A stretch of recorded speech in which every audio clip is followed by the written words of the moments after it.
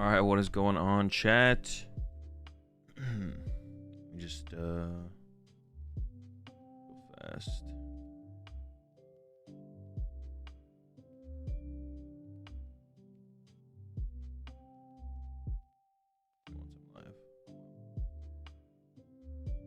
All right. Appreciate the 10 months there, Riot Town, and the 3 months Pinch. Today we're gonna be VOD reviewing Knoxville. Charlotte, I told you the Nooch was running the tables. He fell short that day, but got his revenge in Knox. Clef of Featherball was still a beast. Yeah, Nooch finally got that dub. Yeah, today we're VOD reviewing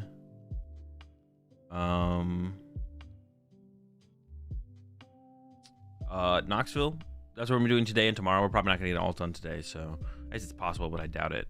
Yeah, so we're gonna be doing Knoxville today, tomorrow, and then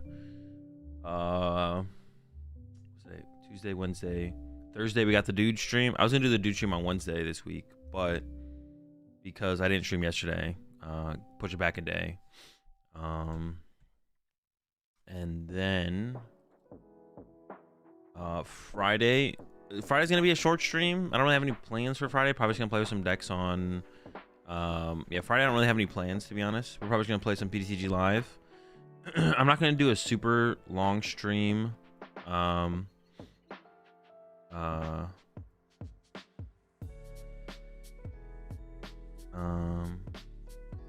was I gonna say?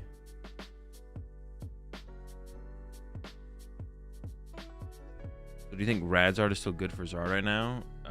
Don't get why the card is good, honestly. It's good because it's a 1-prize Pokemon that knocks out 2-prize Pokemon.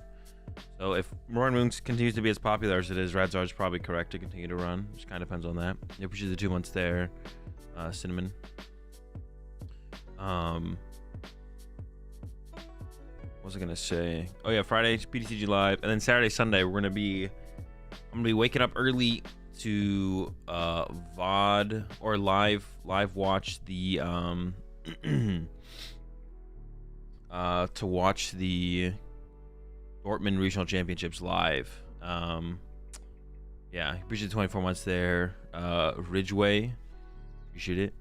So yeah, that's the plan for this week. Got Knox today, tomorrow, day after that.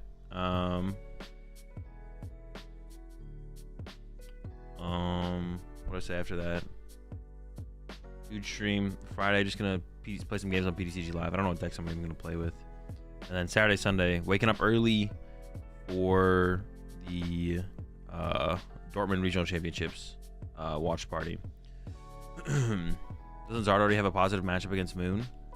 I don't know. With catchers and stuff, it probably gets quite a bit closer. I haven't really played it in those situations. Also, if you don't have justified gloves, there's a lot of cheesy things they can do to make things difficult for you and get ahead. So yeah, to be honest, it depends what else you run in the deck. I haven't really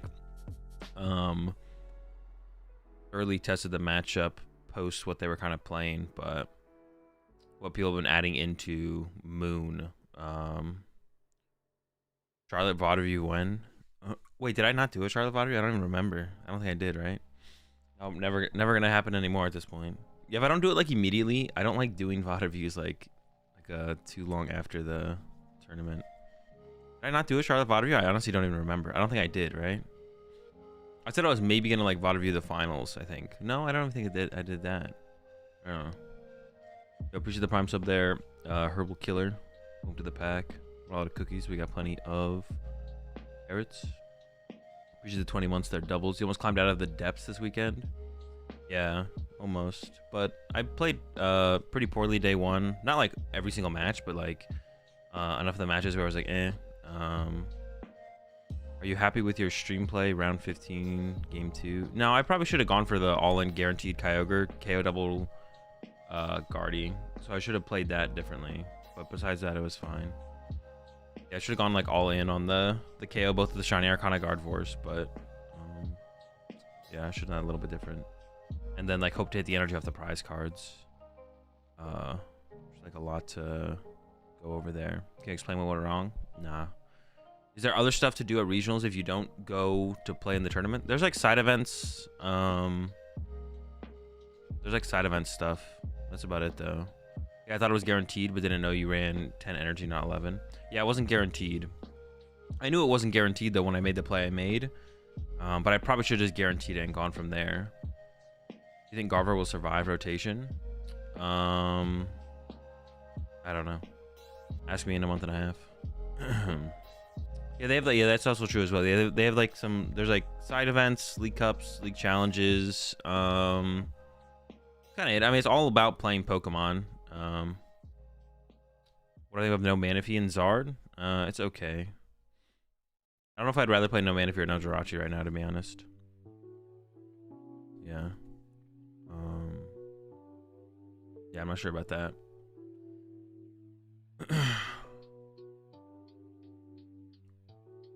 What are my thoughts about the meta going into Orlando? I don't know. Ask me in a month and a half. Already now plays Charms and Capes. The problem is that Rude, your round 15 on stream last night. I think the play you took was pretty optimal. You had 3 win cons, 1 lose con, and the worst case scenario happened. Yeah, I like opened up other possibilities, but I don't know if the other possibilities actually mattered, to be honest, Dre. Yeah, I don't know. I think I should have just gone for the double KO and then hope to get an energy off my prize cards. Or I hope there's an energy on the bottom of the deck. Your opponent had KO on Mawile in game 2 but missed it. Did I even have Mawile in play in game 2? Did I put Mawile in play in game 2? I don't even remember putting Mawile in play in game 2.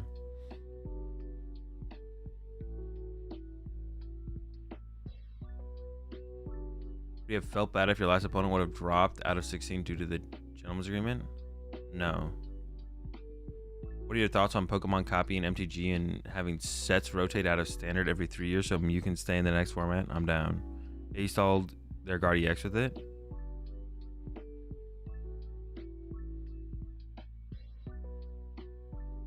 Why? Oh. Well, yeah, they could have hit energy off Shiny Arcanas. What does your statement even mean then? Black Ear. What does your statement even mean? Like, if they had hit energy off Shiny Arcana, they KO'd the Mawile, but they whiffed. Like, that's literally Pokemon. Like, if they have everything, they have it. If they don't, they don't.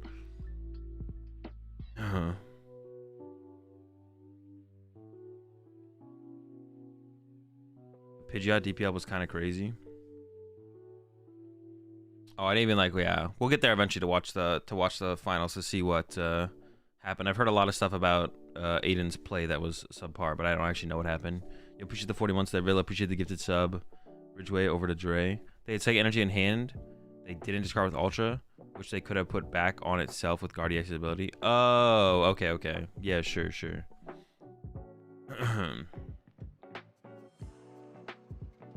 Okay, I see what you're saying now. You appreciate the prime sub there. Haran. Over to the Rat Pack. We're all out of life. We got plenty of wood chips.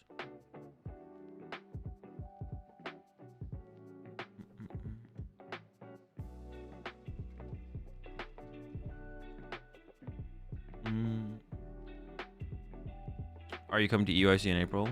Yeah, if I can register for it. Didn't get the record I wanted in Knoxville, but asked my opponent after each game about my play and was consistently told I didn't misplay very much, if at all. That just had some rough setups that even perfect play may not have saved. Lessons learned to take to Indy. I mean, that's like a... I don't know, when people ask, like, okay, so... It's actually it's a good talking point. Your opponent can't tell you anything there. Like, when people ask me how well they played after I played them in a regional, it's like, dude, I don't know. I can't see your hand. I don't say it like that. I'm just like, what I usually say is, like, people ask me all the time after I play them at a regional, it's like, how did I play? It's like, well, I can't really tell. I can't see your hand. So, like, I can only see, like, your game plans you're going for. But I don't know what you're being limited by based on the resources you have prized, the resources you have remaining, or what you have access on to your turn to turn. So that doesn't really tell you, like, basically anything, to be honest. You shouldn't read too much into that. It's also kind of like to be honest, it's just a pointless question to ask your opponent after the game how you played. It's like they can't ever actually answer the question because they literally can't see your hand the whole game. The only thing they can maybe point out is like a fundamental game game plan choice error where it's like they know you had access to Iono or Boss and you went for the wrong one, But besides that, you can't really, they can't really tell you anything there, basically. So you shouldn't put too much weight into it. And honestly, just in general, the question is kind of pointless because they can't see your hand. Unless you want to like reveal your hand to your opponent throughout the game, then they could probably give you a lot of input after the game as to the mistakes you made, but they'd also probably beat you because they can see your hand. Yeah. So I wouldn't put too much weight into that, just because they can't answer the question very well. Like the question just can't be answered well post match. But yeah. Like people ask me that question all the time after I play in some of the regional. It's just like I don't know. I can't see. I don't know. As far as I could tell, it's like okay, but like I can't see your hands. I don't know. I don't know shit.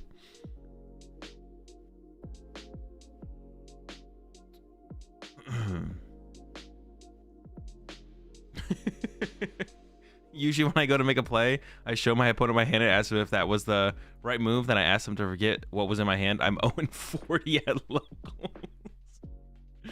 Any thoughts on the 6th place Entei Valiant list? Not really. I mean, I've looked at it before. It's dude, I'm like blanking on his name right now. I looked at it before. He didn't like change too much, was it? Oh yeah, Tyler Matthews, yeah. The 1-1 B-Bear. I think he played like the same thing at Charlotte. It's a really, I mean, it's an interesting list for sure. There's like a lot going on. But maybe it is the best way to play Entei. You maybe need like the B-Barrel against like the, I would assume like the Charizard matchup and the Guardian matchup are the main ones where you're like losing games because of getting hand disrupted. But also Tina maybe as well. You get Roxanne late game. How do you come back? Do you prefer the medals or the plaques they used to give?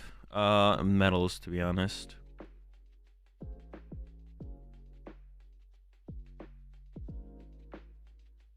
Why isn't Reg for EUIC been announced? I don't know.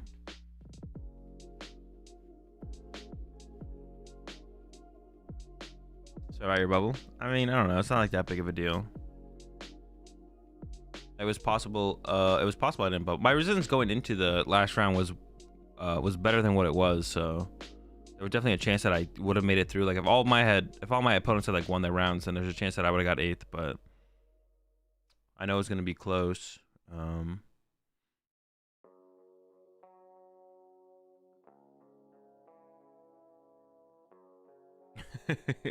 I probably won't be doing it today, Aiden. It'll probably be tomorrow.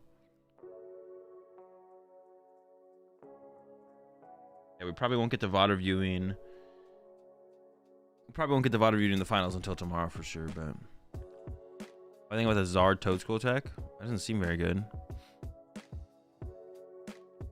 Sometimes what the Moltres does in that list. It's just a 1-prize attacker. Like Moltres plus Radiant Charizard plus Super Art allows you to attack with like 3 1-prizers, or it allows you to attack with a 1-prizer more aggressively than if you wait for the Radiant Charizard turn. Because if you wait for the Radiant Charizard turn to attack with a 1-prize Pokemon, then it's possible to go KO2 Prizer, KO2 Prizer, Gus KO2 Prizer around the Radiant Charizard. So it allows you to go like attack with Moltres earlier, where it's like more beneficial to be attacking with a 1-prizer. Like specifically against Charizard, probably that's a big deal.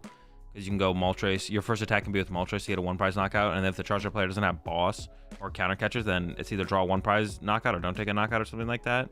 But I guess you're playing against Charizard is usually just like TM Diva their board or something like that. I don't know. But it allows you to attack more aggressively with a 1-prizer instead of waiting for like the Radiant Charizard turn if you like can't find the double turbo or something. I haven't played with it a whole ton, so I don't know all the possibilities, but if Tina has to spend a turn bopping your bib off the board, usually win that game. Well, if you can go like Roxanne, Sableye, KO, B-Barrel, and they have like the Tina players 2 prize cards left, you're probably in a fine spot though, right? With the Rise of Moon, do you consider it a meta deck now? Yeah, for sure. I mean, I've always considered Moon a meta deck. I think I've always had Moon on my. That's not true. There was probably a tournament or two where I took it off my tier list, but it was on my last tier. I had Roaring Moon on my last tier list. Can confirm Bib was for Guardy, Tina, and Zard with the late game hand disruption, along with General Hand Refresh. I worked on the list with Tyler. Yeah, that makes sense. That makes sense. You appreciate 34 months there, Guard Chomp. Appreciate the support. Welcome to the pack there. Ichiban GG with the tier 1 and Piscola with the Prime. Welcome both to the Rat Pack. We're all out of soup, which is a good thing, but we got plenty of crackers. Are you going to the Utrecht special? No. Yeah, what's up, Hill? I just tossed super bad. It's okay. I was hella tired and had work to do. Yeah, don't stress it, Aiden. Don't stress it. You got there again. Like, you know, just repeat the process. Make it back to another top 8, another finals, whatever. Yeah, definitely don't stress having played poorly in the finals. It's just not worth it. You have plenty more achievements to get. Not a big deal. Wait, my tiers was 7K.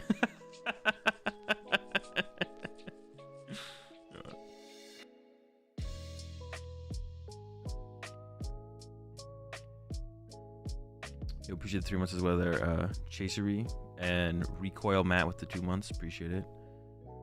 And PMIP with the 2 months as well, appreciate it. All with the 6, appreciate the support as always. Appreciate the two months there, Kino. Going back to the pack.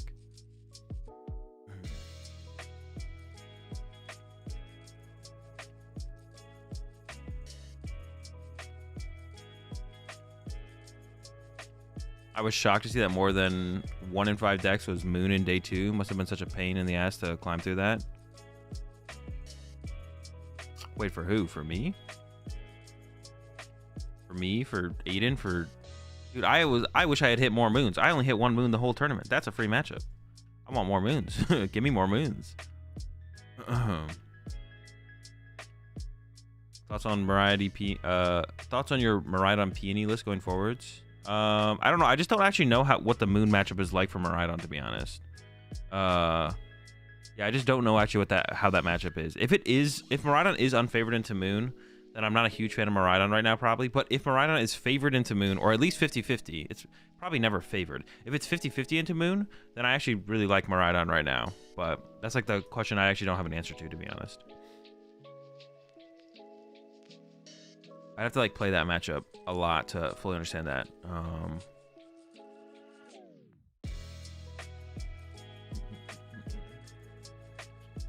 Couldn't you do the Mawile play in game 1 round 15 a few prizes later? It was 5 to 6. Couldn't you do it at 3 to 6? So you'd win with less time on the clock so game 2 wouldn't finish. I mean, I guess I didn't really think about it that much. I was just like, I just want a Mawile as soon as possible. I don't know how game 2 and game 3 are gonna go, so I'm just trying to use Mawile as soon as possible.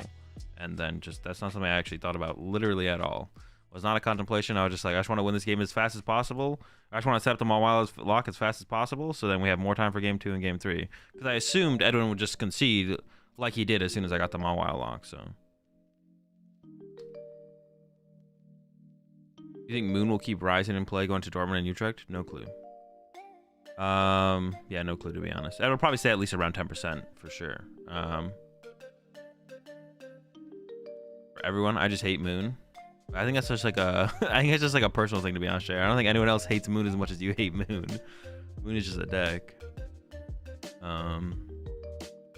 Saying 1 moon both days was easy. Yeah, I was hoping for a couple more moons myself, to be honest. But I mean, I still got to the winning end, so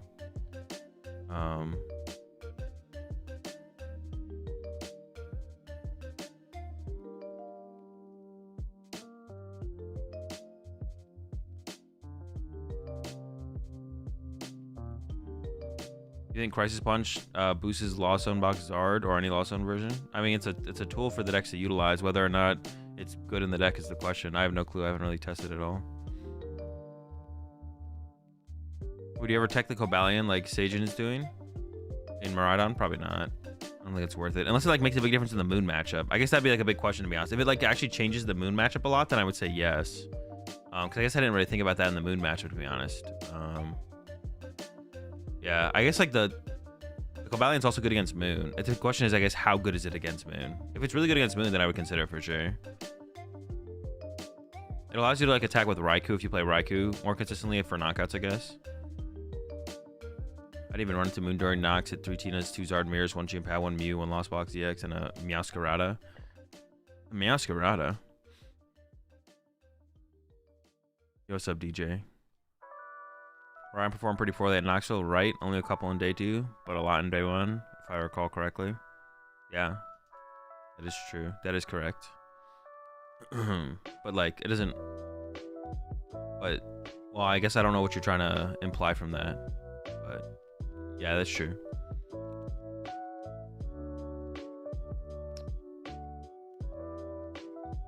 Ryan gets the slightest edge with hands, but it's mostly based on coin flip. But that, I don't know if that is true, to be honest, Paul, because it's harder for... I think Moon is a little bit more consistent at creating big attackers. I think Moon's a little bit more consistent at creating attackers.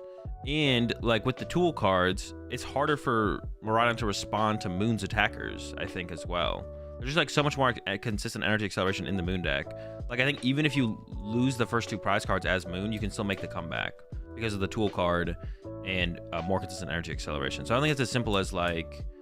The hands is nice, because hands does allow you to get the first 2 prize cards more consistently as Miraidon, because if they leave a 1 prize on the active, you can use hands to get the knockout, but I almost don't think it's that simple, to be honest. Yeah, I almost don't think it's that... I don't think it's that simple.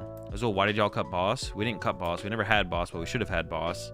I mean, we did a vote on it, and then I was outvoted. I voted for boss, Aiden. Trust me. And I wish I had it in the tournament. There was a couple matches where the boss would have been nice. Yeah, the boss should be in the deck. There should be boss in there. Yeah. Our build never had boss, but did I have a gentleman's on prize or board state with Edwin? Board state. I'll never do a gentleman's on prizes. I will only ever do gentleman's on board state. Did I know Edwin's list had no Turo going to the match? I was like 99% confident, yeah.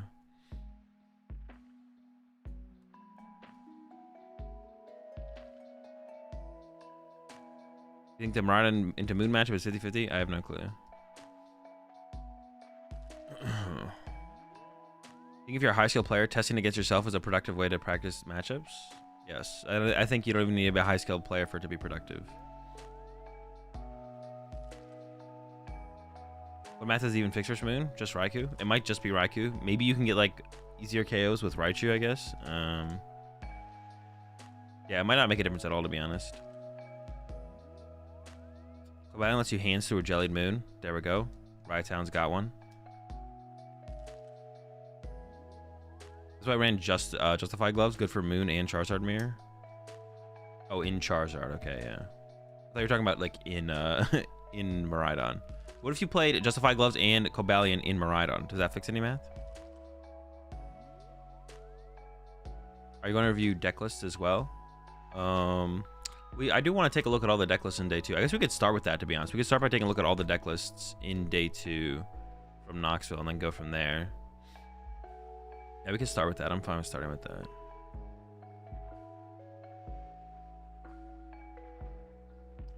Why did you go with the deck you chose for Nox? Because we let Grant pick the deck to play, and Grant chose Kyogre. Being on non-Turo Guardy, that's Guardy deck without a Turo. Crazy how bad Zard did in Nox. I'm not like that surprised, to be honest, personally. Like no good players play Charizard. Like very few. Let me correct myself. Very few good players play Charizard. In comparison to like the amount of good players that play other decks, it's like not too big of a surprise. Like the #1 factor for a deck success is how many good players play the deck. So even if it's the most popular deck, if no one good is like no one high level, like no tier 1 players are playing the deck, it's gonna hurt its potential success.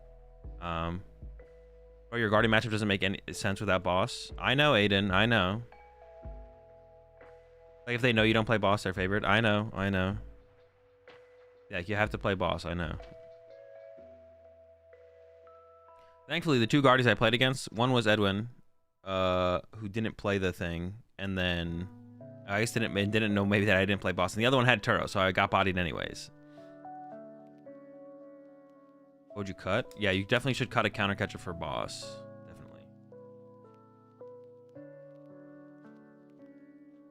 Yes, there should be boss in the deck. Yes, you guys can keep repeating the same talking point, and the answer is still yes. There should be boss in the deck over counter catcher. Appreciate the prime sub there, Nick Gray. Welcome to the Rat Pack. Apparently we have no boss, but we got plenty of counter catcher.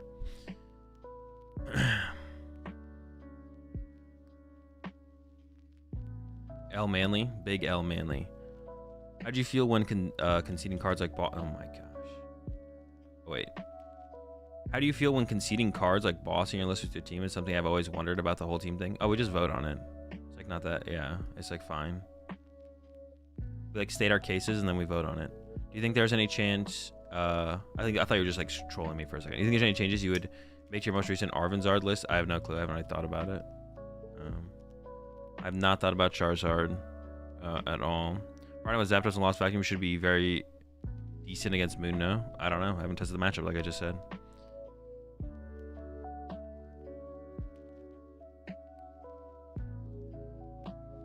You legit need double Cobalion plus gloves to really push the math. All right, I'm down, Paul. Let's do it. Let's put that on our right deck. That's how we beat Moon. Do you feel you deserve getting 9th based on your opponents you played throughout the day?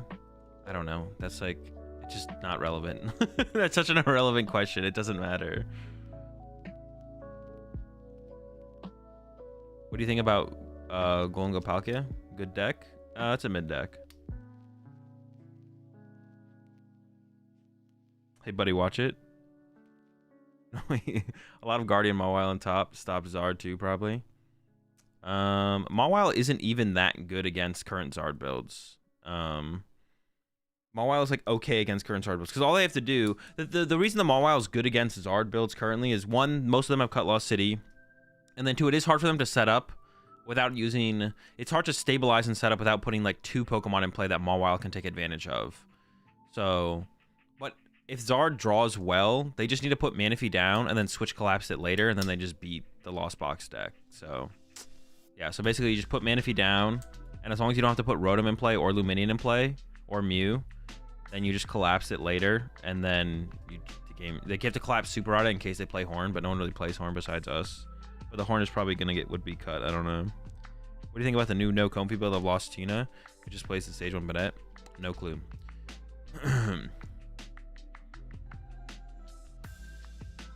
Was a cut for boss? Genius Soda. What do you think about gold? Dude, did you just, dude, if you just ask me this question. All right, that's it. I'm timing your ass out. Where you at?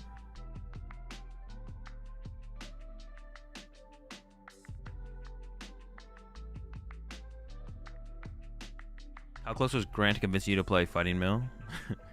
Mawile seems so good against Zard. Might put it in my own Zard deck for the mirror. If they play a switch, it doesn't really matter too much. I heard about the Turo Palpad. Bro, Turo Palpad is so bad in Guardy, though. Like, listen, if they're going to play it, bro, that's fine.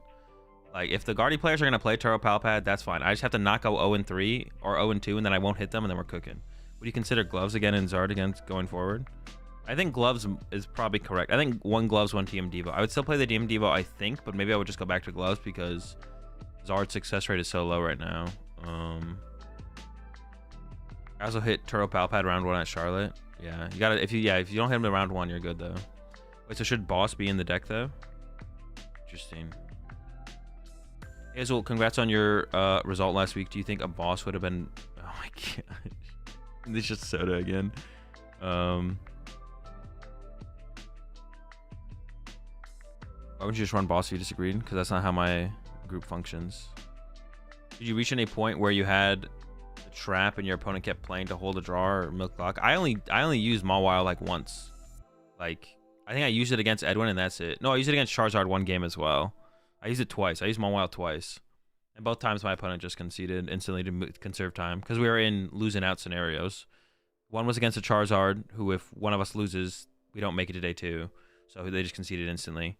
And then the other one was against Edwin, where it's like, well, if we don't finish the game, then we're not making it. One of us isn't making it to top 8 potentially. So, watch your game. I didn't understand why you got the 9th place instead of 8th. Can you please explain how the classification works in cases like this?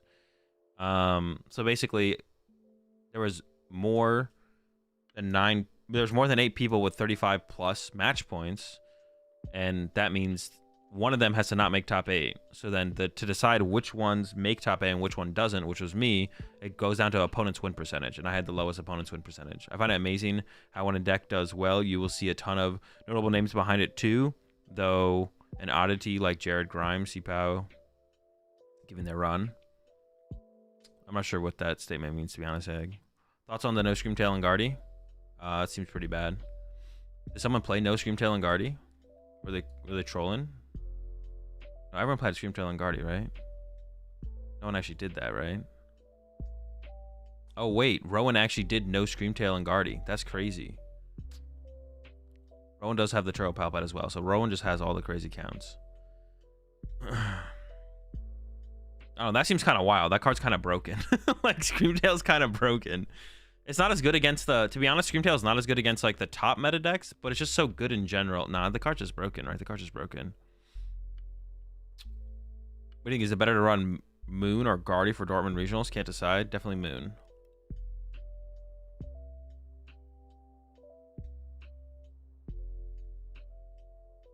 Is your vote a majority rules thing, or is it the hand-to-hand combat sort of vote? A little bit of both. That's when you hit them with Mawile number 2. Always got to hit with Mawile number 2.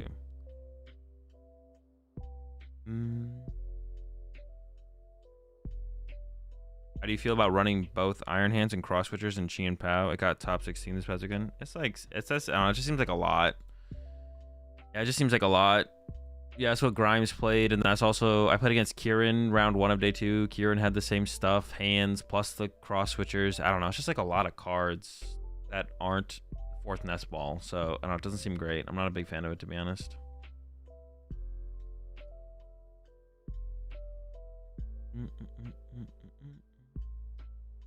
Defiance is fine. You could do Defiance, yeah. Should the way mulligans and prizes are set up be changed?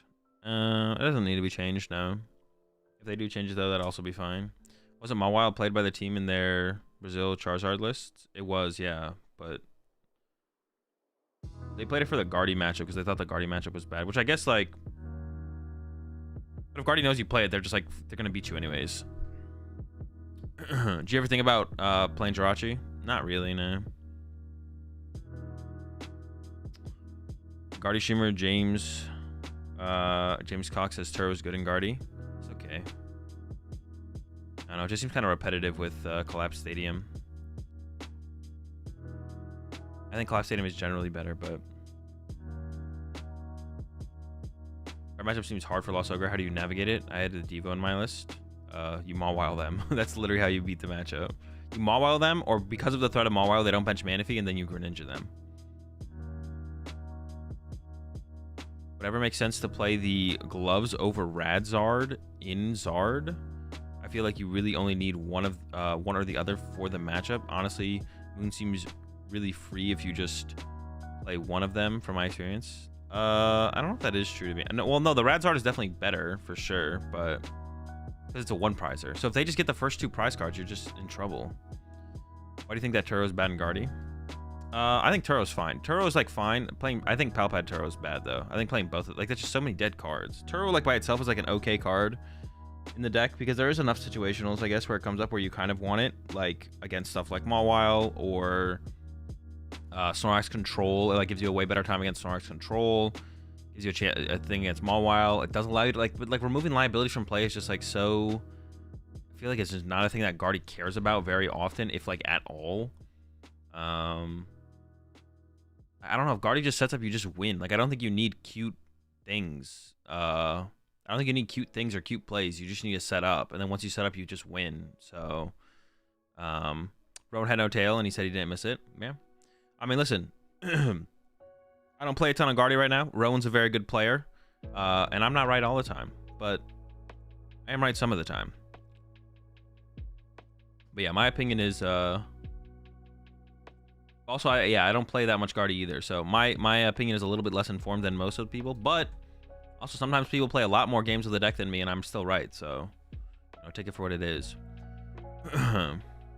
You beat people who had lower win percentages than the other top 8 players? Yes, exactly, Irish, yeah. At the end of the last round, my opponents had less wins than my opponent's opponents. Still 10 toes down on Tina mid? No, I mean, Tina's pretty good. Like, Tina's good. It's just like, I guess like, there are definitely moments where Tina was not that good. But Tina in the meta is a good deck. It's a good deck, solid deck. I think one thing that carries Tina's performance a little bit is generally that good players generally like to play the deck, which probably speaks to how good of a deck it is, right? Like, if the best players in the world are choosing to play Tina, it's probably a pretty good deck. That's also like a good, correlation to have, right? I just don't like playing the deck. And I think I probably let that adjust my judgment of the deck a little bit. Is like every time I pick up the deck, it's like the deck's not bad, but it's like I don't know why I'd ever play this deck over like other top decks. But I think it's kind of coming into its own here in this meta. Previous metas, the deck was still pretty bad, I think. Like, I think previous metas, Lost Tina was still a pretty mid deck. It's a top deck in this meta, though. Tina is. So your opponents cost you the top 8. They need to step up their game. Exactly. Screamtail's broken versus Moon. I mean, Screamtail just kind of seems... Screamtail's, like, good against all, like, the fringe stuff. Like, it's really good against... like, I can't imagine going up against Chien-Pao Excalibur without Screamtail. That sounds miserable. But, yeah. So it's, like, good against all... It's, like, not good... It's not as strong against all the top meta decks, but it's really, really good against all the fringe stuff. I wouldn't... Yeah, I mean, Screamtail's broke. I don't even think Screamtail's broken against Moon. It can KO Squawkabilly, but that's, like, not something you're desperate to be able to do. You just need a KO a 2-prizer every turn. Past turn, on turn 3, and you just win the game. Seeing you play Mawile was wild. Is it possible to fit Mawile and Delphox V and Sablezard build, for example? I mean, yeah, probably. There's a lot of room in Sablezard to play crazy things, but... What do you think is your favorite format in the last few years?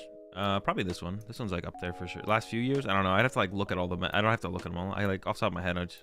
Like, once a meta is, like... Once we're into the next meta, I don't remember the last meta. Well, I remember, like, the most... to be honest, I don't. Like, if it's not relevant now, I don't really remember it, like, at all. Like, See, I can't even, like, think about what the last couple metas looked like. I mean, it's better than the Silver Tempest format, for sure. I guess that one kind of sticks out to me more because I hated that one so much, but... Stonks is officially dead? No, Stonks is probably fine. I mean, it's tougher for it, but... No, I mean, saying something is dead is just kind of weird because technically, no, people are still going to play Stonks Control. Like, I wouldn't be surprised if Cal Connor still rolled up a Stonks Control the next tournament he goes to. I don't know the next tournament he's going to go to. I don't think he was at Knoxville. I actually don't know for sure. But yeah, Moon's more popular. Tina actually has gotten less popular, which is actually interesting. That's actually interesting. Tina's gotten less popular. But the Moon matchup, I think, is unfavorable for Control. But not that unfavorable. I think Snorlax Control is, like... You don't, like, hate to see... You don't hate to go up against Roaring Moon. You'd rather go up against Roaring Moon than Tina, but... yeah. Great Tusk EX legal next week. It's over for every other deck. That's true. That's true.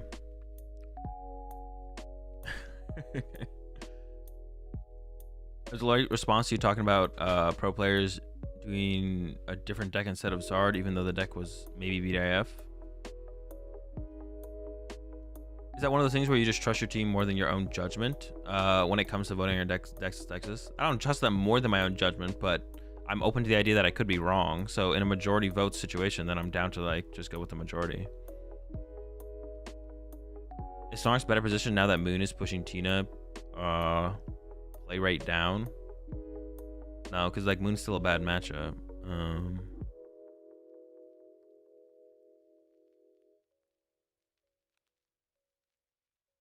I just know that, yeah, it's like no one's ever right all the time. People are wrong all the time. I don't like cross switches in Chien-Pao. I play 2 normal switch and 2 boss instead. I mean, I wouldn't play any switches in Chien-Pao probably ever, but boss is not a bad card. I was so frustrated with Arcanine registration. I missed out on Vancouver because I didn't even know it was going live. Now I gotta try and hit wave 2.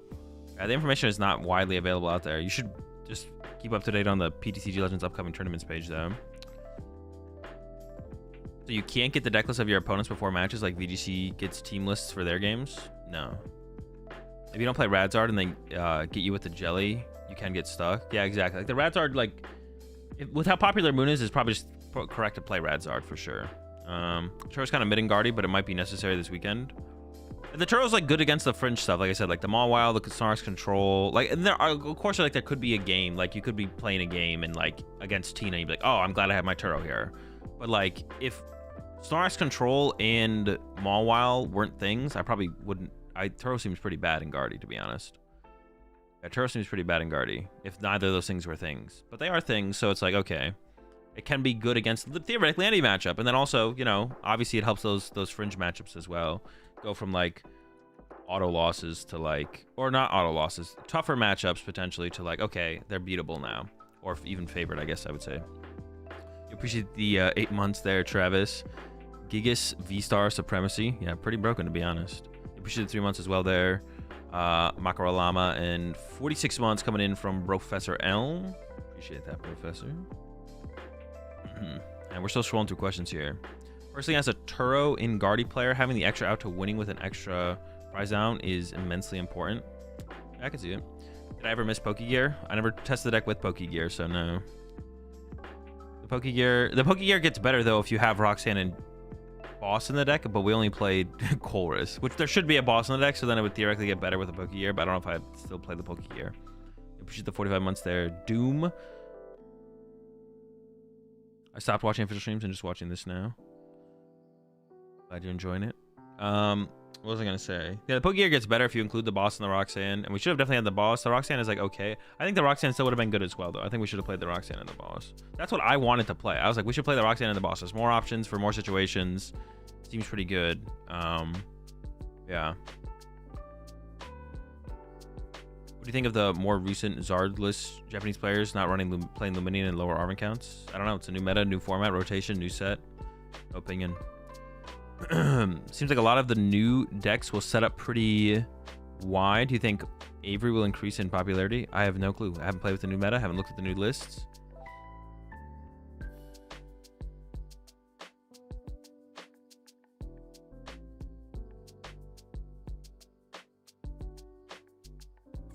Right on dead? Sure. Do you know if they only look at your day 2 resistance, or your resistance gets reset? Your resistance gets reset going from day 1 to day 2. So my opponent's win percentage was only gets counted for day 2, like everyone else. What are some streamers you've taken inspiration from and implemented into your own? Not really. I mean, no one off the top of my head, to be honest. I don't really watch other streamers that much. I just don't have time to. So no one off the top of my head. I'm sure like I've taken some inspiration from like some of the stuff that Mahone has done in the past. So there's nothing like I can individually think off the top of my head, but I have to imagine there's some things that I've like looked at, like that Mahone does, and been a fan of.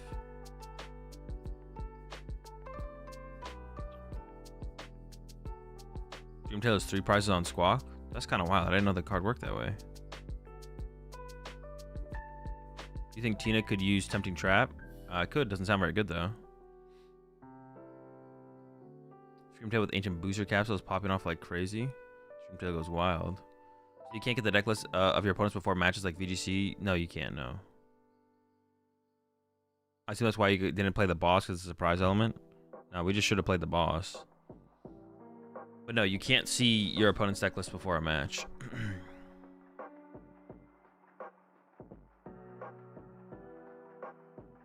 Moon seems to beat Tina. So Tina being less popular makes sense. I guess a little bit, yeah. Yeah, I guess that makes a little bit of sense. Do you think Tina's any good after Treble Forces? No clue. Ask me in a month and a half. He def would have ran and block Snorlax back, yeah. And he probably would have at least made top 16 again. Like at least, maybe if not a top 8. Because there was the Guardians were doing well at the top, so. Moon's a worse matchup for Snorlax than Tina is? Is it? I don't think that's true, though. I don't think that's true. There's so many bad things Moon can start with. You have way less switch cards. I think Snorlax has a better Moon matchup than Tina, but should Guardi be playing Jirachi, Crest, Turo, going to Dortmund? I don't know. I'll have to live with the fact that I let Nucci win a regional. I know that's kind of tough to handle, Aiden. That's like worse than you throwing on stream, to be honest. Is letting Nucci like. But it's both, I guess. You did both. Like it's literally like the wombo combo. Was it actually warm enough to be in Knox to be wearing shorts? I mean, I thought it was. I was wearing shorts. I mean, inside it was. Outside, I would have been wearing pants if I was outside. But I was in the hotel, like literally across from the venue, so I just had to like walk across. So I was wearing shorts. Yeah. I chased the invite at 308 of 600 right now. Sure, why not? What regionals this weekend? We got Dortmund regionals this weekend over in Germany. How to win versus Guardi with Lost Box? They bench Manaphy, trap it with Mawile. If they play Turo, you lose. And if they don't bench Manaphy, use Radiant Greninja. What do you think of the Guardi deck that didn't have Cress? I mean, I think Cress is worse than Screamtail for sure. So, I don't know, you can't play everything. Am I doing any testing before UIC? Nope, I'm actually not gonna play a single game of Pokemon for the rest of the year. Thoughts on taking out Greninja? Thoughts on taking Greninja out of Gardevoir? Doesn't seem very good. Greninja's pretty good.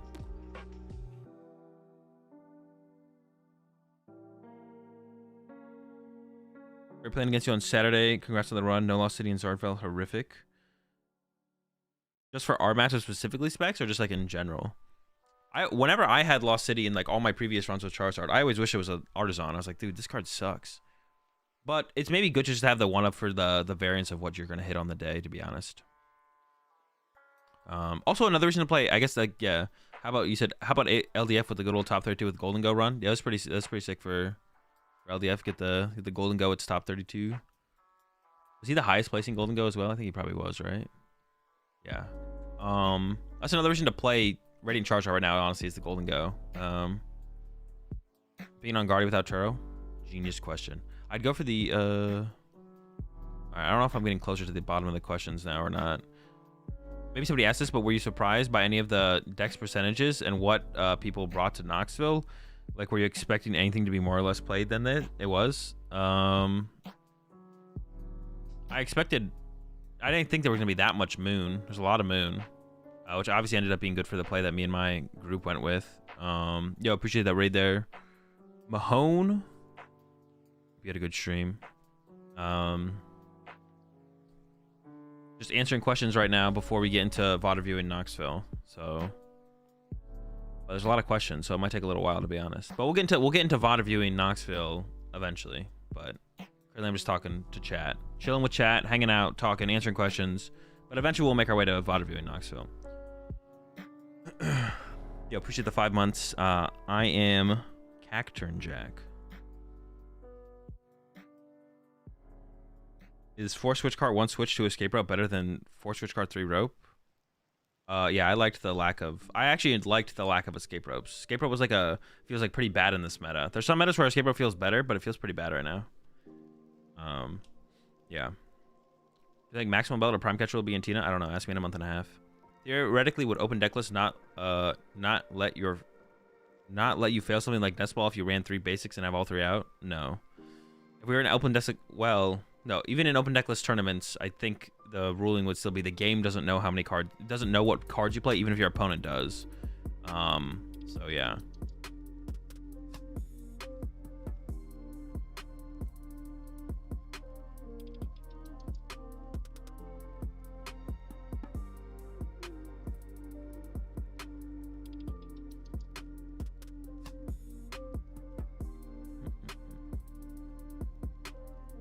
I think Azul has ever worn pants a couple times. I think in Charlotte I was wearing sweatpants. I was in 10 of 15 decks in day 2 at Knox. How many was Rowan the only person not playing Screamtail? I assume that's correct, but will you be posting the deck video of what you played in Knoxville this week? I honestly didn't know if I was gonna do one. I guess I probably should do one. Yeah, I'll probably do one. I'll probably post it tomorrow or so. I probably should have made it yesterday, to be honest. Initially I just wasn't gonna do one, but I guess I should do one, shouldn't I? So I probably will make one, to be honest. Can you do the cameo I told you about for my video? Just 10 seconds. Oh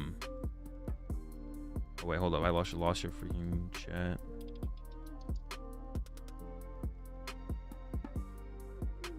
Oh yeah, I actually forgot about that. I'm not gonna lie, Mahone. But now that you reminded me.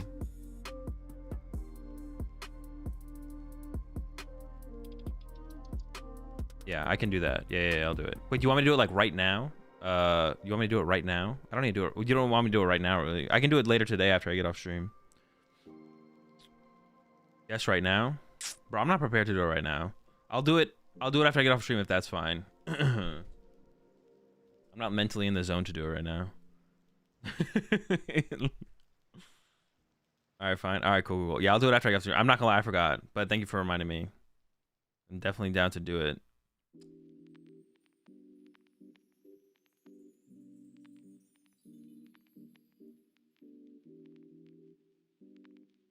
Yo, appreciate the 32 months there.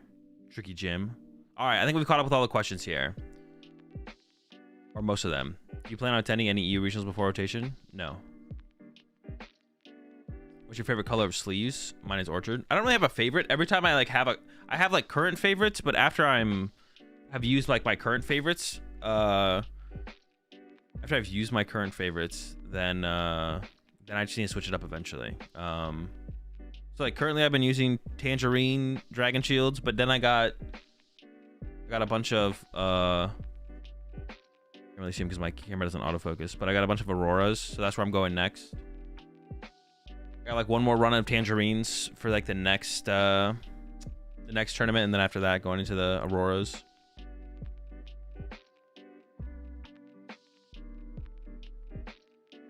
But yeah, I just go from like one to the next to the next. All right, let's review the lists first from the regionals. I think that'd be a fine place to start, to be honest. How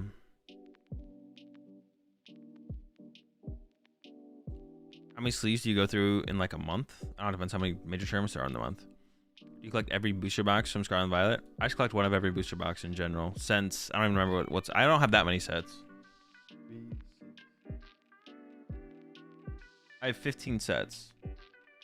So from like Paradox Rift back, I guess. No, but one of them is like really old, so not quite, but like roughly that, yeah. What archetypes are you looking forward in post rotation? All of them, yeah.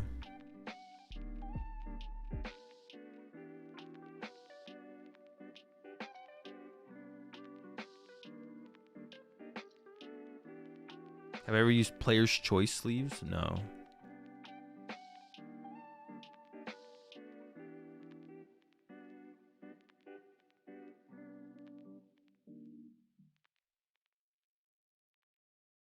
All right. You appreciate the 23 months there, Dan fan.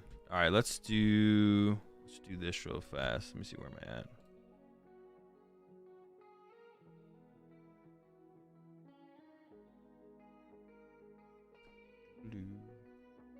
Okay, so first things first. Gotta go to actually, how did I want to do this now? I just want to do this. Alright, cool. Are sleeves with designs allowed in tournaments? Only if they're Pokemon official sleeves, yeah. So deck lists. I was just go like I've just been doing this recently where we just go through literally every single deck in day 2. Just to see what happened. You guys see the deck list is fine though? What's getting cut off on your side? Just a little bit of the left hand side. That's fine. Y'all can see it fine, right? Yeah. Nucha's Gardevoir, no Cress, no Turo, VIPs. Aiden added the Jirachi. What else did Aiden change up? Nothing really, right? Nothing too crazy. You like the moon list that came with 4 without tools and with I have no idea. I have to look at it. What do you think about the waters versus all darks and Roaring Moon? When you play like the lower vessel count, like what Ross has kind of popularized, it's harder to fit the water energy in the deck, but it might still be correct to still play 2 waters. I didn't cut them all off for the Jirachi, yeah. Did I work with Aiden on the list? No.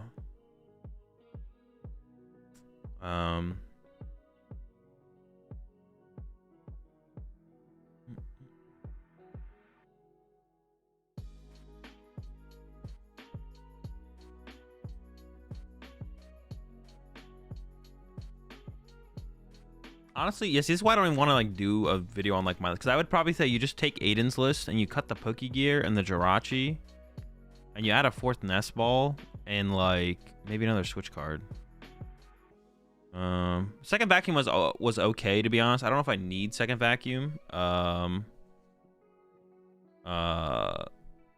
We played 2 vacuum, which was like, it was kind of nice to have like the more aggressive out more consistently. So yeah, maybe second vacuum would be the way to go, to be honest. Like being able to be aggressive with the vacuums was nice, but I mean you can always like force Shield Stone for your vacuum as well, which is like how you usually find it anyways, it feels like. So going down to 1 was Horn as well. Yeah, we played the Horn as well. The Horn was okay. I mean, it's how I was able to beat Edwin in the win in game 1. The Horn was okay. Yeah. Ian with pretty standard, nothing great. I played the Avery, gear builds, 2 switch card, 2 switch, 2 water, 3 path. Had Spiritomb, Manaphy, had Spiritomb and Manaphy and the Avery in there.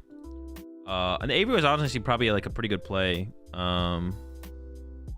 The Avery was honestly probably a pretty good play because like at the top end there was like so much Gardevoir. There's so much Gardevoir at the top end. Marzon with the super aggressive moon build. No tool cards, well, except for the 4 Seal Stones, but no future booster energy capsules, 4 catcher, 4 trekking shoes as well.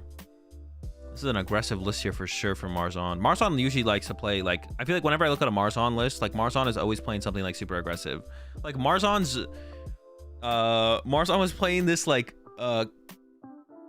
Miraidon build that was like, I had like 4 Mysterious Tail Mew. I don't know if it was 4. It was like Cross Switcher Miraidon, no Flaffy. Like, yeah, Marzon is always just playing like ridiculously aggressive decks, and this is more of the same here for sure.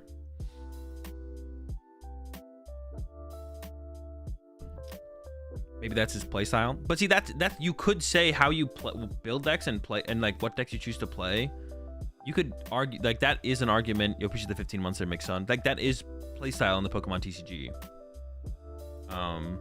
Is like the deck you choose to play. Now, how you play in game, playstyle in game doesn't exist, but playstyle in terms of your deck choice does exist. For sure.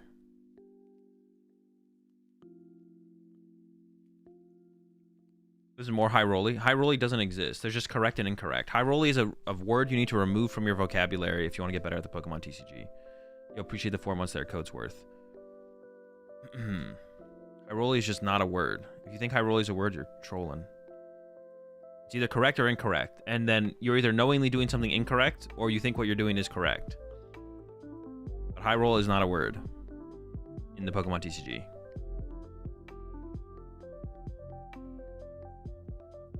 Appreciate the 2 months there.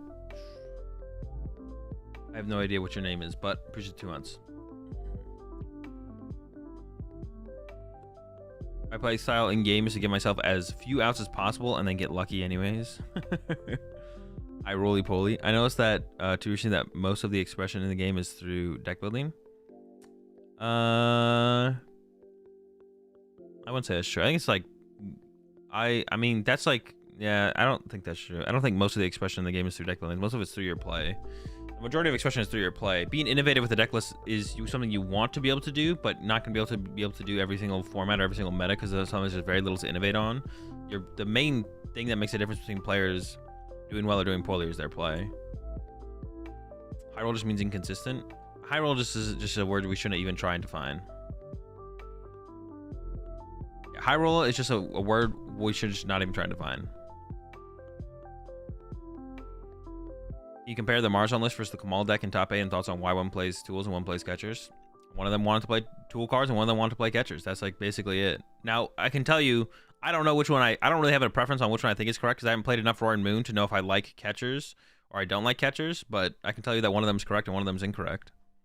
But they both made top 8, so. But one of them is one's incorrect, one's correct.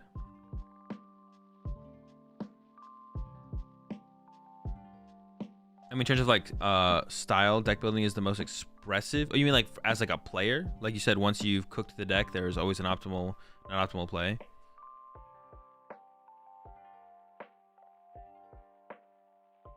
I guess I could see that, Alex Forchamp.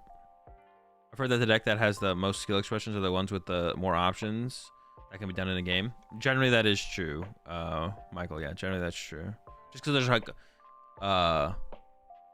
more options means it's harder for your opponent to play against it, and then it's harder for you to decide what to do on your turn as well. So generally true. Raymond Long, VIP pass, had the crest and the Screamtail. Worker, nothing crazy. Tyler Matthews with the pretty crazy Entei build. I think Tyler played something very similar at, if not maybe the exact same 60, at what was the one before this? Charlotte. Yeah, Tyler was playing something very similar to this, like at Charlotte, or something like that. And has been playing.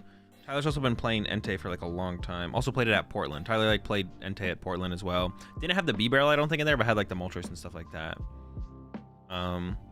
Yeah, I mean, pretty crazy build. Definitely interesting for sure. Has a Serena in here. Haven't seen that card in a long time. Yeah. You think people will ever leverage AI to find the objectively statistically optimal deck? Probably at some point. Kamal with the moon. Yeah, I mean, this is like almost exactly the Ross build. Not quite, right? Not exactly the Ross build, but pretty close. Yeah, not exactly, but pretty close, right? This is just the Ross build, yeah? Or is this literally the Ross build? It's exact 60. Oh, the Ross build. Jackson Ford, another Tina in the cut. No Manaphy, no Avery. 3 path, the gears, 3 water, the 2 switch card, 2 switch that Ian played as well. Has the spirit. Wait, what's the other different? Oh, has an escape rope as well. So it has the 5th switch card. It has the 5th switch card there. All right, then there's me with the Mawile deck. Like I said, just play Aiden's build, and then you could like maybe the Poke Gear should be cut. Like the Poke, like not playing 4 Nest Ball feels a little meh. Nest Ball's pretty good. But yeah, cut a counter catcher for a boss. Maybe add the Roxanne. I'd play 4 Nest Ball though. I think it's like the only big difference between like. There's the only thing I'd say, like I'd look at Aiden's build and be like, you probably should have 4th Nest Ball, and then like 2 vacuum, 1 vacuum. I haven't played enough of the deck to really have a preference, to be honest. But definitely cut a counter catcher for a boss. Do that. And I tried. All right, JW. Oh, I thought JW played more than 2 catcher. Only 2 catcher? 2 trekking shoes? Bro, are the trekking shoes correct? See, I feel like the trekking shoes are probably incorrect. But once again, I'd have to play more with the deck. And we see like all these builds basically not playing the water energy, because it is just kind of harder to find the water energy. And you see even here in like this build from, well, like JW had the 3 energy switch. What was in the other builds up here? 4 energy switch for Kamal, and then Marzon also played 4 energy switch. So once you get to the 4 energy switch count, I was like, why not just put a couple waters in there, you know? I guess you have like less Sada as well, though. There's only like 2 Sada, but still, having the threat of Greninja, shouldn't you at the very least play 1 water, right? Isn't it correct to at least play 1 water, or is that still incorrect? I guess like you could end up with the water and then you might not be able to use Moltres or a Dark Patch. I guess the only thing, right? Yeah.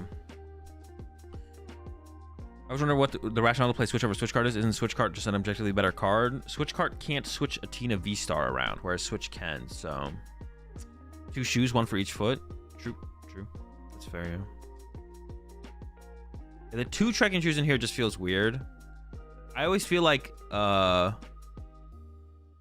with this, like, you should just like, they should just be different. They should just be real cards. Trekking shoes like aren't real cards. It just makes you have like a, like, it feels like it's just maybe a 4th energy switch on the 3rd catcher or something. I don't know.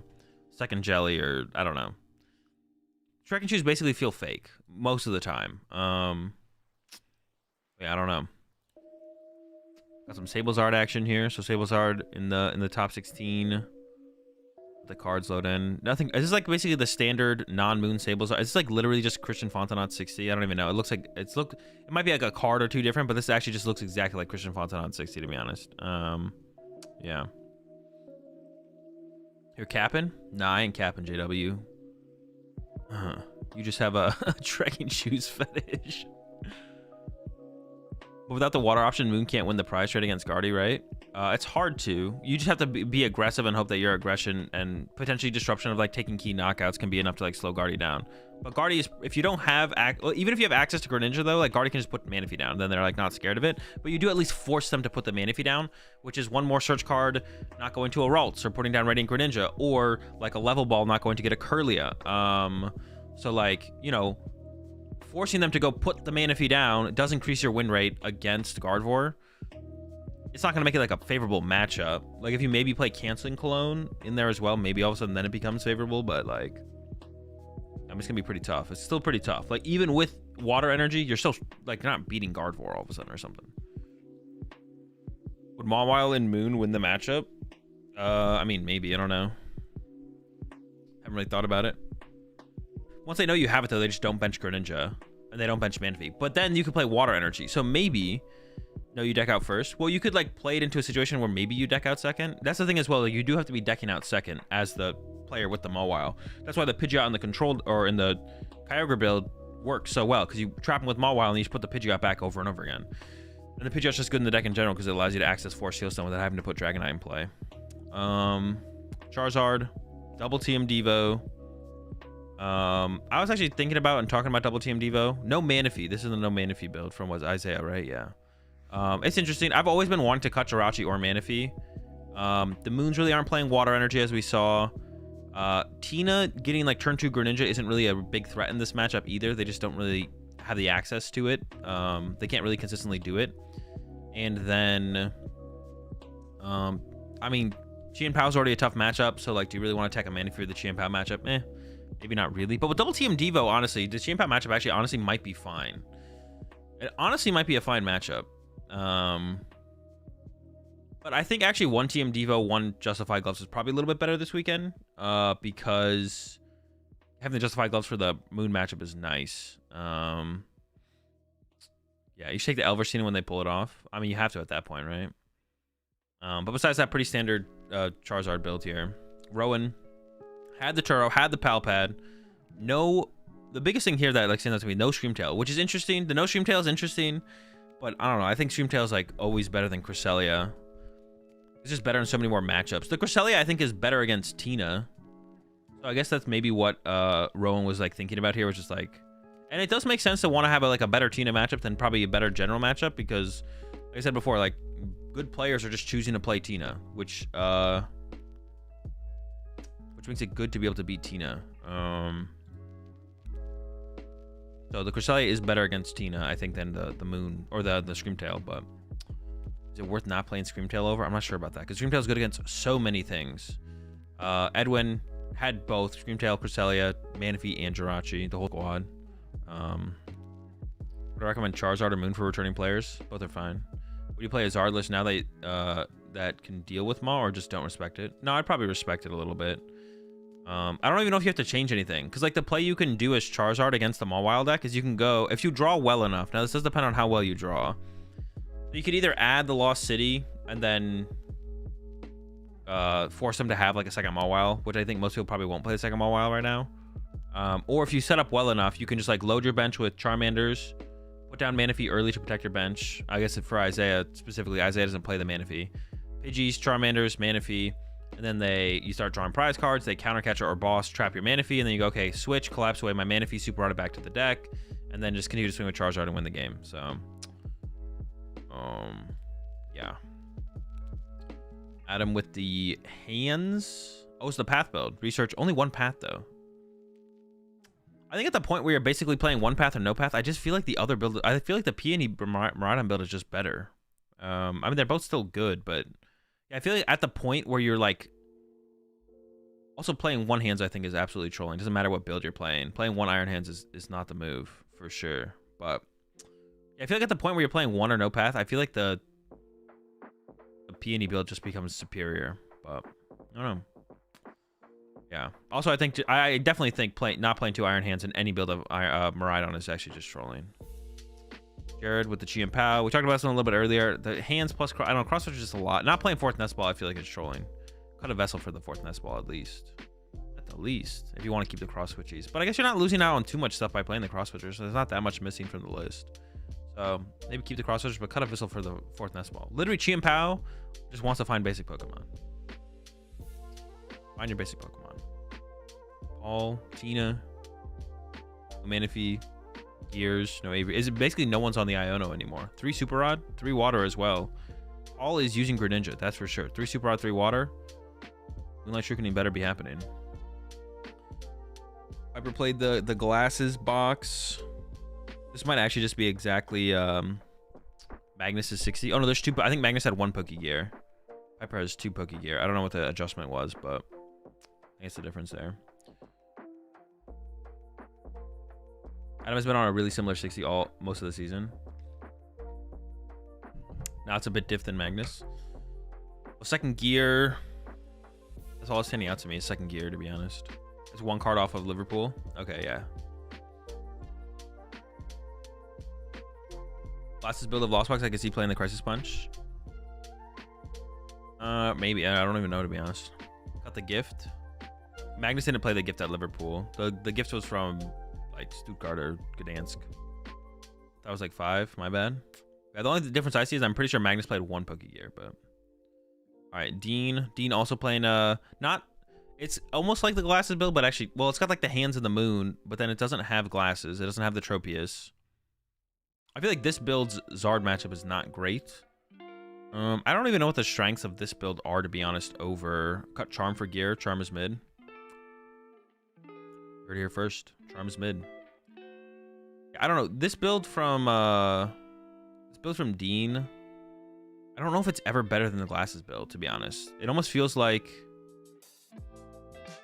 the glasses build is just a better build of this because they're pretty similar in like they have the hands, they have the moon. It's like, do you want Dragonite versus Moltres and then Tropius versus like Sableye plus Greninja access?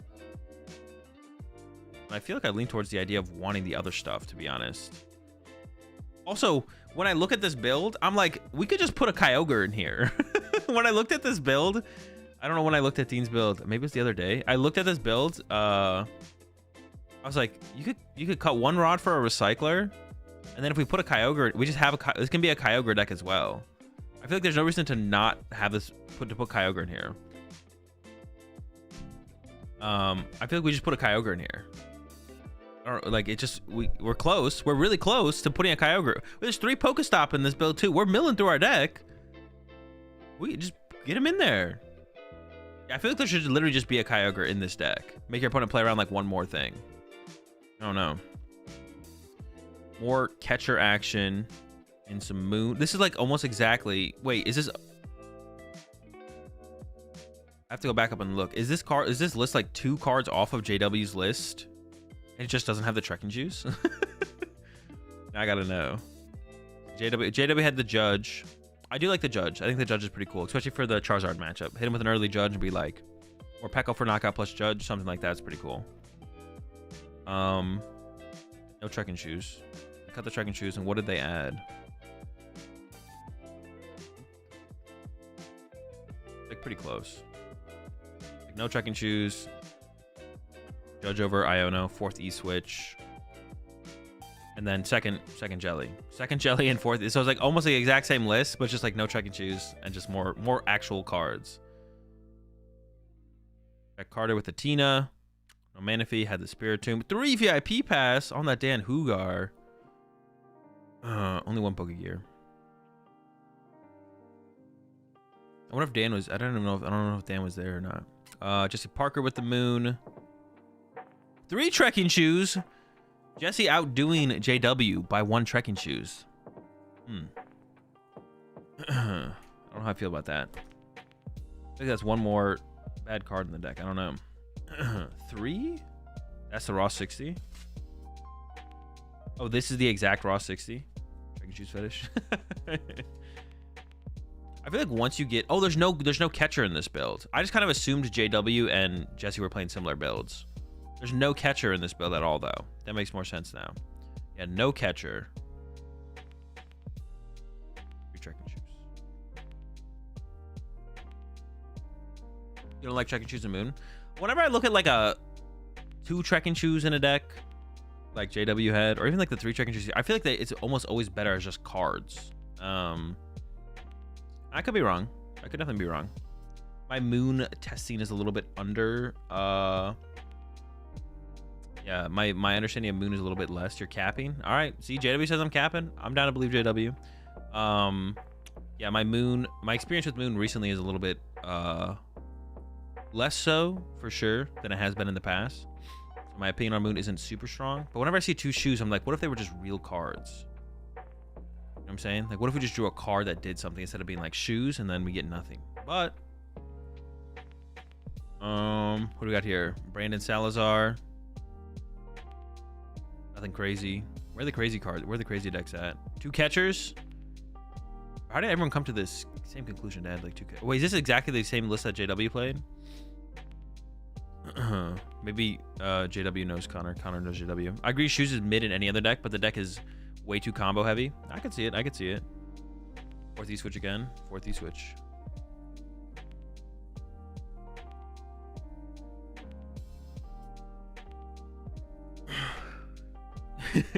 -1 capsule. Yeah, only 1 ancient booster energy capsule. Oof. Only 1 capsule. He plays 1 less tool and extra E-switch. Yeah, 1 more E-switch, 1 less capsule. The capsules seem really good. How good are the capsules, JW? Are they that good, or are they just like okay? Sammy Allen. I actually played against Sammy, and I don't remember what round I hit Sammy in. I played against Sammy though.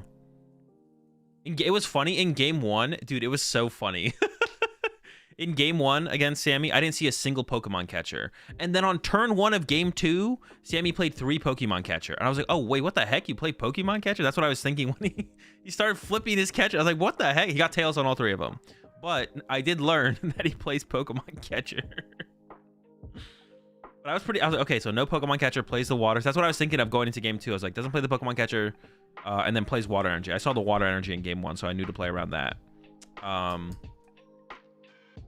Yeah, I have lots to learn about the tools. I think for current meta, capsules are better than jelly.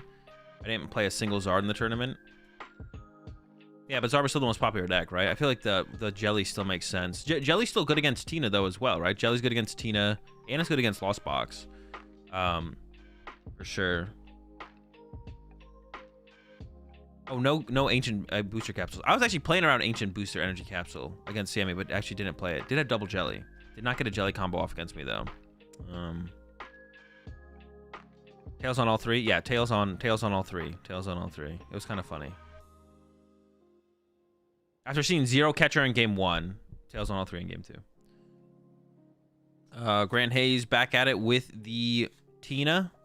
No Manaphy. Path, Pokegear, no Avery. Like Ward with Heavy Path, Miraidon. We haven't seen a Heavy Path build, I feel like, in a while. I feel like whenever I see people have Path, it's like the one path like we saw in, I forget whose list we were just looking at. Free Path, though. This is what I like to see, though. If you're going to commit to, like, the Research Iono Judge build, like, the Heavy Path, in my mind, makes sense. It's like, okay, let's get some paths in there. Let's get, like, a 3 to 4 Path to the Peak in there. Let's play Path to the Peak. Let's disrupt our opponent. We have Ionos, we have Judge. Let's have some more options. But then when I see like the builds that play like no path or one path, and then are still like the Research Judge Ionos, it's like, when you play your Research, what are you looking for? Electric Generator. So why don't you just play a Peony? Like in my mind, when I look at those lists, I'm like, you know, Peony just finds you to Electric Generator, right? You don't have to research and hope you draw into Electric Generator. That's why I feel like when I look at those lists. But when you look at a list like this, it's like, okay, it makes sense to be a little bit more supporter-oriented with the Path to the Peak. Like, okay, I can get behind a build like this. I don't like the lack of EXP shares, but, all right, if we're playing Researchers and Judges and Ionos, let's play some Path. But when I look at those other builds that play like 1 or 0 Path, but still play Researchers and Ionos and stuff, it's like, bro, when you play your Research, what are you looking for? Electric Generator. Just play Peony. Just find 2 Electric Generator. They're right there within your grasp. See, like this, Kevin is like, no Path, but all right, Peony. Oh my gosh, dude, my freaking mouse wheel is freaking out. Do you really need 3 Miraidon? Oh no, and also don't play 3 Miraidon. Go down to 2 Miraidon. 2 Raikou still too. What? Alec is on like that. This is just like this feels like it's an old build. Yeah, I'm not a big fan of 3 Miraidon, not a big fan of 2 Raikou. Also you need that second hands in there for sure. Kevin's build. I like Kevin's build though. Ryan I'm still a little bit undecided about in the deck, but oh, no catcher as well. Okay, I don't like the no catcher. Not gonna lie. I don't like the lack of catcher in here. I think you don't need to play like a heavy I think just 1 catcher is actually just correct in this deck.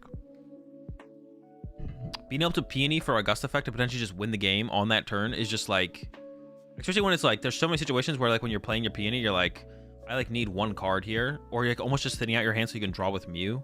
But if you can go get a catcher, and then if you get heads, you just win, like, it's like too good to not include almost as like a win condition. So the lack of catcher here I don't like. Does it need to be 1 catcher or 2 catcher? I don't know. You should at least play 1 in Peony. Miraidon, though, you should definitely at least play 1 catcher. The top 8 list from Charlotte, they played 2. You could play, like, theoretically higher, like 3 or 4. At that point, that's like, it feels like overkill, though. So I think it depends on actually how popular Moon is. I forget, did I mention, I was talking about this with someone. I think, you appreciate the 2 months there, Espresso. If Moon is really popular, you probably want to play a heavier catcher count. So 2 to maybe even 3. Because getting the first 2 prize knockout against Moon is like super important. So when you go second, you can like gust up Billy or something. When Moon, like something like Moon or Mirror Match is less popular in the meta, then probably going down to like 1 catcher makes a little bit more sense. But I don't know.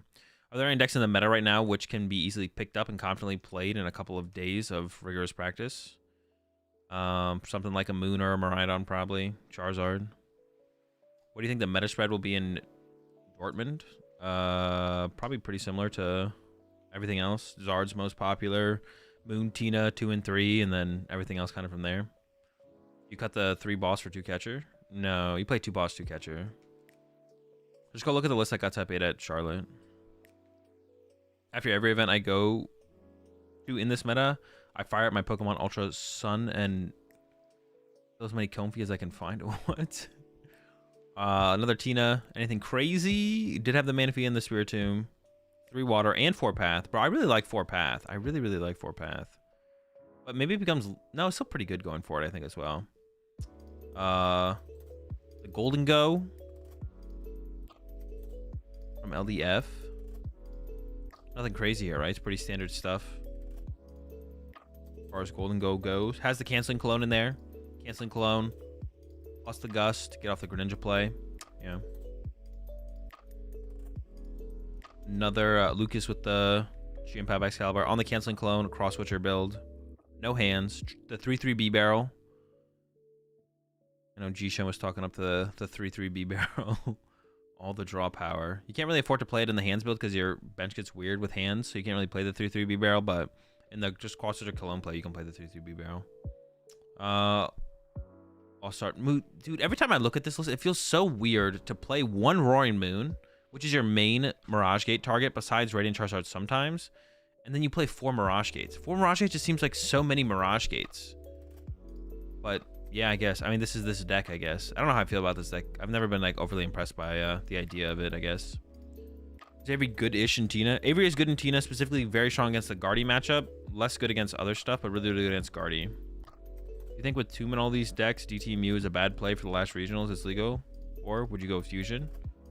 I don't know. There's a lot of time between now and the last tournament that DT Mew is legal, so I don't really have an opinion.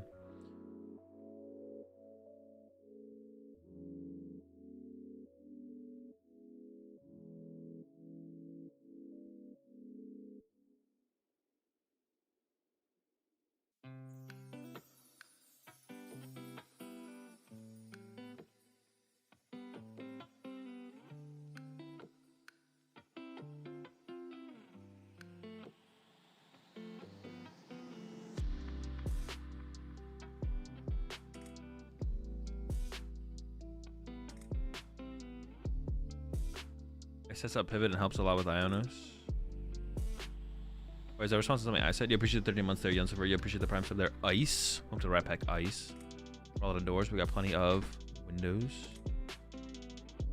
I'll try to table started listen. It's a pile. What the fuck? I think that I actually just really want to see the gates more often since you have less card draw since no ninja. Deck still sucks though.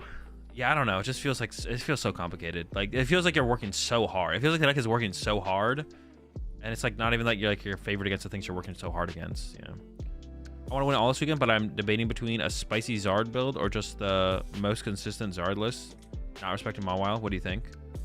Well, I mean, I don't like the term spicy because spicy implies bad. If you feel like you have a good innovative take on Charizard, Aaron, you should go with that. And you feel like it's a good innovative take on Charizard. Spicy just means bad. So if you think your deck is spicy, I would say you should probably just play the consistent Zard list because it sounds like your other deck sucks. But if you think it's cool and innovative and good, that's a very key part. Just because you know, cut an Arven and you're playing 3 Arven instead of 4 doesn't make your deck innovative. It's just bad. So, but if you think it's good and innovative, you should play that. But if you think it's spicy, you shouldn't. You think Moon is a good deck? Yeah, solid.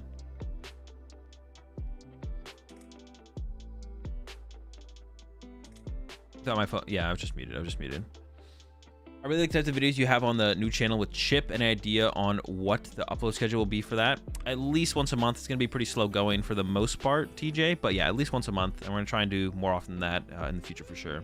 So I know I probably need to just fully cut them out, but just getting into the game and started out buying the Miraidon plus Reggie pre-con and just adjusting the buff effect of the Reggie is good to go to push through extra next damage. Do you think there is any viability to the Reggie VMAX version? Not really, no. And it does rotate soon as well. So wait, does it rotate soon? Yeah, do we lose all VMAXs? Actually, I don't even know.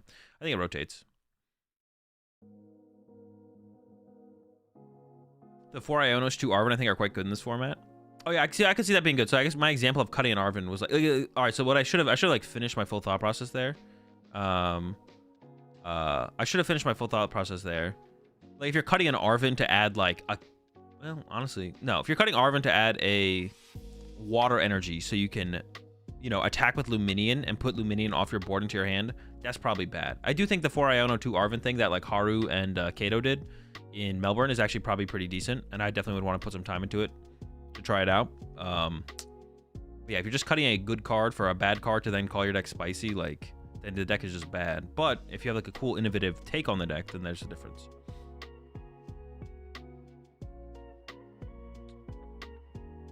What do your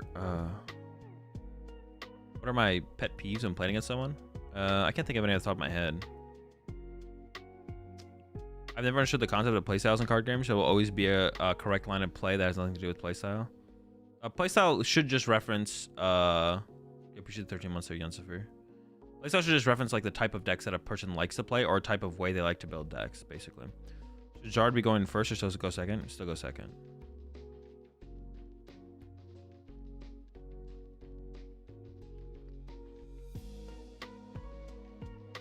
Hey, Luminous Energy if you want to be wacky. Yeah, sure, get Luminous in there. Will the new Paldea Fates Charmeleon be the Charmeleon of choice from now on? I think so, yeah.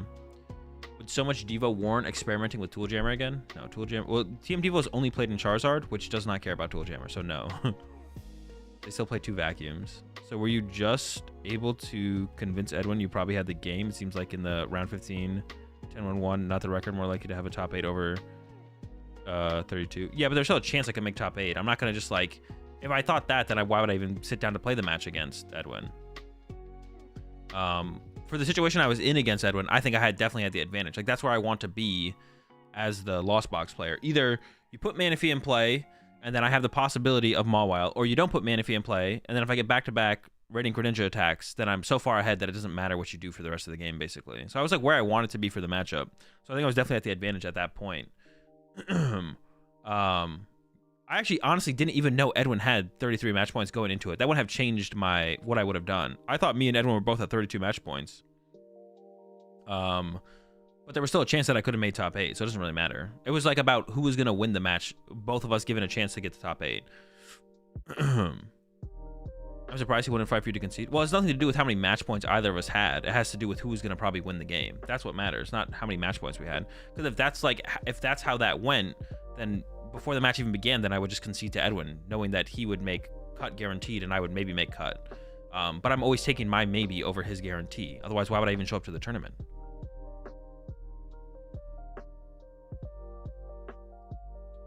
Kyogre Mawile feels really good. It's okay. It's fine. What do you think of Crisis Punch and Lost Box? No clue, to be honest. I haven't really tested at all with it. I guess, well, like, Dortmund is going to be the first tournament with it legal, so we'll go get some information this weekend on what the general player base thinks about it, or if anyone is able to come up with anything cool with it. I almost used the term spicy there, but I just talked about how the term spicy generally just means bad. Honestly, it just does. The term spicy literally just means bad. So here's another take on the Mawile Ogre combo Lost Zone deck, but has Roaring Moon and Iron Hands instead of Dragonite. Wait, still plays Pidgeot, but no 4 Sealstone? That's got to be capping, right? But he could make the same argument, imagine. I guess with MTG and... I don't even know what FNM is. Oh, Friday Night Magic. Experiencer is always just that potential that the player would spite say, I will take draw, and the others will get in before conceding. I mean, sure.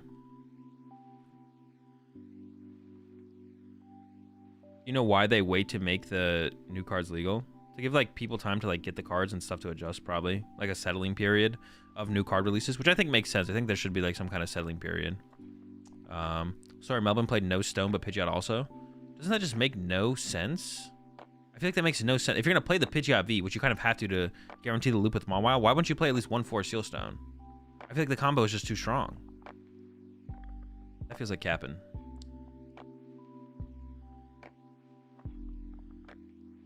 What do you think about Miraidon Turbo on Dortmund and Seniors?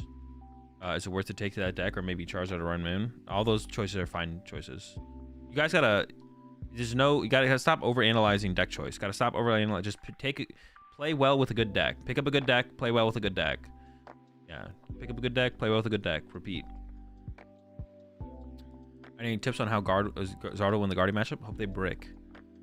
Can you explain to me how games where you lock them with Tempting Trapped against a deck like Guardy with 4 Iono, don't you just draw? Is there something I'm missing? No, with how much time it takes, with how much time it takes, I have my reasons. With how much time it takes in a set, like if you catch them in game 1 with the Mawile lock, they'll deck out before they get to play all 4.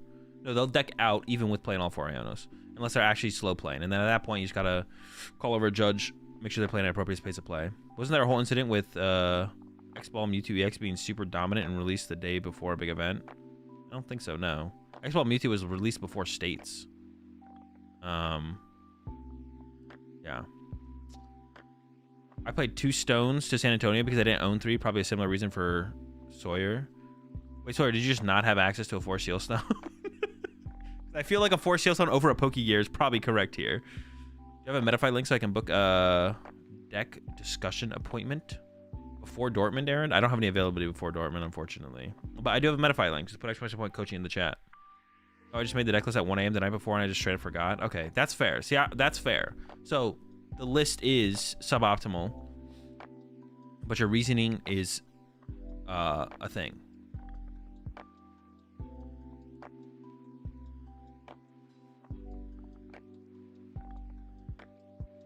Is Orlando going to be the new set legal?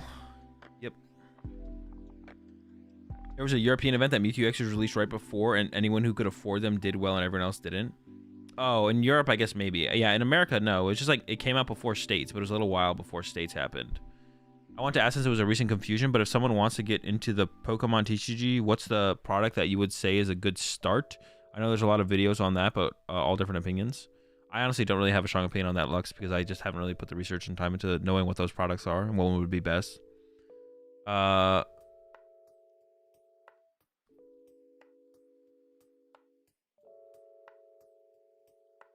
Second gear was kind of fire, though. I hit those things off Pokestop a lot. Sounds kind of fire, to be honest. Honestly, one Pokegear just for the possibility of hitting it off Pokestop sounds kind of cool. Is Moonlit Hill worth the inclusion in Guard 4? Yeah, probably as a one of. He's pretty good.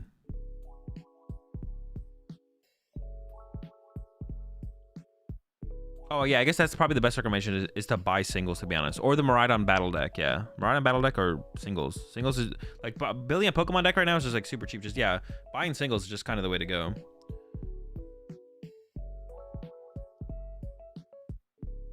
These decks you're scrolling through are, like, average $50 each.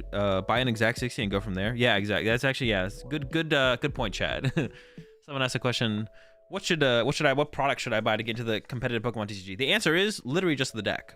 Because the products are like what, $20 to $40 probably, and the deck is just $40. So just buying the deck is always the move, yeah. But it's like I don't know if this is better or not, to be honest. Iron Hands is cool for sure. So access to Iron Hands is cool. I mean, you could always just add Iron Hands to like the build that I played or that like Aiden played. You could always just add Iron Hands to that build. There's nothing stopping you from doing that. Roaring Moon feels worse than Dragonite though. Maybe not though. I don't know. I guess it gives you. It's better against Charizard. So maybe it's not. Maybe it's about even. Maybe it's just. But Dragonite's better against other matchups too. I feel like. I don't know. It's just different. This could be better, to be honest. This take could be better. I really don't have a super strong opinion. It could be better than like the other build. Mortina. Nothing crazy. Roaring Moon. Oh, with Raikou. What is that good against? Catchers. Is it just an efficient attacker turn 1? Isn't like Moltres an efficient attacker turn 1? Kill Pidgeot. Oh, okay. Kills Pidgeot. Okay, I don't hate that. You know, push the prime sub there. Shiro. Welcome to the Rat Pack. We're all out of honey, but we got plenty of cereal. What is the game plan with the Lost on box you played at regionals against Zard? Hopefully they put down Rotom and then trap it in the active with Mawile. Yeah, I don't hate that, actually. The Raikou to KO the Pidgeot. I mean, you're comfortable frenzied gouging killing Pidgeot anyways, though, to be honest. Like, oh, this deck has so much energy acceleration. Do you really need to like, frenzied gouging KO Pidgeot is also, like, fine. You really need Raikou to do that? I don't know. It gives you another V Pokemon to work with the Force Seal Stone. It is a more efficient attacker than a Roaring Moon because it's just 2 energy. And I don't know, it's kind of cool. It's kind of cool. I don't hate it. I don't hate it. Also, it is like a 2 prize. It is you can like KO Squawkabillies and stuff with it too. So can't be killed by a Charmander. It can't be killed by a Charmander. That's true. You don't need the jelly. Yeah. Okay. It's kind of cool. Yeah, the Raikou's cool. Playing the lightning and the water energy feels like a lot. I almost would like to see it just be like 2 lightning energy, no water energy, and like another dark or another vessel or something. But yeah. Yeah, so yeah, that's kind of cool. Luke's build. No, oh no, whoa. What is this? Celios Network Morsa playing Battle VIP Pass and Gardevoir? But it's 3? The 3, bro? That actually surprised me though. I did not think Luke would be playing Battle VIP Pass. He's changed. But 3?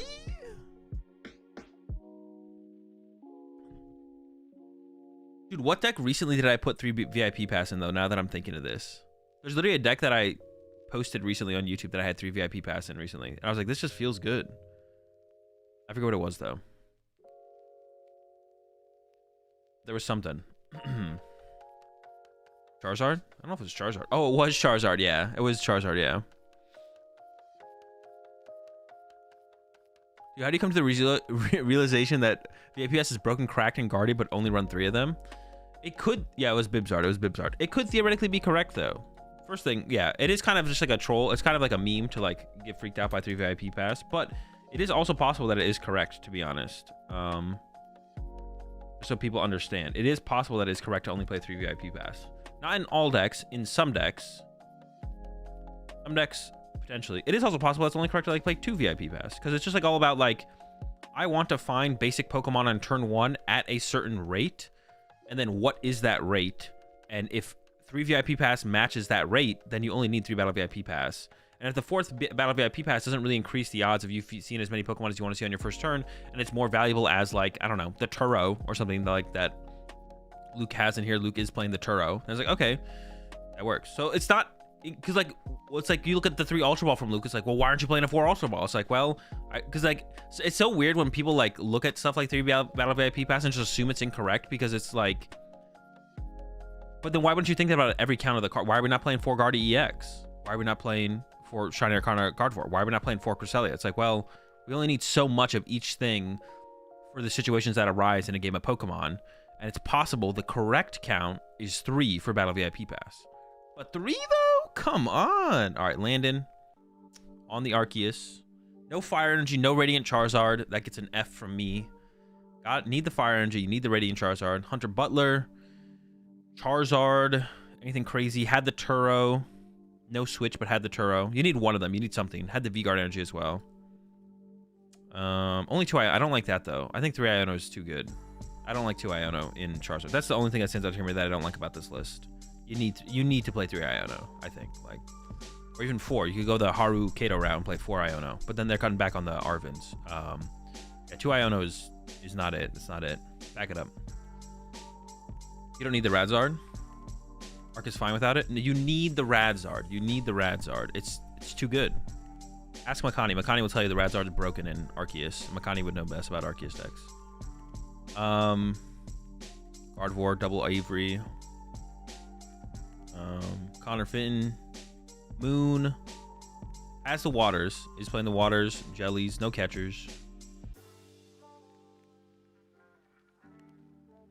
He didn't play it. Yeah, but he knows it's broken. He's just not trying to leak the sauce. He's saving it for the future.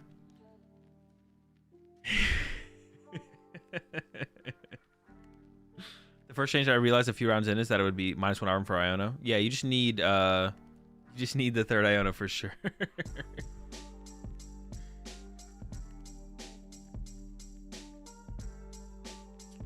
Avery 1 gear. Dude, what other matchups is it? Avery really? I'm trying to think.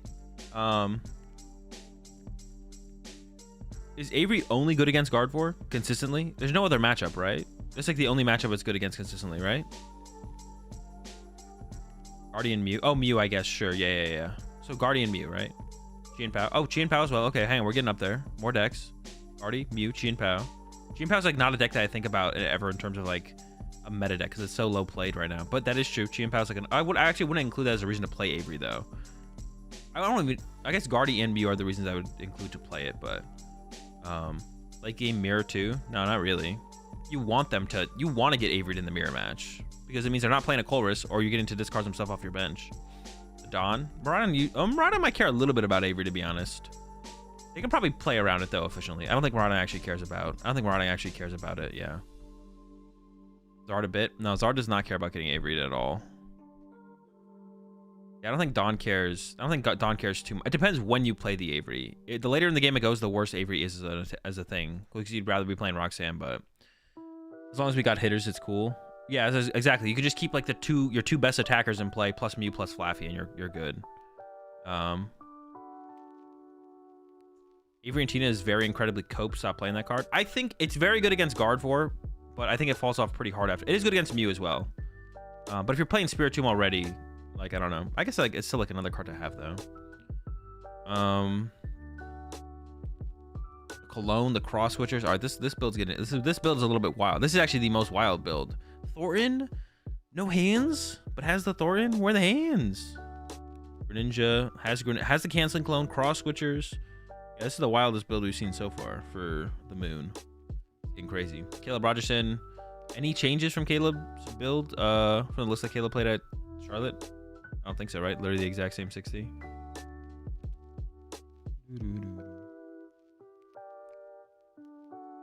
Bradley Dalton.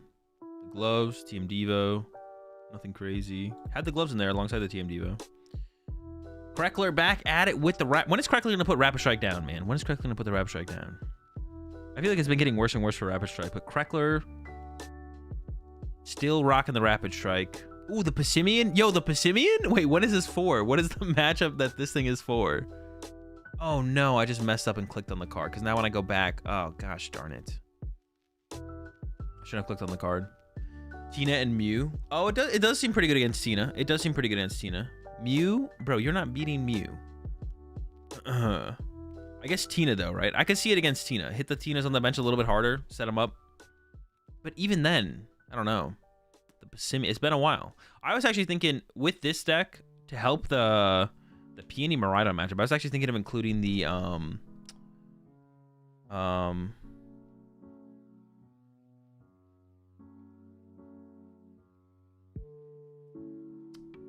What is the card I was thinking of? Oh, Phalanx. The Phalanx. The Rapid Strike Phalanx. But it's weird to set up your bench to actually make it work. But... oh, there's a Drapion in here. I just realized there was a Drapion in here. I guess that makes it... you have Drapion plus Clara, though, to win the game. Yeah. Makes Kevin Rotom or Luminion way easier. That's true as well. Just more damage to the bench against the V Pokemon. Reagan with Bax. Had the Spiritomb in there. Mew matchup. Control matchup. Hands Moon. 3 Dark Patch. Okay, that's a little wild. That's getting a little crazy. Calm down. Catchers. 3 I can't remember the last time I saw a Moonless with 3 Dark Patch. Alright, here's Sawyer's list. No Forest Seal Stone, but we know why. And then yeah, it's doing the Roaring Moon over Dragonite, which I guess does give you a better time against the Roaring Moon over the Dragonite gives you a better time against Charizard. Once they like, if Charizard stabilizes a board that can't be Mawiled, then the Roaring Moon is definitely better than the Dragonite. Being able to just one-hit KO their Charizard definitely seems pretty nice, to be honest. So I don't dislike the Moon too much. I don't know if it's better than Dragonite, because Dragonite's like a V Pokemon, and with a V Pokemon comes being able to play Force Seal Stone. Or more easy access to Force Seal Stone to have a second V Pokemon. There should probably be just a Force Seal Stone in here because there's still a Pidgeot. But Sawyer said in chat, didn't play it cause forgot. Isaac with the Mew. Excelgor. Navis. 2 Iono. But Navis said in chat, should have played 3 Iono. Yeah, definitely should have 3 Iono. Don't go down to 2 Iono. That's trolling. Was this Hedrick, Lost Tina, Binge Tina, standard Mew, Hamilton with the pretty standard Guardy. Yo, where's the Spice? Any Spice? Caleb, same list that I played. More standard Mew, Control, Trenton. Looks pretty close to the I mean, there's so many cards, it's hard to tell exactly what's going on here, but it looks pretty close to the Hail San Antonio build, if not exactly the Hail San Antonio build. Although Hail has evolved to a more interesting build with the fire Pokemon in there. 2 Sableye and Ogre is busted. By the way, Tina's free with it. I did miss second Sableye, to be honest, so I definitely missed having second Sableye. I was like, man, it's so hard to chain Sableye when you play one Sableye. Like, you got to get him back every time with Super Rod and then put him on the bench. I definitely missed second Sableye, to be honest, for sure. Feels like it would be hard to get back into the deck, but definitely makes chaining Sableye way easier. That's why I play 4 Sableye and 3 VIP Pass. Oh, that's why people play 3 VIP Pass. Makes sense. Boss box. Bro, you can't play 1 TM Devo in this deck, right? That's got to be trolling, right? Like, if you play 1 TM Devo, you're not doing anything against Charizard. If you don't have the follow-up TM Devo. You need 2, right? What's Dragonite better into? Honestly, there might not be that much better, that much more that it's better into. It makes your energy line a little bit more consistent because with Roaring Moon, you need to hit a dark attachment. You need to hit a dark attachment, but for your main attackers, if you play Dragonite, is you need to hit a water for Radiant Greninja or Kyogre or Dragonite, so you can just make your water count really high. But when you add the Roaring Moon in there, you need to have like equally high water and dark counts, and then everything else. But it's like not that big of a difference, probably. Yeah. They work a lot together on Ogre. I just unfortunately could not convince him that Iron Hands is terrible. A tragedy. One is like playing 0, except you're playing a dead card. That's literally what this feels like. Playing 1 TM Devo in Sablezard feels like you might as well just play 0. I was thinking about going up to 3. Like, I was thinking about 3 TM Devo and Sablezard with how popular Charizard's been, but the lack of success rate from Charizard and how many good players are choosing to, like, bring it does make me think that staying at 2 is probably just correct. Now, if Charizard was as popular as if Charizard's success rate matched what its popularity is in comparison to other decks' popularity to success rate, then 3 TM Devo seems good, but honestly, now with the new Charmeleon as well, TM Devo is not as good, but yeah. Molasses box. Some more Iron Valiant Entei. Cologne. Sawyer. Back at it with the Iron Valiant Entei. But it seems like Tyler definitely broke the... Yeah, Tyler's... I like looking at lists like Tyler Matthews, Iron Valiant Entei, because you can tell that he's like put a lot of work into it and is like continually to refine like every little thing about it. Has like the Moltres, has the B-Barrel line, like... Yeah, everything about the list looks so refined. So like, if anyone is interested in picking up Iron Valiant Entei, you should just go copy Tyler Matthews' build and like kind of work from there. Because, yeah, he's really being pretty innovative with it and everything. So it's always really cool to see that. Catchers, no waters. Austina. Dude, why is my thing freaking out when I scroll? Dude, why is it like this?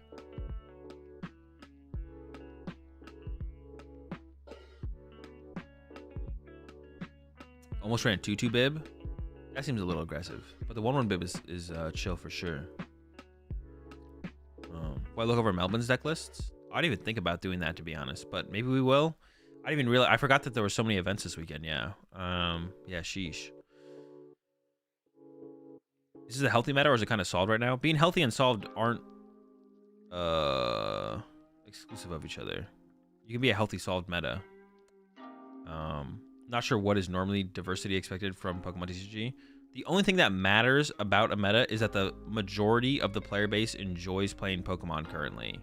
That's literally the only thing that matters. Like, even like your personal opinions of what should be a healthy meta don't actually matter. If the majority of players enjoy playing the PokemonTCG in the current meta compared to other metas, then the meta is a good meta. That's literally the only thing that matters. What are the macros of a healthy meta? At least 30% protein.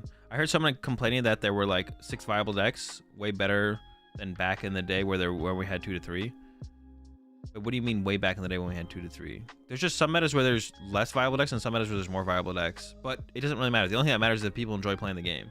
But I would say like it falls under like a majority thing, really. Like if the majority of players enjoy playing the game, that's literally all that matters. So can you give me a critique on my deck when you get to it? I mean, it's interesting enough to critique, yeah. Again with the 6 fire and a Radzard. Yeah, Makani again trolling. I guarantee you Makani is just like saving the Radzard for the perfect moment though. Makani's just not trying to leak the Radzard. But 6 fire, no Radzard? And even has the vacuums to bump his own path to the peak. Wait, there's 3 battle VIP pass in here.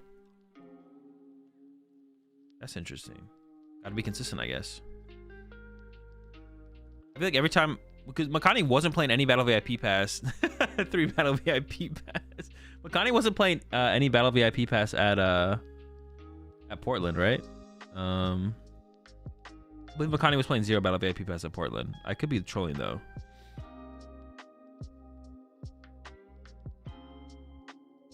He was playing with it Friday night and just cut it because it's bad. It's bad. Sorry, man. Radzard sucks. Yeah. Okay. It's sad seeing non-stop Lost Box streams. Love seeing some of the oddball decks highlighted. I mean, sure, but like the Lost Box decks are so different. Like Tina is not the same thing as like a Kyogre deck, like at all. They just both have the Lost Zone engine. I guess if you don't like the Lost Zone engine at all, but like there definitely is like a massive difference between the two decks. I don't know. Why would you play Fire Energy over Grass or Psychic or having Leafeon Alsatian? Or Radzard? Where's the Radzard, bro? Come on. Go next.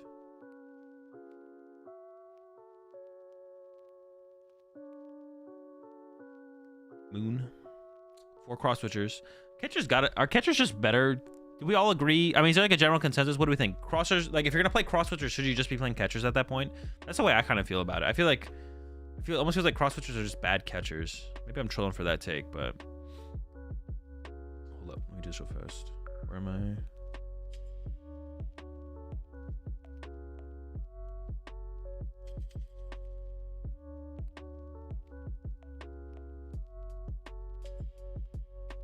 Well, that did not change what I thought it was gonna change, but I'm gonna mess with my mouse settings. All right.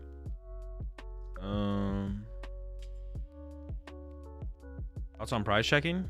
I mean, you should probably do it if you're not. I think the optimal option is to just play a. That feels way smoother now. I think the optimal option is just play a deck other than Roaring Moon. It's pretty optimal to me. Where are the crossceiver moon lists at? Seems like people don't like the crossceivers. They were cool, and honestly, they didn't feel terrible. But it feels like we've evolved past the crossceivers for sure. Wilson, pretty standard Mew. Dude, why is my thing freaking out when I try and scroll? Like when I scroll down or up, it goes the opposite way. It's so annoying. No Mawile. It's just like lost Kyogre box with literally it has hands, Raikou, Roaring, dude, literally everything, bro. This list has everything except the Mawile. Like, do I have a Razer mouse? No, it's a Logitech.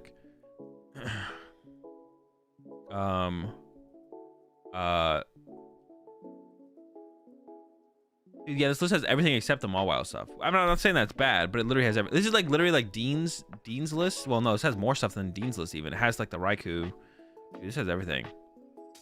Gang's all here. Yeah, it's like everything except the Mawile, to be honest. Mew. More Moon. Catchers. Couple catchers. More Moon. Couple catchers. Wait, is this the exact same 60? Maybe. It's pretty close. Wait, it might actually be the exact same. No. There's 2 jellies here. Or 1 Force Seal Stone here, 2 Force Seal Stone here. Alright, my mouse scrolling's a little bit smoother now. It's still annoying. More Golden Go. More Moon.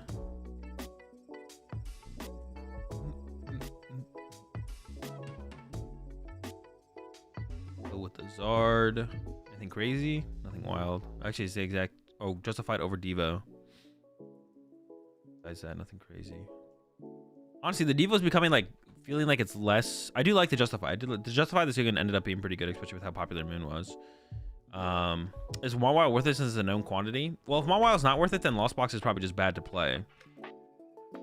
Like if everyone's Charizard deck and Guardy deck is teched for Mawile, then at that point, Lost Box just isn't good. Because Lost Box, I feel like, needs the Mawile to lean on as a win condition to create board states where it can actually win games. But if everyone's build is just teched for Mawile, then I think Lost Box is just bad. Yeah, I think it's literally just bad. Yeah. Like if all the Guardies play Turo and all the Charizards put back in, if all the Charizards play Turo and all the Guardies play Turo, then I think it's literally just like, playing Lost Box is just probably not good. But why wouldn't Guardians include one switch to avoid that Mawile lockout? Because, well, they played Turo before they played Switch, because like generally, or Turo is just like an okay card, or like even like a Switch is like an okay card, but not great. But the Turo's like solid and guardy, so like probably people are just gonna add the Turo, to be honest. People probably just gonna add the Turo. We'll see what people go with though. Anytime. Catchers, love to see the catchers. Big fan, big fan. 4 catcher moon. Is this the first moon that we've seen with 4 catchers? I think we've seen a bunch of moons. I think this is the first moon that we've seen with 4 catchers. People have had 2 catchers, 3 catchers. Now we got 4 catchers. Bound to happen. Control. John back at it with the Tina. John play anything new? No. Nothing crazy. Rahul, Tina. What was John? I saw John tweet like Rahul made day 2 at 711 or something. It's like when Rahul finally plays like a good deck. What do you thoughts on deck archetypes with lists that have become super standardized like Giratina? Do you think it's because it's close to the best way to play the deck, or because people become less inclined to try out different versions? A little bit of both, Mixon. I mean, it's a little bit of both for sure. Yeah, a little bit of both for sure.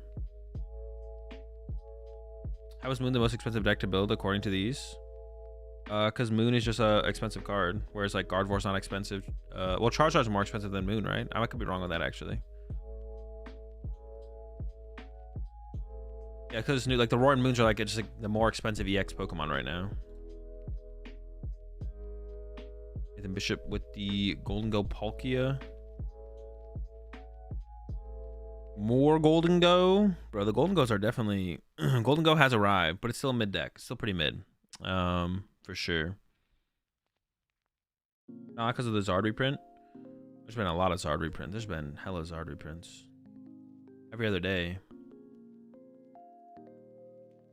It feels like every day now.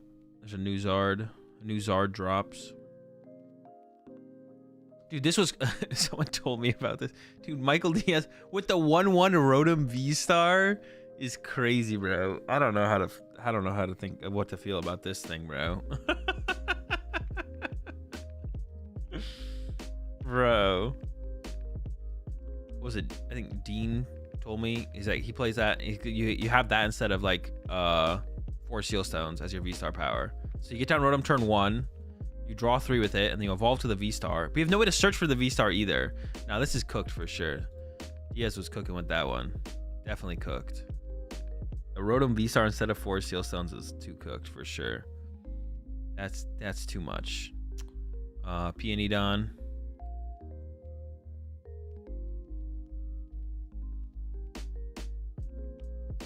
I've only had top level success in this game when way less people played. 2012, 2017. Does that mean I'm actually just bad, or is it just metas? I always go back and forth. If you're good at the Pokemon TCG, no matter what the meta is, you'll be good at the Pokemon TCG.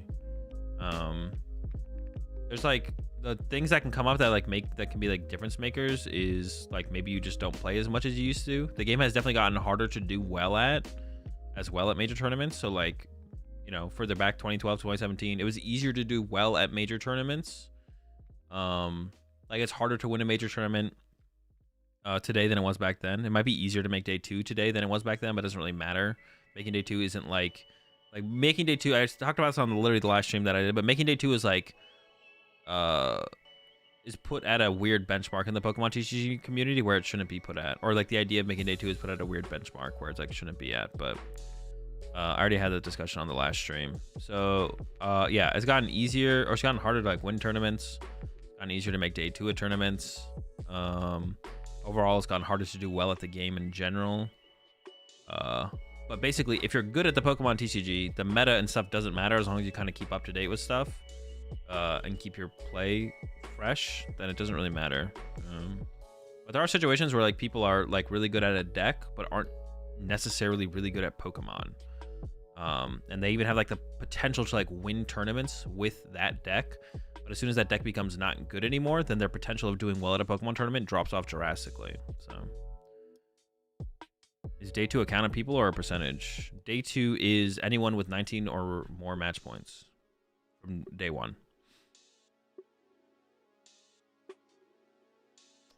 Tina. We're looking for the spice. Where's it at? Okay, this is what I'm talking about. They might not have the fire energy and the radiant Charizard, but at least they have the Zero Aura and the lightning energy. Let's go. Honestly, that doesn't even seem like a bad this doesn't even seem like a bad attacker into it's here for Guardy, right? Like Guardy knocks you out with Shiny Arcana and then you respond with Zero Aura, Iona Path. Honestly, Jacob Walton's kind of cooking.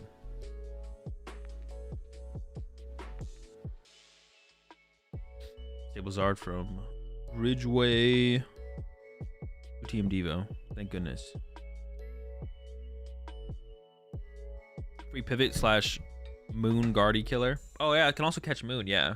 I mean, being able to free pivot is not really necessary in the deck, I guess, but those things are actually kind of chill as one prizer for sure. Yeah, the Zero Aura is kind of chill, actually. It's kind of chill. Kind of like that. I mean, if you're not going to play the Radiant Charizard, you may as well include the Zero Aura, right? Might as well.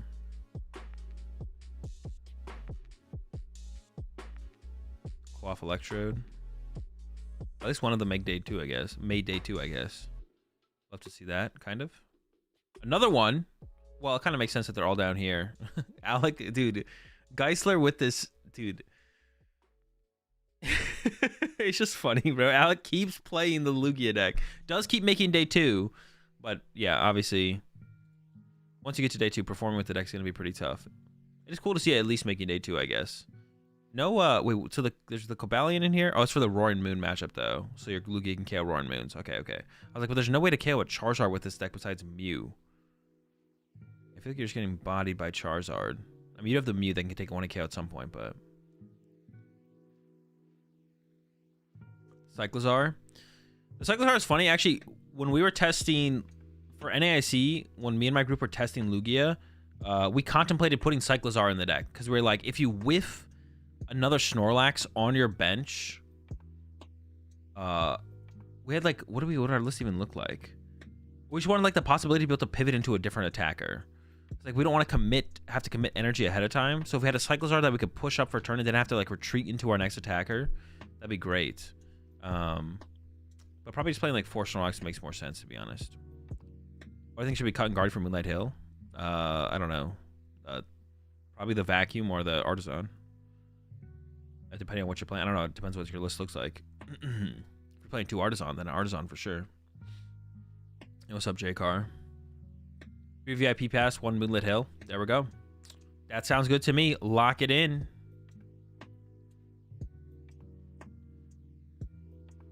I'm down for it, to be honest. I'm down for it. The Vitality Band for the mirror match. Not sure if that's worth it, but it's there. Honestly, more catchers would maybe just be better, so you just catch something off their bench. I'm struggling what to play with for Dortmund, either Zard or Moon. Can you give me a direction? I mean, if I had to pick between those two, I'd pick Zard. Probably Tech for Mawile. But yeah, if I had to pick between those two, I'd go with that one.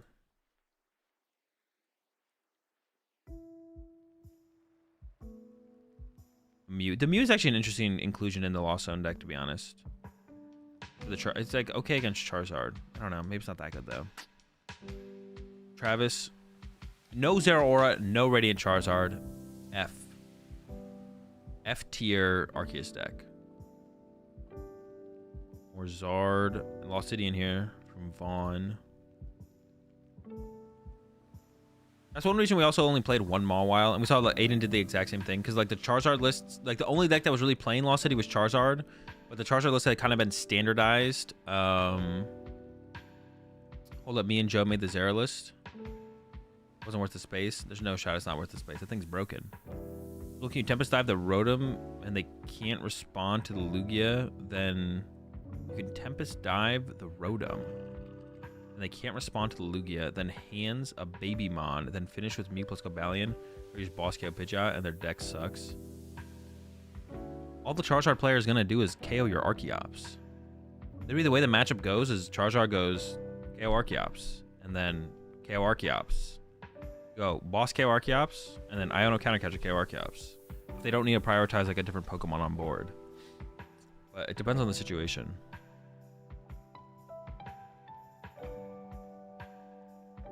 Yeah, if the Zard players should not be punching your Lugia, or ideally not be. Sometimes they don't have a choice, obviously, but.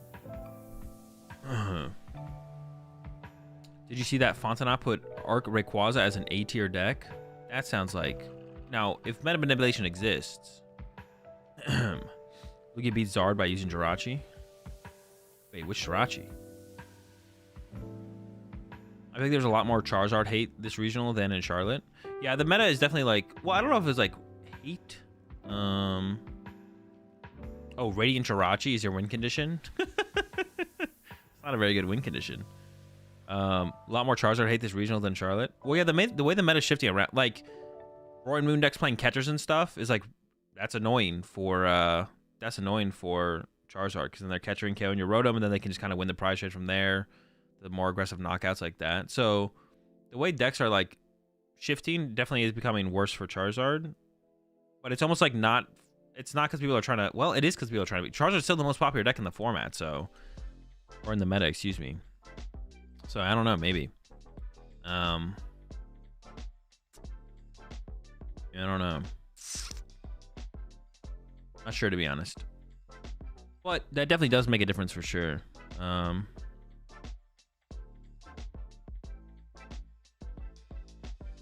don't know. I mean, it's like one of the things... it's one of those things where it's like... I don't know, I kind of lost my train of thought there.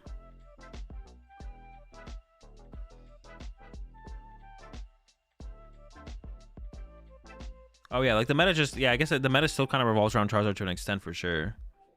Like everyone's deck is like is some way built towards trying to beat Charizard. Either you naturally are favored like a Gardevoir, or you're naturally fine against it like Tina, or you do see stuff like Catchers in the Moon, that's annoying. Stuff like Golden Go getting more popular, that's annoying. But I don't know, I think Charizard's still like a fine deck to play for sure. Oh yeah, Charizard's still like a fine deck to play. Like those things are annoying for it, but did I miss anything cool? I don't think so, right? Another Lost One build has a TM Devo, but that's definitely big pile. Lost pile.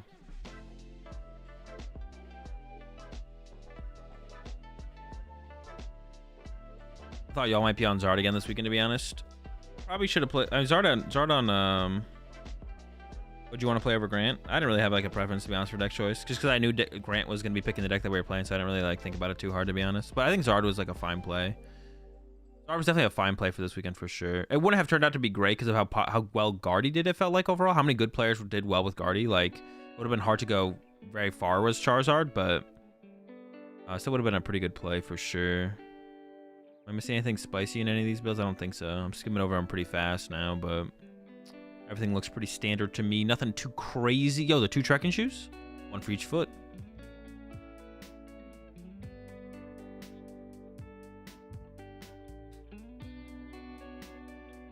Yeah, it's hard to keep up. Sure. Harder to keep up against Guard. That's what I was saying. I don't know what I was saying, to be honest. I'm just kind of saying things now. But yeah, Zard would have been a fine play for this tournament for sure. Or was a fine play for this tournament. Zard was never going to be like a terrible play. It'd be hard for, like, things could get really hostile, but it's like, the thing is, like, Zard's not having the... Zard might have the popularity, but it's not having the success to really push people to like play like 2 TM Devos or TM Devos and stuff like that, so it's not really going to happen. Yeah, we could take a look at these lists as well. I don't know. There's no reason not to be honest. There's only 56 of them as well. But I do need to go get my lunch real fast. I'm getting pretty hungry. So I'm going to go get lunch real fast, chat. I'll be right back. We'll take a look at all the lists from Melbourne, and then we'll jump into the VOD reviewing for...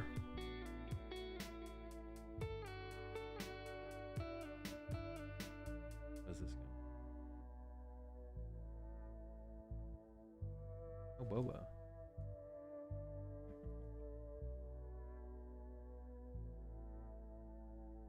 Yeah, so I'm gonna go make my lunch real fast, chat, and then we'll take a look at all the lists from Melbourne. And then we will be jumping into the VOD review of Knoxville. I'll be back.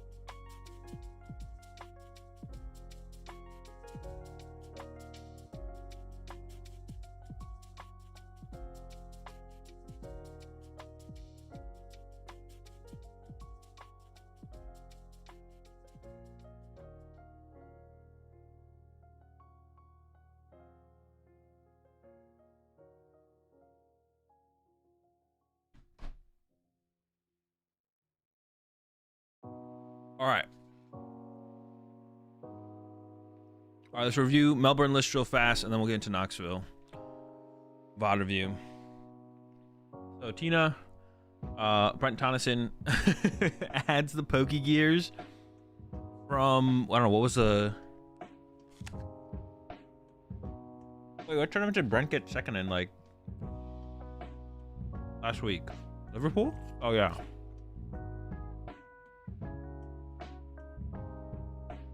Liverpool. And then this one time around adds the Poke Gears.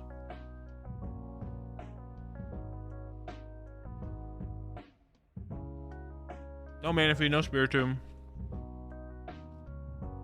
4 Paths of the Peak. Now gets first.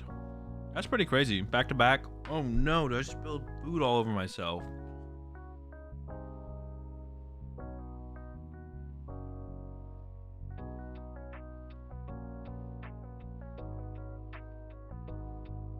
Dude, that's such an L. What am I eating? I guess it's like a taco salad is what you could call it. It's like ground turkey, beans, rice, sour cream salsa, sriracha, lettuce.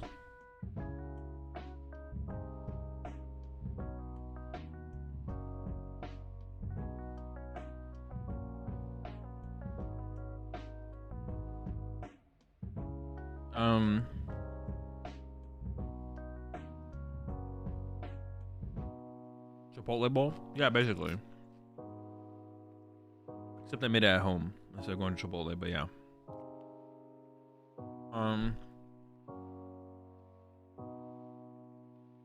Okay. Yeah, that's still pretty crazy. Back-to-back finals to getting a dub from Brent. We changed the list a little bit. We made Haru getting another second place with Charizard. Nothing too crazy in the list, but does cut down on the Arven quite a bit. So, only 2 Arven, but then is choosing to include the 4th Iono and more Nest Balls. 2 Nest Ball, 1 Level Ball. Definitely like to see the Level Ball in here. To go with the Level Ball for Charmeleon. I didn't like that about Kato's build from last weekend in Liverpool. And Kato also did pretty well this one as well. I think got like top 16. And was playing the exact same 60 as Haru, or close to it. No TM Devo for the mirror is interesting. No real card at all for the mirror. But, kind of mentioned this when we were talking about the last one, was that like, the better players in the game right now are not choosing to play Charizard. So like, if you're gonna build out your list for a certain matchup, Charizard's not really a matchup you really want to build your list out for. And also have the Radiant Charizard, I guess, in there as well. The only thing I don't like about this list, to be honest, is the only 4 stadium bumps to Path. Like, Tina is a deck you want to be beating. So that's the only thing I don't like about this list, to be honest. I think I would just like cut it. I would say just cut a Nest Ball for a second Artisan. Yeah. Yo, appreciate the gifted sub there, Sunny. Over to Soda, and then 2 gifted subs coming in from J-Car over to Antner. Welcome back to the pack, Antner. And then Manual Blaze. Welcome to the pack, Manual.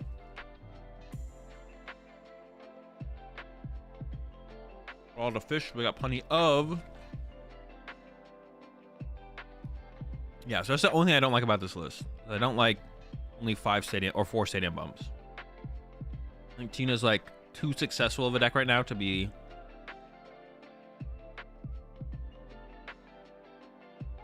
doing that. Tina's like too successful right now to be doing that, but yeah, oh no fish yet. Wait, no fish.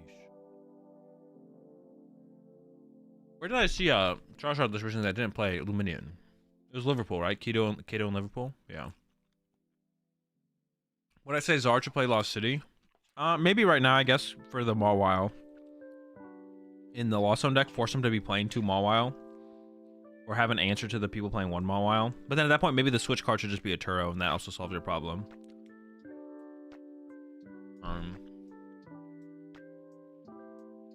But yeah, besides that, the less Arven for more Iono, plus just more other cards, I don't think is bad.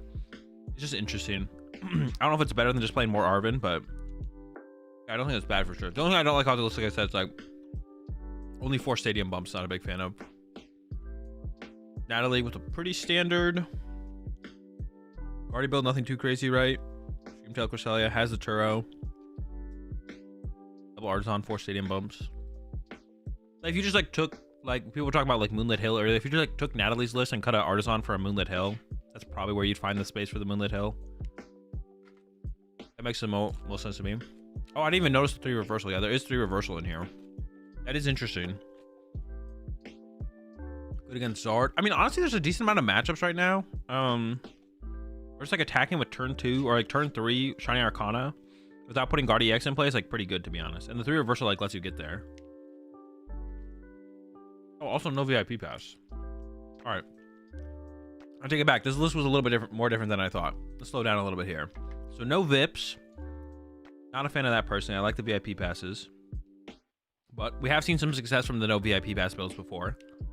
I think Kieran was the first person to really get decent success with it at LAFC. Besides what? I guess Celio did really well at that online tournament, big online tournament with it. No VIPs. No VIP is better in Chatina IMO.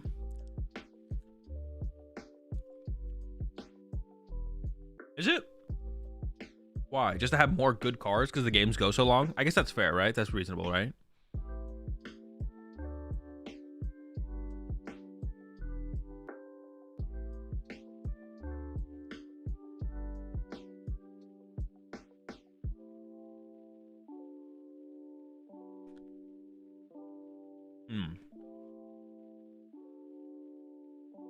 Mandatory. Shout out Jeremy Gibson. Wait, what are you saying, Liam? Are you saying they're mandatory, but shout out to Jeremy Gibson? Oh, Jeremy also got top 8 at LAIC, right? With no VIPs? Is that what you meant? No VIP, you just play around step a lot more. I mean, you're playing around step pretty consistently in general, but I don't know. In blind, you go second or first with POW? First.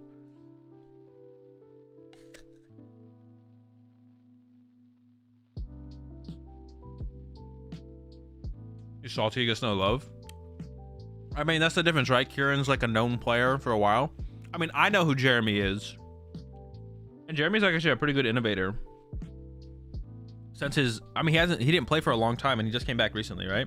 He's been pretty innovative with like some of the stuff he comes up with. But also he's just like not as known as Kieran. You have to be, if you're just more known, you're more known, right? But Jeremy has like 0 online presence as far as I'm aware.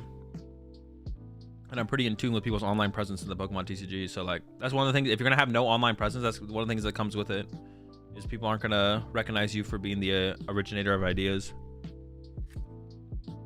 If you're not putting out that information to begin with. So then like Kieran and Celia are gonna get all the credit, which is like fair.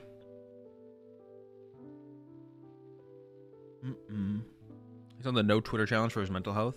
I mean, it's probably optimal to be on the no Twitter challenge, to be honest.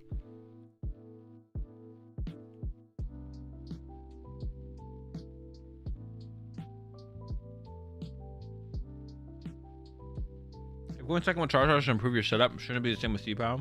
No, because Chi-Pow isn't as big of a comeback deck as Charizard, and what else? There's like other reasons too. You're more okay with going behind on the prize exchange as Charizard than you are with Chi-Pow. You're a better comeback deck. There's other reasons too.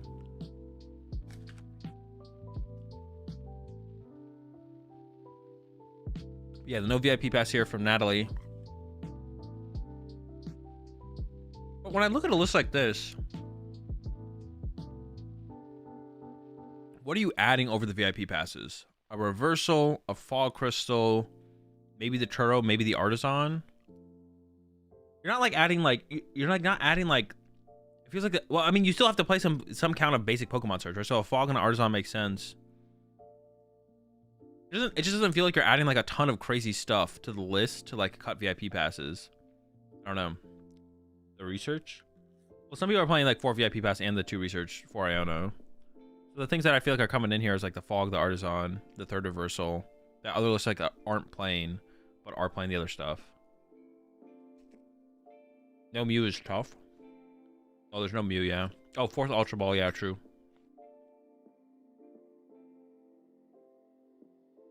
I mean, Mew loses a lot of its value when you cut VIP pass, so I kind of understand that. But it still has late game value, or mid late game value still potentially, but it probably makes sense to not include if you aren't playing VIP passes.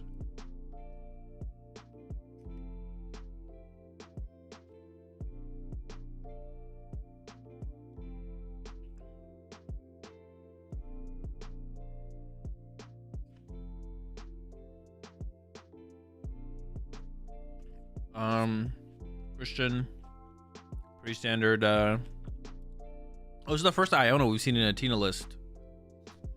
I think there was 0 Tinas had Iono in we just looked through all the lists. I think there was 0 Iono. There's an Iono and 2 Pokegear in this build. I don't know if I like that. Oh. Franklin with the Dean build. I was actually talking to Dean at the tournament, and Dean was saying that Tim was talking to him about this deck post Charlotte. Do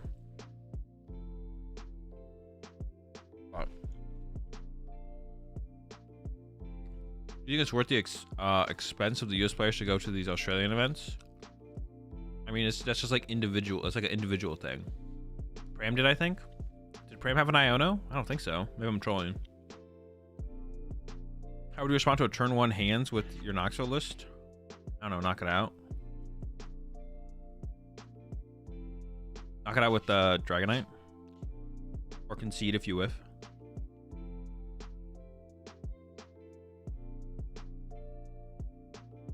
Sander Wachik has confirmed he's going to play at a UIC. Well, it's only if he makes it through registration. He wants to play. He wants to play at a UIC.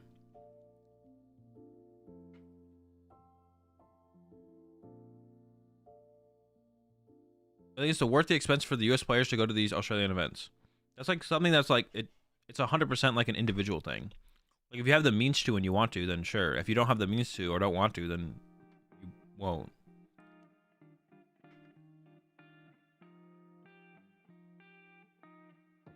The term worth doesn't really matter. How do you like quantify the value of going to an Australian event as an American player?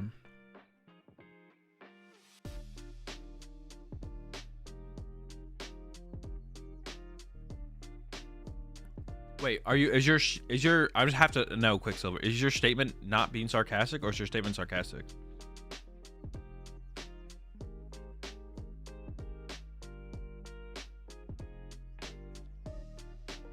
Yeah, Dean was telling me that Tim hit him up after Charlotte because like he really liked to listen. Tim took it all the way to top 8, which is pretty cool to see. And I told Dean, because after day 1 of Melbourne, Tim was 801. I was like, you got to be careful, Dean. If Tim does like top 8 Australia or something, you don't do better than him. It's not your deck anymore. It's Tim's deck. So this is Tim's Lost Box deck now. Shout out to Tim for the super cool, innovative Lost Box build. Nah, I'm serious.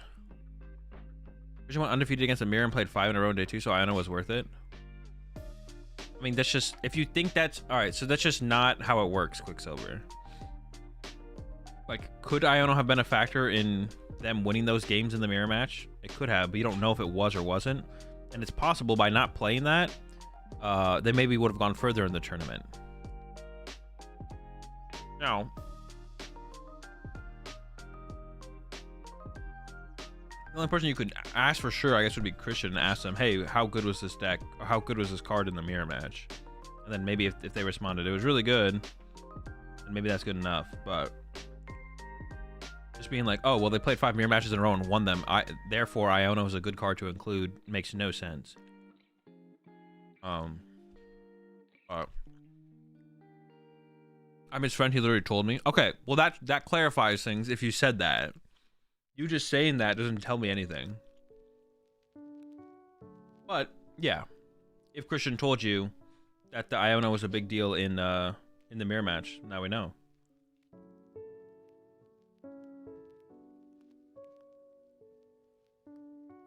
Would I put the new TM in this list? I have no clue.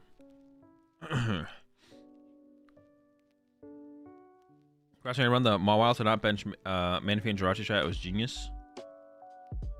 It's okay. But yeah, it's okay. Did I think about adding hands to the list I played? No. Not at all, no. But I don't think it's like for sure bad. Yeah, I don't think it's bad.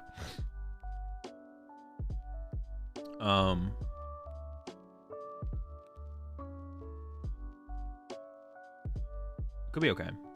But I have no clue, to be honest. All right. Tim with the Tim box. And then who's this? I have no idea how to pronounce that name. No clue how to pronounce this name. But Guardy. FP passes, Avery, research. Nothing wild. A little bit of everything, I guess, more so than anything. Oh, that's right. Lugia did win. Or no, Lugia did get top 8. I forgot about that. That's right. What are your thoughts on the new Koraidon EX of Scouting Fire? No thoughts. Don't ask me. Ask me in a month and a half. Ask me in a month and a half. So maybe someone invented it before Gene. True. Definitely possible. We'll call it it's all of our Lost Box build.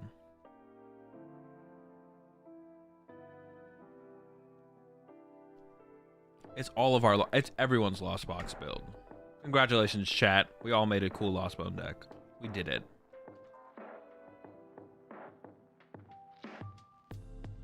Let's go. We're unstoppable, to be honest. We are Lost Box. The people's box.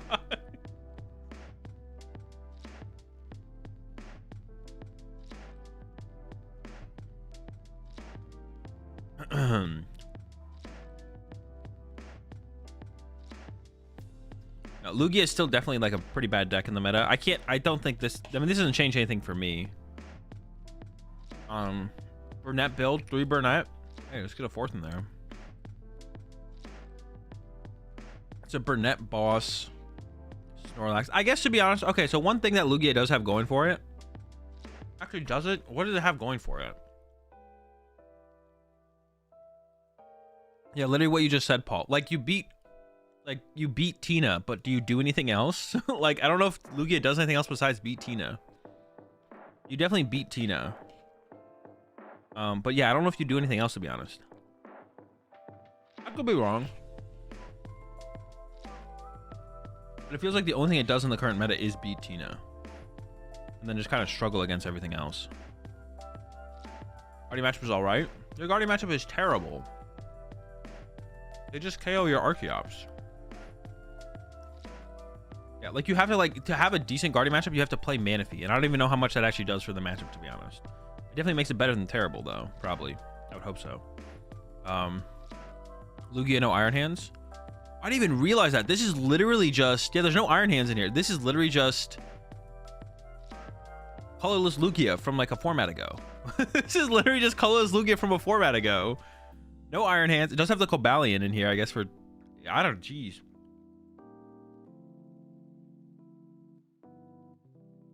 This is... Yeah, I don't know what to think about this, to be honest. I mean, I think, like, I always want decks to be good.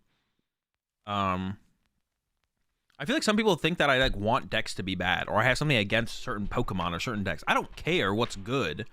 And I would think it would be cool if Lugia was good, but I think it's bad. All right, more Tina action.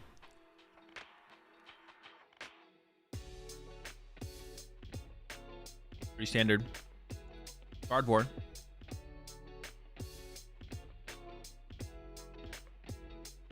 To be honest, I kind of want to play... I don't know why. I kind of want to play Gardevoir, and I want to play with the build that Natalie Miller played. I'm not going to be doing that until like Friday, but maybe that's what I'll play on Friday, is just some Gardevoir. Yo, what's up, Sweeney? Angus Johnson. Pretty standard Gardevoir as well, right? Nothing crazy. Vacuum, no worker. So only 3 outs of the path. I don't like that. I don't like only the 3 outs of the path. I don't like that. Guardia's good? Nah, Guardia's mid, but it's still fun. Yeah, I don't like that. I don't like the only 3 step path. I feel like with how popular and good Tina is, you should want that 4th. And I'm pretty sure Kato played the exact same list as Haru here.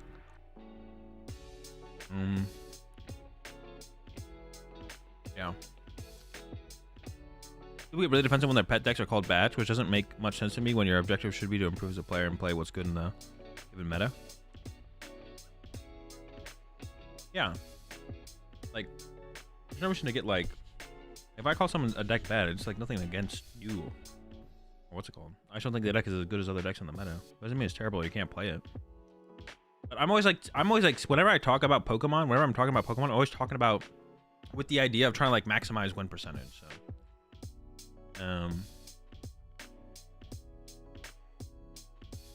yeah, I kind of talk to Pokemon in different terms than what most people view the game as. So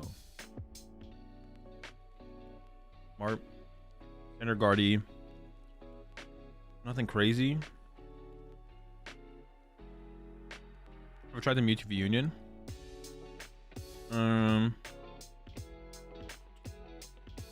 No. You mean like Guardy? No. But that list is coming up here, isn't it? Iron. Same list as Natalie. Blizzard. Nothing crazy. Mew. Nothing crazy. This list is a little crazy. Yo, the Cleffa? Yo, I've been hyping Cleffa up. Losing while bricking against opponents, bricking as well is so depressing.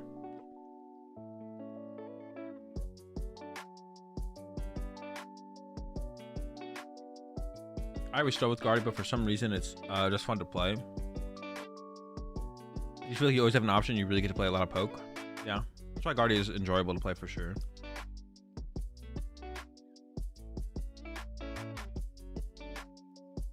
As well as the Ember Charmander for anything specific in Zard. Usually just to punch Shiny Arcanas or to clean up Tinas. I was wondering at this point, do you still go to your local tournaments at stores or do you just travel to regionals? You want to play in and rely on that for your championship points? Yeah, I only play at majors. I don't go to any local stuff. So yeah, Reversal Guardy. Got the Mewtwo V Union. I have no idea what to think about this deck, to be honest. It's cool. The deck's cool, but also plays Zinnia's Resolve, so it can't be that cool. Like, the deck's cool, but then once you add Zinnia's Resolve to anything, like, the cool level of a deck definitely drops way down. So yeah. But Cleffa, you got Cleffa in here. Cleffa's cool. Yeah, no, I got no opinion on this deck at all. Like, I got no opinion at all. So it's cool.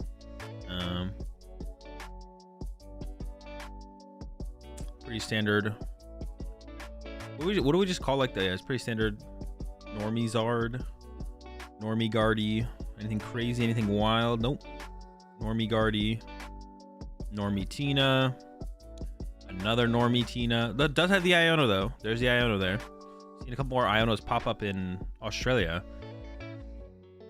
Yeah, the Iono count in Australia is like double the count of Ionos and Tinas than compared to the US.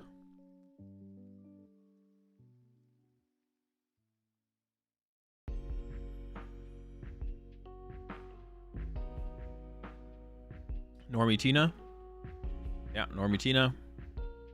Normie Zard. Has a Lost City in here. Lost City. Overall, Normie Zard. Moon. Normie Moon. Oh, Vacuum. We don't see the Vacuum very often. Free town store. Actually, I take it back. This is a town store build. Town store build. Nothing wild, right? Nothing wild. We've seen it before. Yo, people are really loving this Arceus, the Arceus Regigigas deck. Leafeon got thrown in here. Okay, okay. Yeah, people are really loving this Arceus Regigigas deck. It's cool. Was there a Battle VIP pass in this build? No.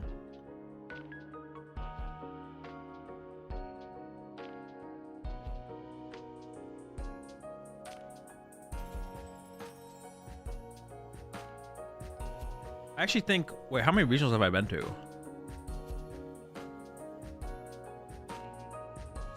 playing. I think I asked Charlotte. I got my 3rd invite. Did I? I should have. I feel like. Well, if not, at least after this, I definitely have my invite. My other invite. Another invite. So I'm at 3 now. I need to try and get more. I need to get top 2 in IC. If I like win another regional, do I count that as like another invite? Is that my 4th invite at that point?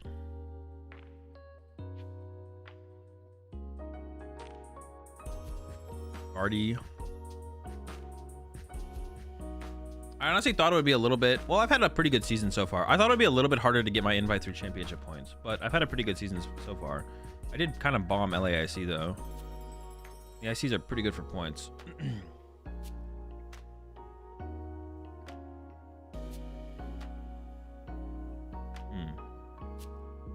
Normitina. Yo, oh wait, Bibzard, what do we got in here? TM Devo, Squavette. Still going the Rotom. Oh, but it's not Evo Zard. It's just 4 Red Candy Zard. Bibzard. You like DTE and Sablezard or the 4 Gate build? I don't really have a preference.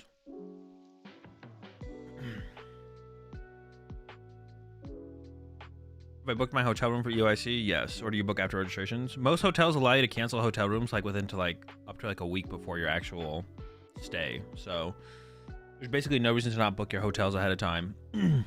Even if you don't know if you'll be able to register or if you'll get through registration, because you can always just cancel the hotel.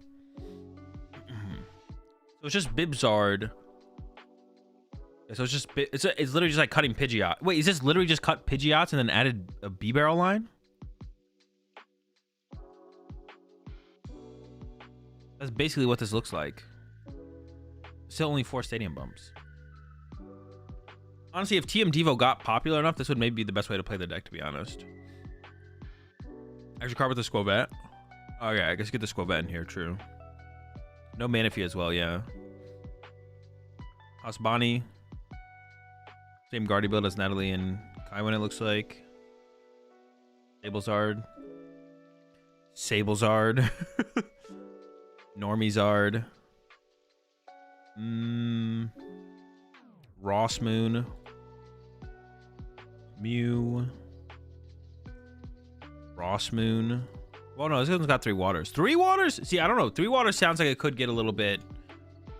See, 3 water energy, I feel like that's in this build where you have less access to your energy because you only play 2 Vessel. I think 3 water feels like it's a little bit too much. 3 waters feels like it's a little bit too much because then I feel like you could actually run into conflicts where you end up with waters in your discard pile when you need darks for the Moltres or for your dark patches, and then you just like whiff energy accelerations through those cards. So 3 water feels like, I know like I've mentioned the idea of like liking 3 water over 2 water in Roy and Moon Greninja before, but that's in a list that plays 4 Vessel. So when you play 4 Vessel, you have a ton of access to your water energy or your dark energy. So the chances that you get screwed over and not being able to accelerate energy through your dark patches or something like that, or solder the right energy into play, is like super low. But when you only have 2 Vessel, I don't know. I'm not sure how I feel about 3 water. 3 water feels like a lot at that point, to be honest. Selgor. Normitina. Rapid Strike.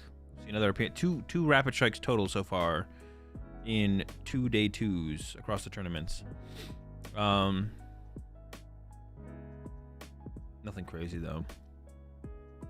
Yo, let's go. The Golden Go Caesar, the Caesar build, bro. Let's go.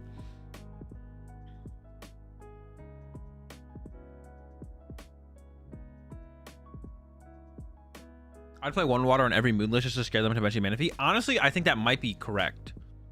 Thray. I think it actually might be correct. Force some Manaphy out of them. Bib, Golden Go with the Caesar. Flash at the start of every game. Yeah, just like when you play your first Vessel, just go search your water, discard it. Kind of threaten the option of having the Greninja play. You could even go as far as like attaching a Dark to a Greninja at some point. If you have like excess energy to work with. You could really, really make them think about benching that Manaphy. 1 TM Devo. This one does have Moon though, so the 1 TM Devo is not as bad in here because this one has Moon. I'm pretty sure the other list that we saw Oh, but this is different. This is kind of like the Brennan Cameraman build, where it's like the 4 gates with the moon. Brennan never played the TM Devo, I don't think. I don't think Cameraman ever played the TM Devo. So the one TM Devo is just like a little extra against the Charizard matchup, I guess, which is like whatever. I don't hate the idea of that. I don't know if it's correct or good or bad or it seems fine. Brennan played Mawile. Oh, that's true. Brennan did have the Mawile though. Yeah, Brennan did play the Mawile. Yeah.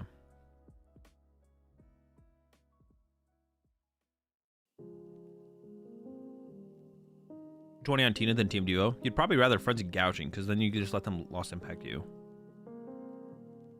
Tina 2 water, 3 water? I don't know. I don't really have a preference. Whatever Brent Tonneson did, go with that. Seems correct enough to me.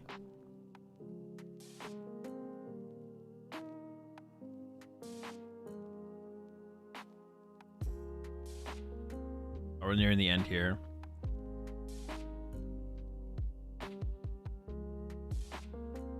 Yeah, honestly, I think Rapid Strike's like a, was it ABC? Not D. I think Rapid Strike might be like a C tier deck right now. Well, I guess, yeah, with how popular Moon is, it has to be like a pretty low tier deck, right? Moon's popularity is crazy though. It's kind of wild. I mean, the deck's like fine, obviously. It's not a bad deck, but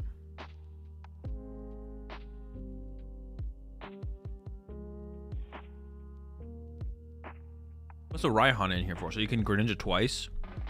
You load up Greninja once, and then they think that you can't Greninja again, so they boss KO something off your bench, and then you go Raihan. I guess that's what it's for, right? What else would it be for? That's kind of annoying. It's cute. Is it cute enough to be worth including? I don't know, but I'm not sure. All right, that's all the lists. Took a look at every single list from the weekend. Well, no, that's not true. We could still look at these lists from the Singapore League, Volume 2. I don't know what's up here for lists, though. All I know is that Tina was the top 3 decks in this one. Bad Gateway. All right, well. Maybe we won't be looking at... Well, all right. Shut it down. All right. Let's do some VOD reviewing. So, we're starting here with round 3. Wait, is this starting with round 3? This might be round 4, actually, to be honest. I actually don't know. No, I think this is round 3. I'm actually not sure. Don't quote me on that. Don't quote me on that. Got round 3 or 4 here. Pram with the Tina, Prize the Roxanne, versus Nathan Ginsburg with, it looks like some kind of turbo Lost Zone build. We'll take a look. I'm going to be playing these at 1.5 times speed. And we're off to the races. I'm not sure who went first or second. I've been choosing second in this matchup. There's a Cram, there's a Pidgeot, got some Comfy action here. Super Rod versus Escape Rope. Super Rod's pretty important, just kind of in general in the deck, so has plenty of switch cards in hands as well. So I'd like to see the Super Rod take here probably. Another Comfy, have a switch card for it. It looks like there's a Moon in the hand there, so it looks like it's a Moon. It is round 4, yeah. Pokegear versus... Ooh. No Course in the hand, so it goes for the Pokegear. Okay. And then could bench Cram. Does bench the Cram. I don't love the benching of the Cram here, to be honest, because you might not want Cram on your bench. Depending on how your board develops next turn as Nathan, you could end up with like your board being like Moon attack the Tina or Greninja attack, bench the Moon. Like you might just not want Cram on your... Cram is good, but you don't need it in play. Now, Pram does play an Iono, so you would want to in play to play around Iono, but you don't know that is Nathan. And if Pram opens a Tina, my initial guess would be, oh, well, with the Tina start, there's probably not an Iono on the list. Everyone's playing the double Roxanne now. So I don't love the Cram bench immediately here, because you might want to leave that bench space open for like the bench could develop in a way where it's like Nathan maybe wants to bench Pidgeot to use the Forest Seal Stone, and maybe Pram plays a Path, but you still want to bench a Pidgeot, and then you want to bench Roaring Moon just to have that in play. I guess like the same thing on the next turn though. Is like if you're not going to get Iono next turn, it's like the same thing as this turn. But then there's no reason to bench, the Cram now or to bench the other stuff next turn either to play around anything until you go into Roxanne range. I guess the only thing to think about here would be like if Nathan's like, okay, if Pram gets off a turn 1 Cram attack, What am I pushing to my active? And I guess the answer there is always Greninja, though. So yeah, I don't love the cram bench here from Nathan, I guess. I just like hold on to it for like a turn at least. Yeah. Yeah, I just hold on to it for like a turn here. All right, over to Pram. I'm going to be looking for that Colress, obviously. And probably would be content with a Cram attack if Pram draws like well enough to feel like he sets up to the point where he can get onto like a Tina option on the following turn with like a Shred. But if you have to settle for an Abyss Seeking here as Pram, I'm sure Pram wouldn't be terribly against that. The hand honestly looks terrible there for Pram. I'm pretty sure Pram's hand just literally sucks. Might have, I don't even know if there's an energy. Is it Path Pass? Nice, classic here. I think Nathan even said wow. All right, over to Nathan. You're going to be looking for that Colress. And then a punch with Cram here is fine, but I'm sure Nathan would prefer to just win the game here and attack with the Roaring Moon. Switch cards into another Comfy. Here we go again. Give me the Battle VIP Pass. Has a Psychic and a Dark that work within the hand. Here comes the Pokegear looking for that Colress. If not, just retreat and attack with Cram is fine. That is a Colress whiff, but definitely way better to be in this spot for Nathan than for Pram. This is what I was talking about with the Cram bench. Nathan could have just like benched the Cram this turn. Nathan could just bench the Cram this turn and attack. So I don't like the idea of committing the Cram down yet when you don't know, like over the next 2 turns, how they develop once you go into Roxanne range. Do you want a Cram on your bench at that point? I don't know, because like imagine Pram attacked with Abyss Seeking here. Like, imagine Pram sets up a little better, gets a Colress, builds out the bench a little bit, uses Abyss Seeking, and then Nathan is just like, okay, you know, attack with Roaring Moon that turn. Now we bench the Roaring Moon alongside the Cram. And then Pram goes, okay, cool, whatever.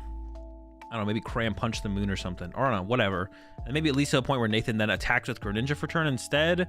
And then Nathan's bench is like, I don't know, the Cram. Maybe Pidgeot makes his way onto the bench to use Force Seal Stone. Although, of course, that's assuming that Nathan even plays the Force Seal Stone, which I guess I don't know for sure, to be honest. And then, I don't know, we could just get to a point where it's like the Cram's like taking up a bench space where we'd want a Sableye or something. So, not like a huge deal. And obviously, now with how the game is actually developed, Nathan is definitely content with having the Cram on the bench, as Nathan is going to be retreating into the Cram here. And then attacking with it. So it would have ended up in the active anyways, but you don't know how it's gonna, you're not gonna be able to predict that for sure every time anyways. But yeah, so you have Pram top decks here. It is a boss and does have a Spiritomb in hand.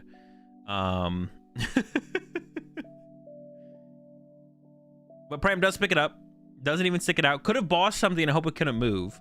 But yeah, we knew that Nathan had a switch card in hand. And then Pram could have benched the Spiritomb and survived, guaranteed 1 more turn. But yeah, I definitely like the choice there from Pram to pick it up.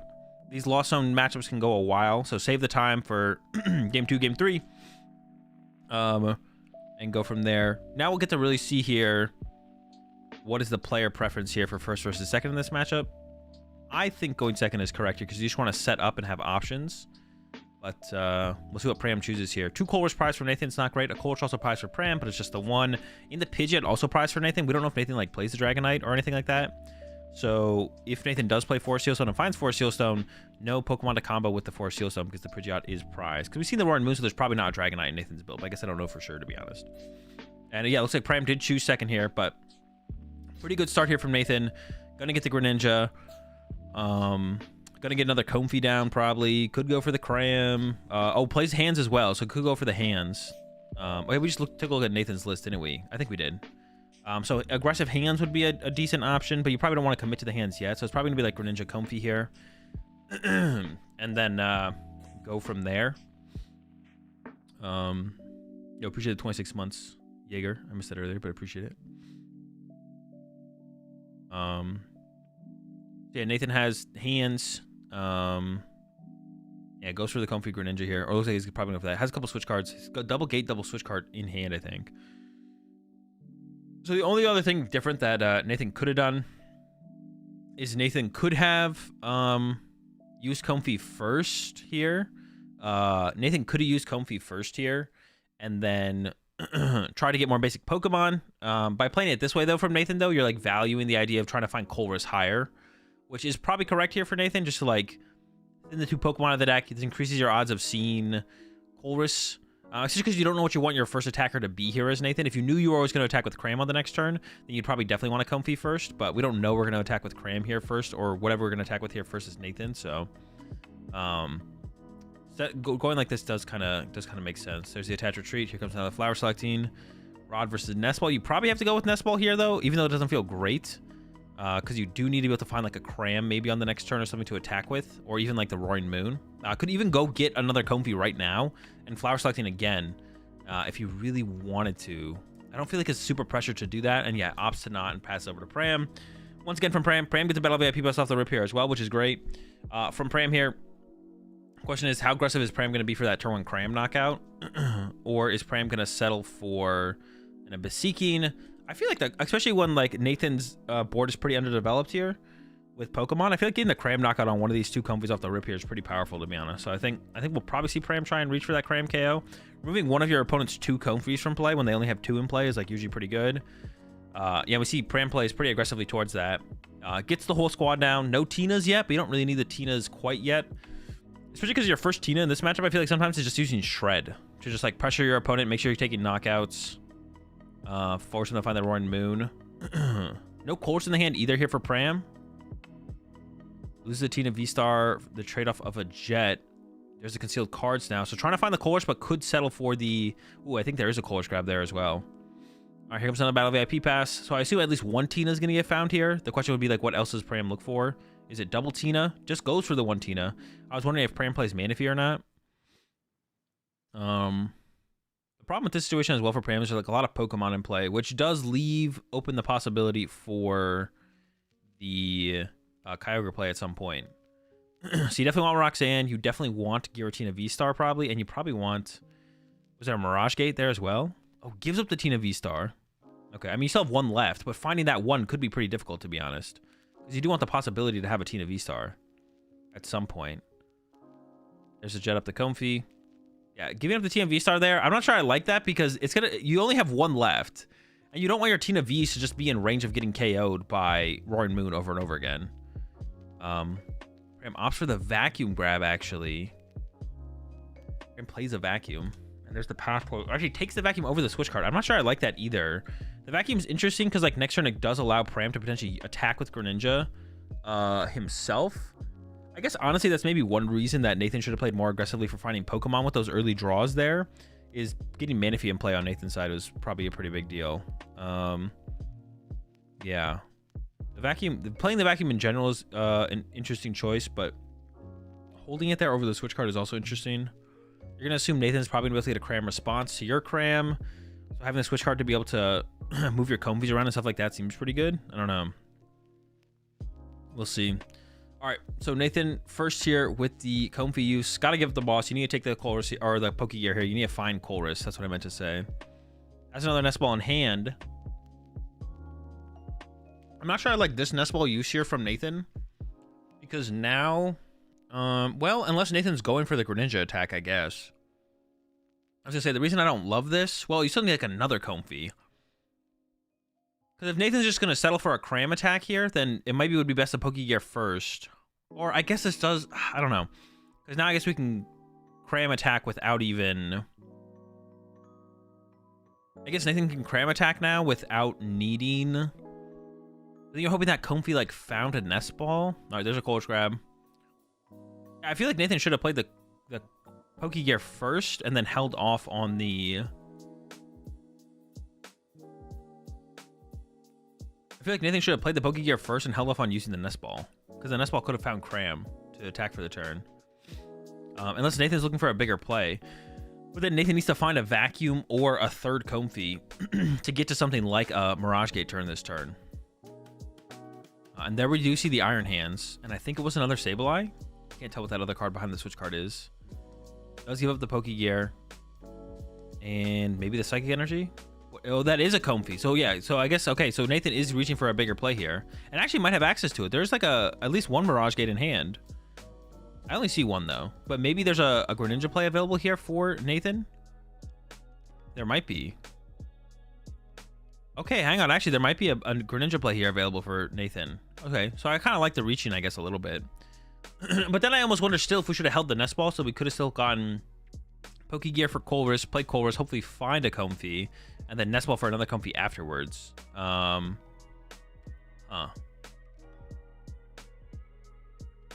but yeah, we do have the Greninja play here from Nathan. It is a pretty big investment, though. There's not too much left in Nathan's hand after this attack, to be honest. So I don't feel like Pram is in a terrible spot because of this. Yeah, there's the attach. Yeah, there's not that much happening in Nathan's hand here, even with these 2 prize cards. But if Nathan checked his prize cards, then he knows that there's a 2 colors prize. So thinking about putting that 1 colors back in, increasing our top deck odds a little bit here for Nathan. But I think isn't going to hit either of those colors out of the prize cards. But I'm not sure what else the grabs are going to be.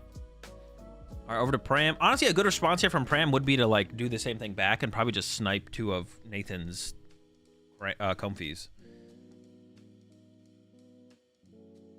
Pram immediately puts a comfy down and does have a Pokegear in hand, so is probably pretty close to a Culver's here. Super Odd goes to Lost Zone though.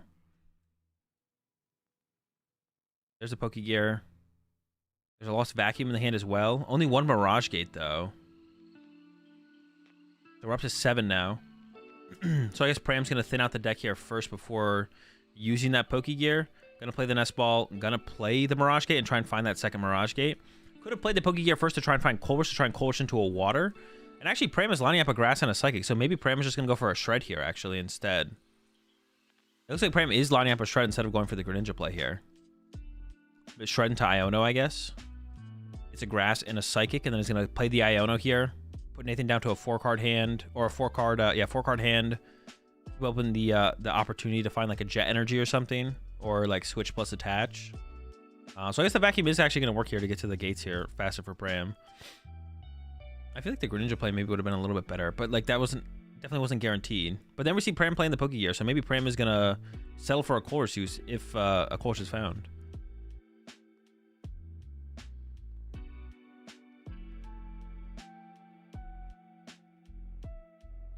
Yeah, so Pram actually does go for the Colress. Had the Iono.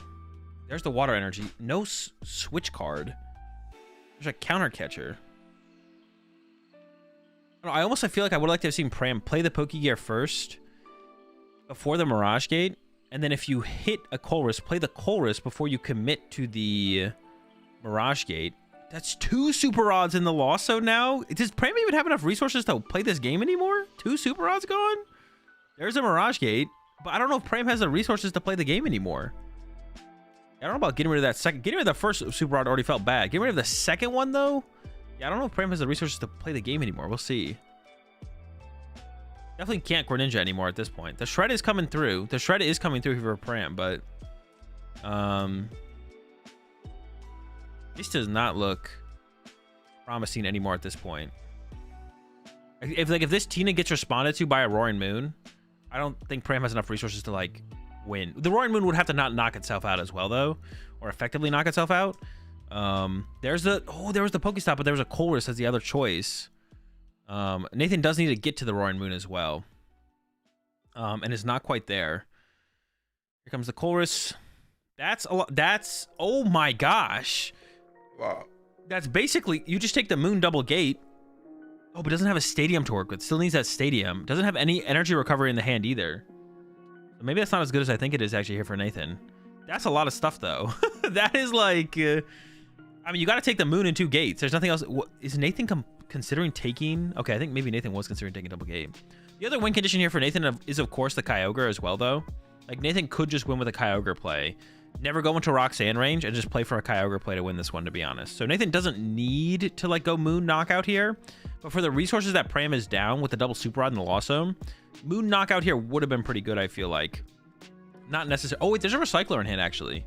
Maybe... Oh, the Moon Play is available here, then, for Nathan. Or I would imagine it's available. But then you wouldn't have access to probably a very clean Kyogre play as the game progresses. If the Recycler gets burned here to attack with the Moon. So that's kind of the choice that Nathan needs to make here. And is opting... Well... This feels weird now. We're going to use a Recycler, not take the knockout with Moon onto Tina, but instead to attack with Sableye. I don't know how I feel about that. We'll see what Nathan goes after here, though. And I assume there's 10 in the Lost Zone. It doesn't look like there's 10 in the Lost Zone from where we are, but it says 10 on the screen, so...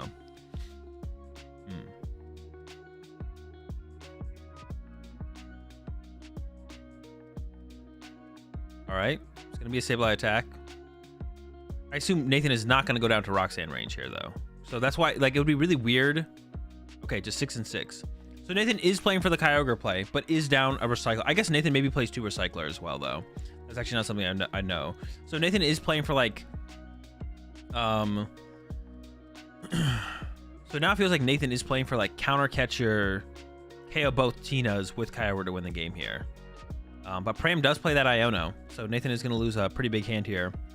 So this is like the one thing that like Pram plays actually that kind of plays around this scenario is the Iono, because usually Tinas just play Roxanne, so the Kyogre player can kind of sit there for like forever and just like build up this massive hand and then eventually make the combo happen. If the Tina player doesn't play Iono and doesn't play Manaphy, and I don't know if Pram plays Manaphy, I don't think so. There's just a retreat to the Cram here from Pram. Take away the option of the Roaring Moon now. Yeah. All right, here we go. Into the Comfy here for Nathan. Has the Kyogre in hand. Has a Cram as well. But if you attack with Cram here, you go into Roxanne range. Do you want to really give Pram the option of Roxanne? I feel like the answer should be no. But Nathan's going in with the Cram. I don't like this. At this point, I don't like the Cram attack. It felt like Nathan was like all in on the... I feel like Nathan was all in on the Kyogre play on that last turn with the Sableye placement, and now it's like squished it up and is going with his Cram attack, and now is in Roxanne range. Now Pram doesn't have Roxanne, and the Roxanne for Pram is on the bottom of the deck, but it doesn't mean Pram can't find it before it's too late here. Pram's going through quite a few cards here, has a bunch of options in hand. Pram does have to be careful of running out of energy though, because Pram did here we go with the Comfy, sort of a switch. Oh, okay, Pram does play 3 Super Rod, though. Okay, that definitely changes things quite a bit, actually. Yeah, Pram actually plays the 3 Super Rod. But yeah, Pram only needs to take 3 more knockouts here. And is almost decked out, and is pretty close. Could get, maybe even get access to that Roxanne on the next turn, if he really wanted to. There's not that many cards left in Pram's deck. And that should be, like, Pram's #1 concern here is to find that Roxanne that's on the bottom of the deck now. Just to potentially play around the Kyogre play. That could be coming in 2 turns here. But also, to be honest, here, though, Pram might not know about Nathan's Kyogre and might not be playing around Kyogre at all here, to be honest, which is possible. It's definitely possible. But now the Roxanne range is here. So, like, even if Pram doesn't know about the Kyogre, you still just kind of, like, Roxanne aggressively from here on out as Pram on this next turn. You want to find the Roxanne anyways. Even if you don't know about Nathan's Kyogre. You're just like, well... Do I really want you to have like a 10-card hand going into your next turn when I could make it a 2-card hand? Probably not. Obviously, Nathan is basically just digging through the deck here, trying to set up for the Kyogre play. Probably isn't going to be able to make it happen this turn, but could definitely make it happen on the next. There's just actually like a ton of energy in Nathan's hand. Without the Greninja to be able to like thin these energy out of the hand, things have gotten a little bit awkward here for Nathan. There's a Dark Energy attached to the active. Which card into another Comfy. Oh, does play the 2 Recycler. Okay, there's another Recycler. But is there enough energy? There's a lot of energy in the hand, a lot of energy in the Lost Zone. Nathan maybe doesn't have enough energy left to actually make this happen. That could happen here, actually. All right, Super Rod coming in from Pram, puts a bunch of energy back to the deck. Oh, and Pram just actually has the Greninja attack here with the third, yeah, with this third Super Rod here. Pram actually has the resources to win the... I didn't even think about that play, honestly. That didn't even go through my head. At first, I was thinking Pram was going to run out of resources. But actually, third Super Rod allows Pram to actually pull off. Why is this video playing in the middle of the match? Am I trolling? Wait, did Pram just 2-0? Are they out of time? Wait. All right, someone's trolling here, but it's not me. Because they have 23 minutes left. They have 23 minutes left. Pram won a game. They went to a weird break. Maybe one of the players had to use the bathroom. That could be, that's my only guess here, to be honest. Is that one of the players here had to use the bathroom. Let's just skip ahead until we get to this next, one of the players just had to have used the bathroom. There's like no other thing. Nothing else makes sense. Poor Fred. That is weird. Wait, now they just start in the middle of the game as well? Wait, is this real life? All right. Well, starting in the middle of game 3 here, I guess. It looks like Nathan chose second. Pram got down Greninja double Comfy. Has a Colress in hand as well, so has gonna have some options on the next turn. Nathan's side, looks like has used the Colress, used the Comfy, has a Pokestop in play, and then just Nest Ball for another Comfy. So right here, once again, same thing as like Pram had the option of on the previous turn. A Cram attack here puts a lot of pressure, or takes away a lot of options for the opposing Lost Zone player here. So just removing one of these two comfies from play is like pretty good. So Nathan definitely wants to find Cram KO the active here, if possible. A ton of cards in hand here for Nathan. I would assume Nathan's going to be able to pull us off. We'll see. No Greninja grabbed yet either. That could be prize. I guess we didn't see the prize cards either here, to be honest. But with this next Nest Ball, should be able to just go Cram attack. Should have 4 in the Lost Zone at this point. Does. There's a Cram lineup. I didn't see Greninja on the pass through there. Could have been in there still, but maybe it is prized. We'll see. That Pokestop must have been pretty nice. Pretty nice to Nathan there, because that hand is huge. Like, Nathan's hand is ridiculous. Pram maybe mulliganed a couple. Dude, look how big Nathan's hand is. What the heck? Maybe there's a couple mulligans on Pram's side as well. Like, jeez. Now Nathan knows about the Iono as well, so this is like something that you wouldn't normally do in this matchup. You would like almost never bench the Sableye here, but because Nathan now knows about Pram's Iono, now it makes sense to like bench the Sableye more aggressively like this. So this is like one of the really cool things about best 2 out of 3 in Pokemon. And like as I've like commentated and casted more, or not commentated, but commentated more games like this, or just like gameplay analyze them, like these are like the little things that are super cool about best 2 out of 3. That in best of 1, you won't get to see players adapt and adjust how they play. It's like one of the really beautiful things about best 2 out of 3 that you'll never get. You'll only see it in Top Cut if we went to like a best of 1 format. You would never get to see this adjustment of play until like Top Cut happened, which is just feels like a really big L for best of 1 compared to best 2 out of 3. To watch players adjust their play based around what their opponents play, or have the possibility of doing, or getting more info, just not even just on, which might seem weird for me to say, not just info on what their opponent actually plays, but how an opponent approaches a matchup also definitely changes how players adjust their play. Now, there's only one optimal way to play out a scenario, but it doesn't mean, that's not going to stop a player from playing suboptimally, but then you adjusting around them playing suboptimally, or maybe you didn't think you knew the matchup as well as you did until you see how your opponent approaches the matchup, and then you're like, oh wait, my opponent's like playing this different than I've ever seen before, but I also think it's better than I've ever seen before. So now I'm learning how to play this matchup because my opponent is teaching me by them playing so well. And then you adjust how you play based on that. But you don't get to see like the growth of like game plans and like the players adjusting their play in best of 1 in that way. Because best of 1 happens and you're like, shoot, I messed up, or I could have done this differently, or they played this card. And instead you're like, okay, they have this is how they approach this scenario, this is what they're doing, now I'm gonna adjust my play around that. Yeah, that's only like available in best 2 out of 3, obviously. In best of 1, that just doesn't happen. All right.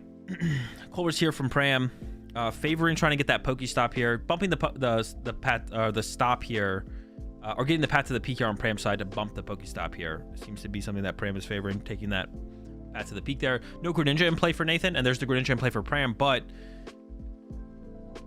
definitely seems to value the idea of taking away that Pokestop from Nathan. And you see Pram is considering not playing it here because there is no... Yeah, Pram's considering not playing the path to the peak here. It's like, I'm losing my own Greninja access. My opponent doesn't even have Greninja. But how much value can they get out of this Pokestop? You know, the Pokestop could lead to the Heavy Ball that leads to the Greninja, and then all of a sudden Nathan is using Greninja, stuff like that. So I like the path play here from Pram, even though Pram is the only one accessing rule box abilities right here. All right, back over to Nathan. Does have another Pokestop in hand. Has a Pokegear as well, so I was looking for that next Colress, and I think ideally, oh, there's the Greninja. So I had the Greninja in the deck the whole time, and we see the Greninja here now, but there's no 2 Comfies for Nathan to go after with this Greninja play here, to be honest. So I don't honestly, there doesn't seem to be that good of an attack here from Nathan, I guess, besides Iron Hands. Iron Hands seems okay. Okay, Iron Hands is pretty good. There we go. Greninja for 2. There's a Pokestop first. I like this Pokestop first here. There was a Colress on top, but Nathan has the Palpad and the Pokegear in hand, I believe. So if you mill a Colress here, you just Palpad them both back to the deck, and then you know, go for the Pokegear after that. I believe there was a Pokegear in hand. Maybe I'm tripping. But yeah, that's what we see that Nathan did. That's why Nathan was so aggressive with that Pokestop usage. Had the Palpad. All right, let's just go and use Pokestop. If we mill the Colress, that's fine. Palpad them back to the deck. Try and find the Colress afterwards. And now we see, can Nathan find that Colress? And can Nathan find the Iron Hands combo? That's what you want to look for here, I think, as Nathan, is you want to find the Iron Hands play here. For sure. Just take the 2 prize cards. I think you would have settled for a Greninja KO double Comfy, but obviously that play is not available here. There's an escape rope from Nathan. Pram actually goes with the Comfy send up. So it's still a good. The one thing interesting about the Comfy send up here from Pram is the Cram or the Comfy are both good targets for Nathan to potentially use a Cram to get a knockout with. But if Pram sends up the Greninja, the Cram option for Nathan isn't as good. Now, if Pram sends up Cram, Comfy, or Greninja, those are all fine targets for the Iron Hands. And then if Pram sends up the Giratina, though, that becomes a prime target for the Roaring Moon. And yeah, this is a rough flower selection here for Nathan. Has to choose between the Roaring Moon and the Iron Hands. I mean, if you can get to the Iron Hands this turn, which it looks like you probably can as Nathan, but then you don't really have a great response to aggressively KO Tinas, except for Kyogre, which is like, can be your late game play. But Nathan, it seems like Nathan is like, all right, I have the hands play. Maybe I should just go for it, and does go for it. Now this Pokegear like needs to find a Colress here for Nathan. There it is. Pretty high chance as well. Has been through the deck quite a bit and has also played that Palpad. So the Pokegear hitting Colress here is was pretty likely. And we do see Nathan does find that Colress. So now we can get to this Iron Hands play. As long as there's enough energy in the deck. There's 3 Mirage Gates in the hand here for Nathan. And the Colress should easily get Nathan here to 7. So we should see Colress first. Ooh, it's a lot of good cards. That's a lot of good cards. Oh, and even found the Counter Catcher. So we could have seen like a weird Counter Catcher KO Tina play on this turn from Nathan with the Roaring Moon, but the Roaring Moon's gone, obviously. Gives up on the Kyogre line complete. Oh, I don't know if I like that. So Nathan lost zoned the Roaring Moon and is now lost zoning the Kyogre. How can Nathan even deal with Giratinas at this point anymore? I don't think Nathan can. Nathan's going to attack with Iron Hands. Pram's going to respond to the Iron Hands with a Tina, and then Nathan will have no way to KO a Tina from here on out for the rest of the game. Unless Nathan plays 2 Moon, but I'm pretty sure Nathan does not play 2 Moon. The Kyogre's like a late game, like a later option. So instead of getting rid of Kyogre Recycler, Nathan could have gotten rid of Manaphy plus the Counter Catcher, I guess. I don't know. Nathan might be wanting to use the Counter Catcher this turn. I don't know what Nathan would be Counter Catcher KOing with the hands, though. Like, KOing the Comfy here seems almost like the best thing for Nathan to go after. Because then it's going to stop Pram from... Oh, actually, KOing the Comfy is by far the best thing to KO here, because Pram's at 4 in the Lost Zone. Pram does play the Vacuum, does have more Comfies, but the Comfy, being able to push up the Comfy into the active on Pram's turn, if anything else gets KO'd, means Pram can go Flower Selecting, Colress, Mirage Gate, and then get to the Tina to KO the Iron Hands. So you definitely don't want to Counter Catcher this turn either. Oh, they are even on prize. I didn't even realize that. I thought Pram was ahead by 1 prize card. No, you're right. Counter Catcher's not even active right now. I take it back. Wait, that actually makes it like worse for Pram to have sent up the Comfy then, though. Because like the Comfy is Pram's out to 7 in the Lost Zone. Comfy plus Colress is 7. I really think Pram should have sent up the Greninja. It limited the options here for Nathan by quite a bit. Nathan aggressively recovering the Cram, because Nathan doesn't have that many attacking options left. It's like Hands, Cram, Sableye, and on a Greninja, I guess. Yeah, those are literally all the options. Appreciate the 22 months there, prime time. I forget if I catch this matchup, but I remember it being a good one.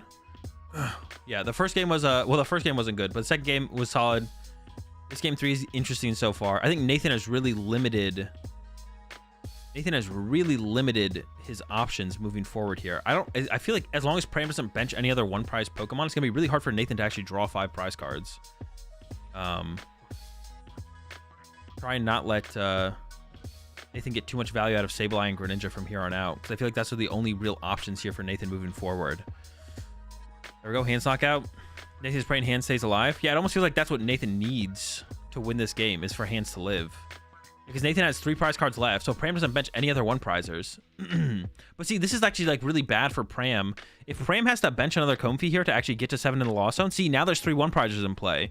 Yeah, the Comfy setup from Pram ended up being so bad here. I think it's a really bad setup from Pram to push up the Comfy there.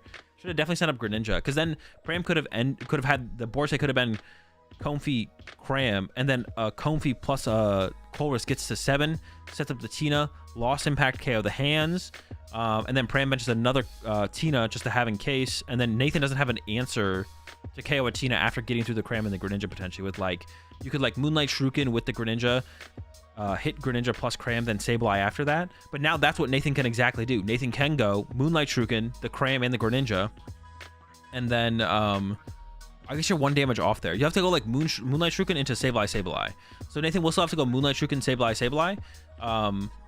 But that's now an option here for Nathan, as opposed to having to go through a Tina at some point. But now Nathan doesn't even need to go through a Tina. Nathan can just KO these 3/1 prizes off the bench with like 2 Sableyes plus a Greninja attack.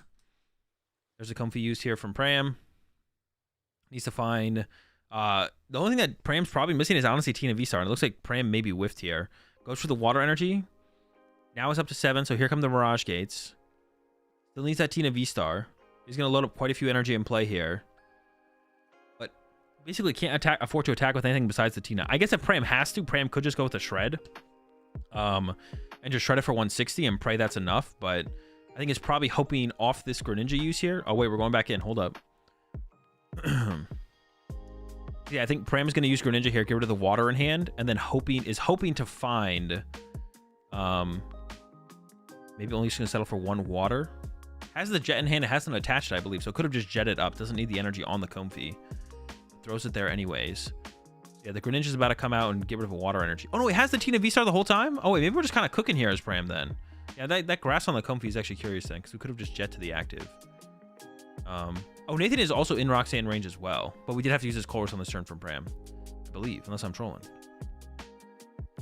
That's counter catcher, but we're not going to do that. Lost Zone 2, KO. Keeps the energy on the Comfy, which is interesting. Because Nathan is at 3 prize cards already, then KOing the Comfy here from Nathan is like fine. But like I said, the best line here from Nathan is like Greninja and then Sableye. Probably. I can't think of anything that's better than that. We'll see if Nathan can get there, though. Because Kyogre's gone, Roaring Moon's gone. We don't have any heavy hitters anymore. Our hands is gone. We got no hands. Got no Moon. Got no Ogre. So we're all in. Kyogre or Greninja, Sableye feels like the only line here. I probably want to keep the Nest Ball here to recover Sableye here as Nathan. Because basically it's picking between Nest Ball and Comfy. But you need Nest Balls to refine your Sableye. Does Nathan play 2 Sableye? Is that another Sableye in the front of the hand, or is that the Mawile? That's the Mawile. Okay, yeah. Still needs to find a water energy as well. Or second gate. A water energy or second gate.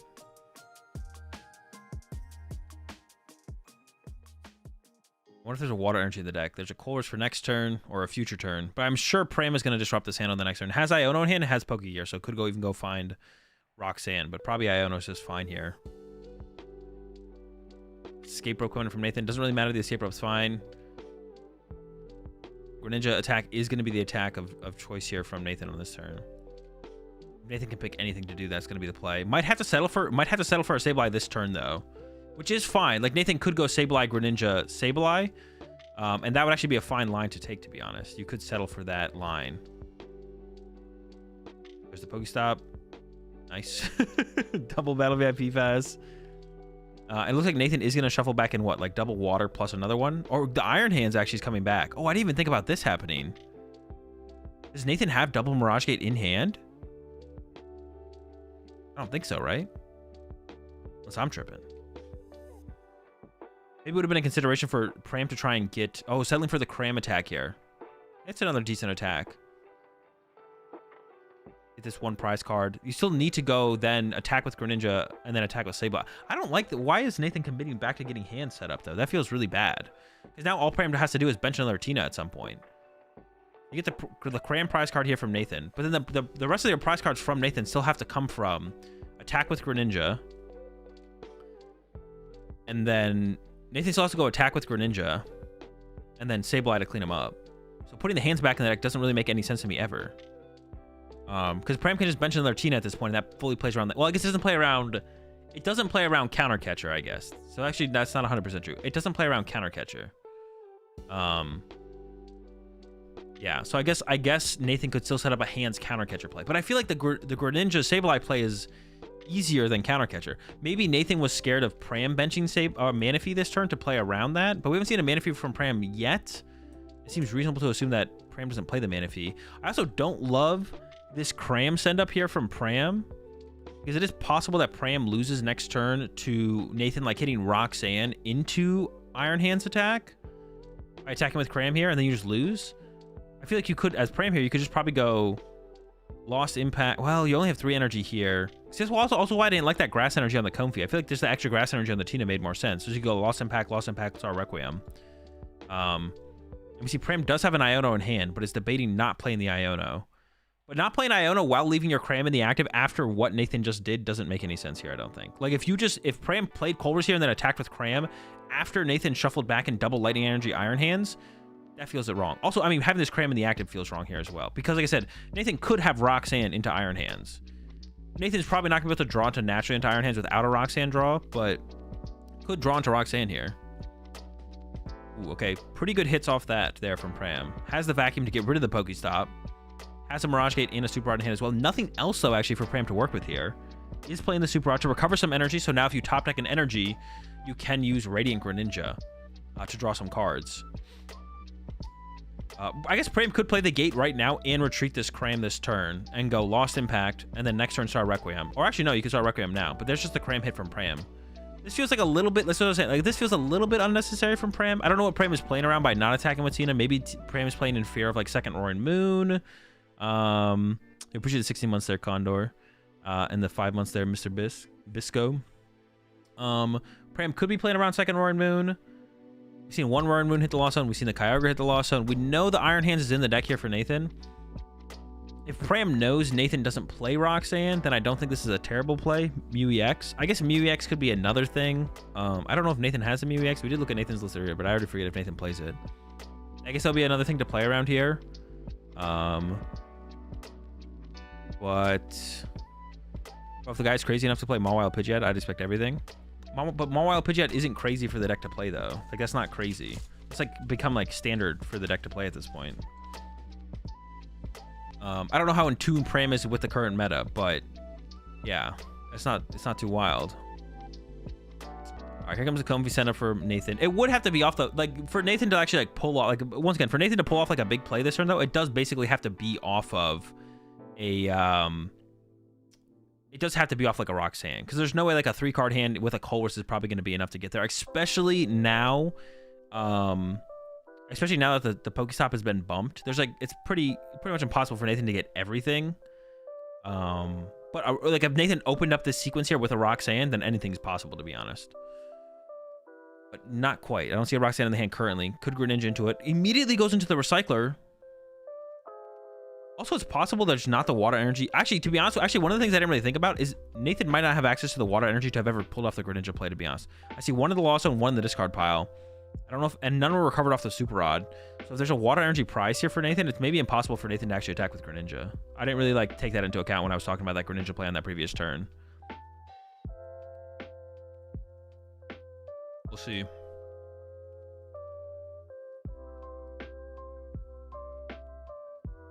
Lightning and Switch Cart.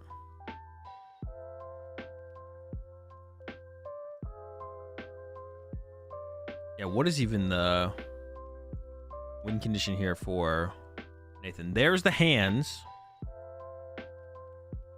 It might have to be like some full-on like counter catcher play here from Nathan. Goes with the Sableye send up. 11-10. What is this? How do we ever... Okay, we could go back-to-back Sableyes here, I guess, is Nathan, right? Sableye KO into Sableye KO. But Pram does just basically win here then with a switch card. Also, Roxanne would be pretty brutal. I think we see Pram checking there. How many switch cards do I have left? And even promotes the Greninja? Oh, time has been called. I'm not sure who's turn 0. Time's been called. I'm not sure who's turn 0.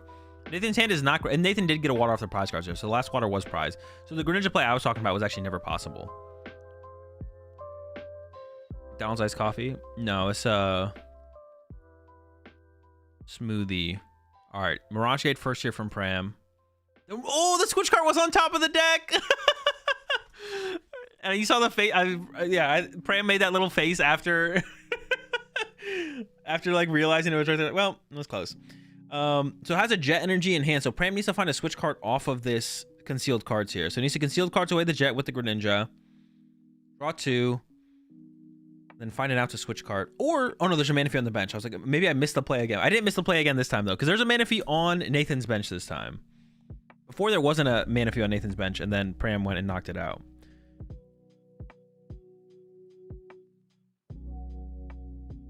There's a concealed cards. There's a Colress. 4, 5. No! No switch card.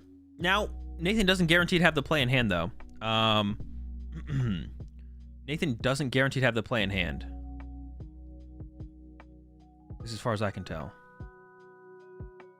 Has some options though. Nathan needs to find a... What does Nathan need to find here? Super Rod. Has a Mirage Gate in hand. So it really just needs Super Rod here, I think. Super Rod and Nest Ball here, I guess, for Nathan. Super Rod and Nest Ball here for Nathan. Has a concealed cards to work with. You'll probably see it start with that from Nathan. Considering not doing it, but that doesn't make a whole ton of sense to me. There we go, concealed cards. There's Colress. That's 2 Colress. That's a lot of cards left on deck, though. I don't know how many Super Rods are left here for Nathan. One or two for sure. And I might be blanking on another win condition that is available here for Nathan. There's the Super Rod. There's the energy. So now I believe... What does Nathan need to do here to get this? Has the Mirage Gate in hand. So do you just recover? It depends how many Nest Ball are left as well. Would change the how you'd want to sequence this here. As Nathan has a Pokegear, so could like just literally play the Pokegear first and check what's left in the deck. And potentially if there's a supporter in there, you burn that out of the deck. There's the boss. There's no... Okay. There is no Nest Ball. So Nathan needs to shuffle back in Sableye. And 2 energy. How's the best way to play it? If you hit Psychic first, you win. Oh, that is true. So yeah, you should Flower Selecting first here. Because if you you Flower Selecting first here. If you hit the Psychic, you hold it. And then you Super Rod recovers Sableye plus 2 energy. Mirage Gate both energy into play to retreat a Comfey. Or just 1 energy. You don't even need both. Wait, actually, does this work too, though? Wait, what if Nathan just went... Oh, because we can't get the Sableye guaranteed. Yeah, Nathan should... Yeah, you're right. Nathan should go Flower Selecting first here. Yeah, Flower Selecting first, yeah. And if you get the Psychic, you do just win. But yeah, Nathan definitely messes this up. This is one of the things that are really hard to do in the moment sometimes, is like figure out all the math for all this little sequence here at the end. But yeah, if Nathan goes Flower Selecting first, there's 2 dead cards and 1 Psychic energy left. And if Nathan hits the Psychic energy, you hold the Psychic energy, then you Super Rod back in Sableye plus 1 energy, Mirage Gate to the bench Comfey, use active Comfey, or no. Switch card into bench Comfey, Mirage Gate to bench Comfey. You have 2 cards left in deck. 1 is a Sableye, 1's a dead card. Second Flower Selecting, get the Sableye, bench the Sableye, attach Psychic energy from hand that you just got off the Flower Selecting to the Sableye, attack with Sableye, KO for Ninja. But now Nathan's going Sableye, Psychic Water, and then is playing the Mirage Gate, which is definitely incorrect here, right?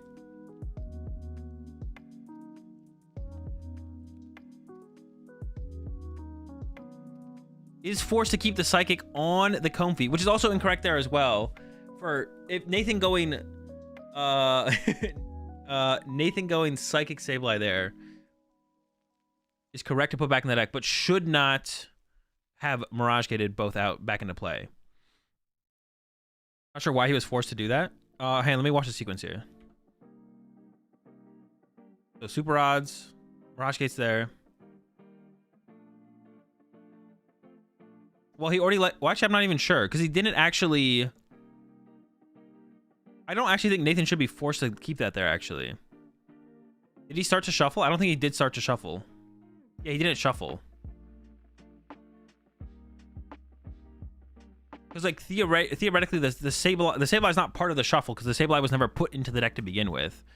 So, yeah, here, it should be... Nathan should be allowed to put the Psychic Energy back into the deck. Is debatable if it's considered shuffling? Not really, because the Sableye is not... The Sableye has to become part of the deck before it can become part of the deck that is being shuffled. It's not like the Sableye was cut from a shuffled deck. So it's not a shuffle there. Putting the Sableye into the deck would be considered starting the shuffle? That could be considered starting the shuffle. But the thing is that the Super Rod... The problem is that the Super Rod has to put the Sableye into the deck first, and then the Mirage Gate has to take the energy out of the deck. But when the Super Rod was played, it was implied that the Sableye and the energy were going into the deck, but the Sableye was never put into the deck. So... I'm not sure. Now, Nathan is doing a lot of shortcutting, so with that in mind, I think it would be okay for a judge to look at that scenario and be like, you kind of over shortcut here, and I'm gonna force you to keep the energy in play, to be honest. Like, I wouldn't hold it against a judge ruling it to keep the energy in place. Like, listen, you're being a little bit too fast with your shortcutting. You're in a situation where it feels like you've committed to the idea of putting the energy on the Comfy, and because of that, we're gonna keep the energy on there. The Sableye is in the deck. No, the Sableye is in the deck. Well, that's what I'm saying. That's what I'm saying. The Sableye is in the deck. Hold on, let me just go back. So Super Rod, Sableye's in the deck. But the thing is, the Sableye was never shuffled in the deck like it's supposed to be. So it's like the Super Rod hasn't been completed. The Mirage Gate is basically being played before the Super Rod's been completed, right? So the Sableye is really, it is part of the deck, but it isn't part of the deck at the same time. It feels like at this point. Yeah, the Sableye is like, is part of the deck and isn't part of the deck at the same time at this point, because it was never shuffled into the deck like it's supposed to be, like what Super Rod says, because we're being shortcut here by the Mirage Gate happening before we conclude the Super Rod. So when we go to like then put the deck together like Nathan does and does this, the Sableye was never like shuffled into the deck like it's supposed to be. So this is definitely like one of those things where it's like feels like a pretty big gray area. I don't know how it should be ruled. And I don't know if I don't know if I agree or disagree with like the outcome of this, which it seems like the judge said, no, you have to keep the energy on the Comfy. And so now from Nathan here, so Nathan already made a missequence to begin with, so we're lowering our odds. And now there's one Sableye and one Psychic Energy in the deck. Now, Nathan can see all 4 cards in the deck, but if Nathan ever sees the Sableye and the Psychic Energy off of a flower selecting,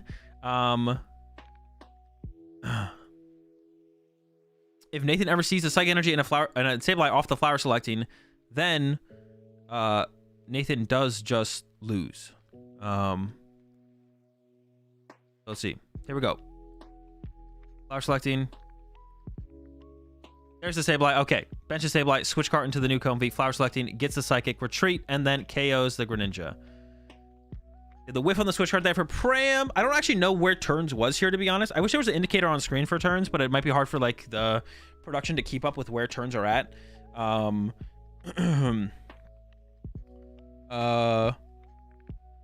Yeah, to keep up with that, it might be tough to kind of keep up with that, but it would be nice. I don't know if Pram could have actually won this set, or if it was basically going to become a tie for Pram. Like Pram was like, well, if I can get a tie, cool. If Nathan wins, I don't know if Pram had one more turn. But if Pram had one more turn, then Pram would have just won on the next turn. If Pram had found that switch card on the previous turn for the Greninja. Yeah, super close set there between Pram and Nathan for sure. Kind of writes him down real fast.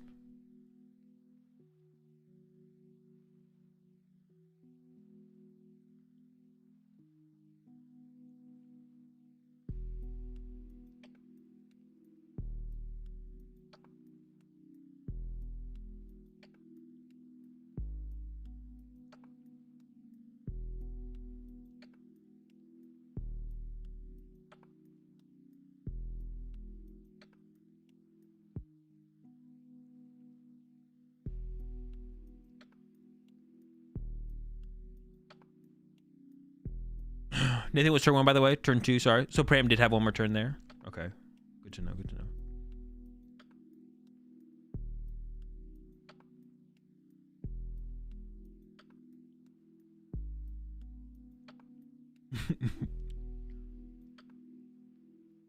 Although, thinking about it, if Nathan had put the Psychic Energy back in the deck, Nathan could have also lost to bottom decking Sableye, right? But it's like unlikely to happen. But yeah, you'd rather have the extra Psychic back in the deck. So back-to-back miss sequences there from Nathan, to be honest, actually. There was the initial miss sequence of should have just used Comfy first, and then there was the secondary miss sequence of should have put the second Psychic in the deck there, or left the second Psychic in the deck there. So definitely some mistakes from Nathan at the end sequence there. Can we see some prize cards? Okay, cool. Always good to know the prize cards.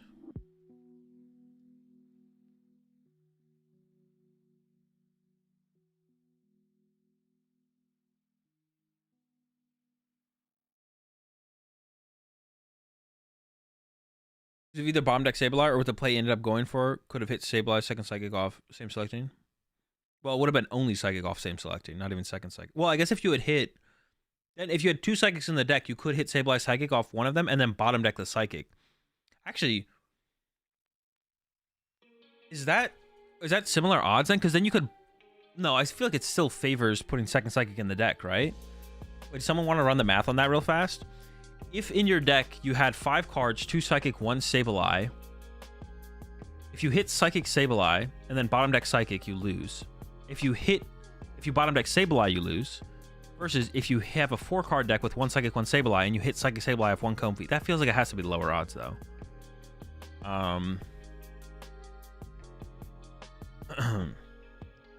Yeah, it still feels like the 4-card, 1 Psychic, 1 Sableye hitting Psychic and Sableye off 1 Flower Selecting is more likely than the other scenario. Right?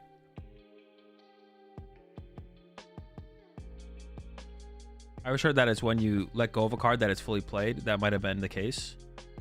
That's only from hand, Dean. When a card is coming from deck, yeah, when a card is coming from deck, it's when you initiate a shuffle that your search is over.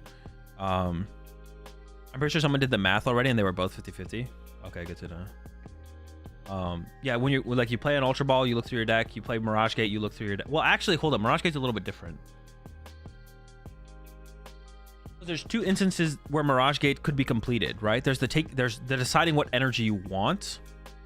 So if you take 2 energy out of your deck and you put them, let's say, next to your active Pokemon, or just like in the play space where you're like, I'm not attaching these to anyone, but these are the 2 energy I'm taking. I'm going to think about where I'm putting them and then start shuffling your deck. You've committed to picking the energy, but you haven't committed to where they go. And that's fine. But there's 2 steps in Mirage Gate compared to like Ultra Ball. Ultra Ball is you take the Pokemon, and once you shuffle your deck, you've taken the Pokemon. But I guess with Mirage Gate, maybe that was the correct rule because you have committed them to a Pokemon. Is that correct or incorrect? But I guess you're not supposed to shuffle your deck until after. Can you Mirage Gate for 2 energy, put them on a Pokemon, then move them to a different Pokemon? And because you haven't shuffled your deck, that hasn't signified. But you've completed your search. But the action of where they go is separate from completing your search, right?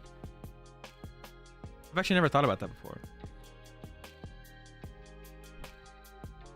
Once you choose the energy, you commit to the energy choice, but until you've shuffled the deck, you haven't committed. No, you can put your energy back in the deck if you haven't shuffled your deck. But once you put them on a Pokemon, are you committed at that point? It's part of the same step. As long as you don't shuffle, you can change however you like. I'm actually not sure on... Well, I'm not sure on that. I mean, I'm like... But whatever the correct rule is the correct rule. I don't really care what the correct rule is. But I actually just don't know. Mirage Gate equals Charizard's ability? Basically, yeah. You commit to a number of energy you want, not just the types of energy you want. You don't complete the action of a card until you shuffle if it involves searching your deck. I mean, that makes sense to me. If that's the correct ruling, that's the correct ruling. But I could see the correct ruling. That's what I'm saying. Like, I actually just don't know for sure, to be honest. I know, like, for Ultra Ball and stuff, it's when you shuffle your deck. But, like, because Mirage Gate, there's two parts to it.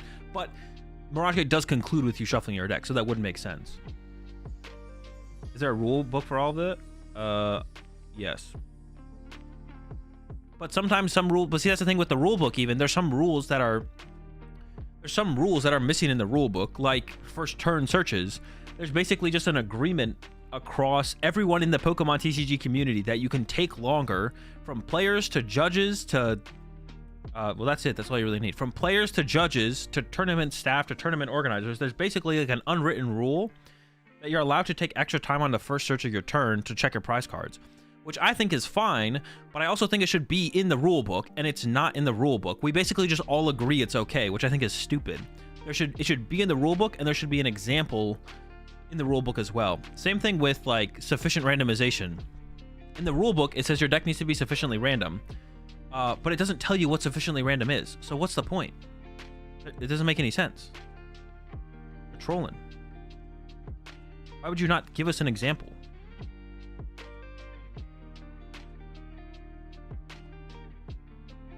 Yeah, why would you not give us an example here? What the heck?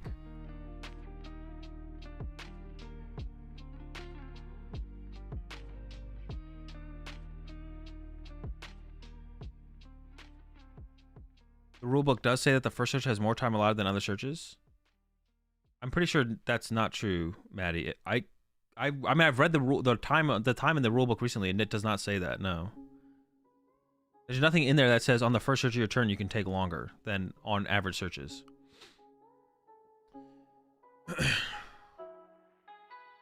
And if you want to tell us where it is in the rulebook, I'm not saying if it's in the rulebook and you know where it is, tell me where it's at. I'll go look it up right now.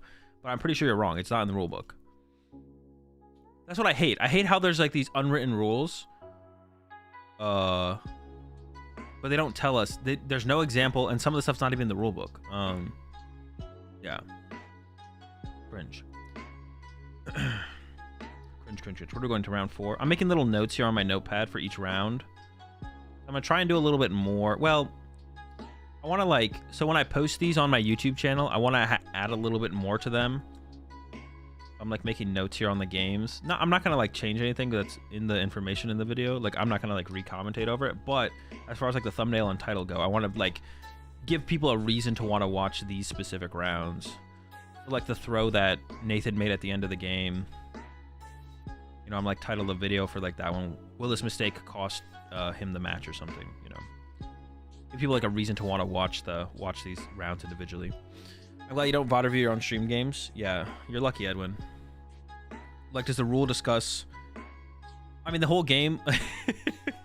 Honestly, if I VOD reviewed our game, Edwin, I'd be I'm so glad Edwin doesn't know I don't play boss. Which I'm assuming you didn't know I played boss, but maybe you did know. Does the rule discuss the search isn't done until you shuffle? I'm actually not sure, Tyler, to be honest. I don't actually know. It might not. Clickbaiting, how could you? Bro, I mean, I gotta make a living somehow. I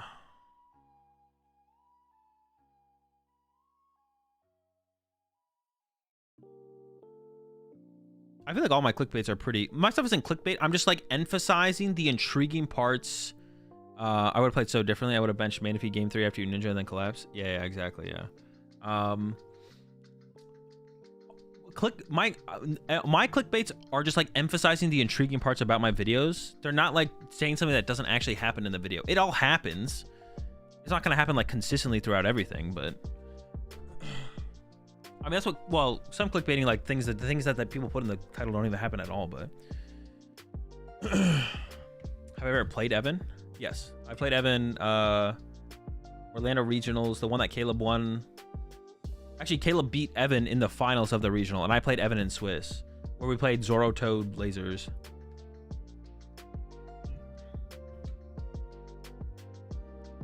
Azul here trying to make money. Bro, listen, if you guys want me to be able to stream like this, I have to make some kind of money. I guess it's technically because it says shuffling and setup. Game start is 2 minutes, and shuffling the deck and search deck. Mid game is 15 seconds. Yeah, but your first search is in game, not setup, right? So, I knew about the Mawile. Oh, I'm sure you knew about the Mawile.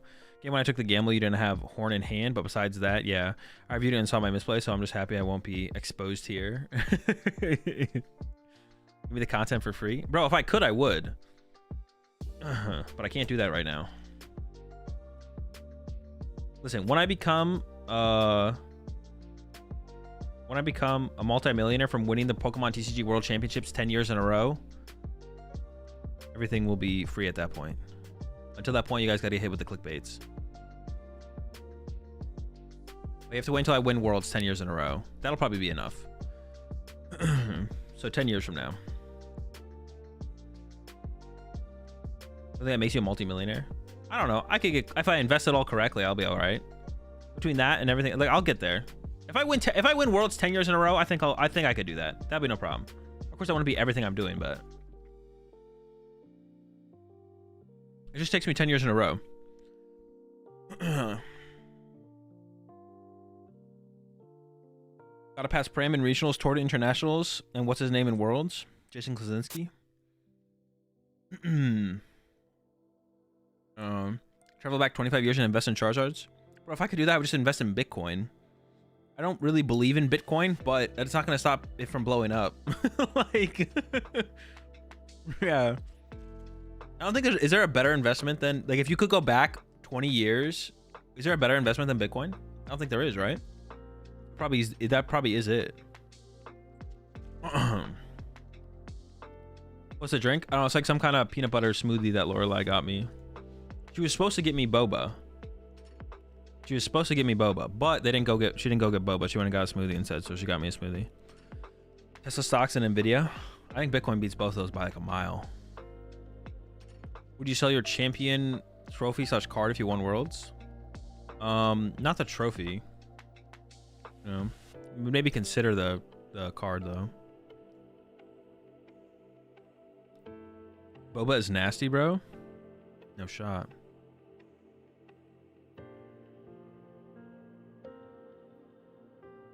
And bubbles feel weird. Yeah, I mean, some people don't like the texture of boba, but boba's pretty good. Yeah, some people aren't a fan of like the texture of the boba, but I don't know. I'm a pretty big fan.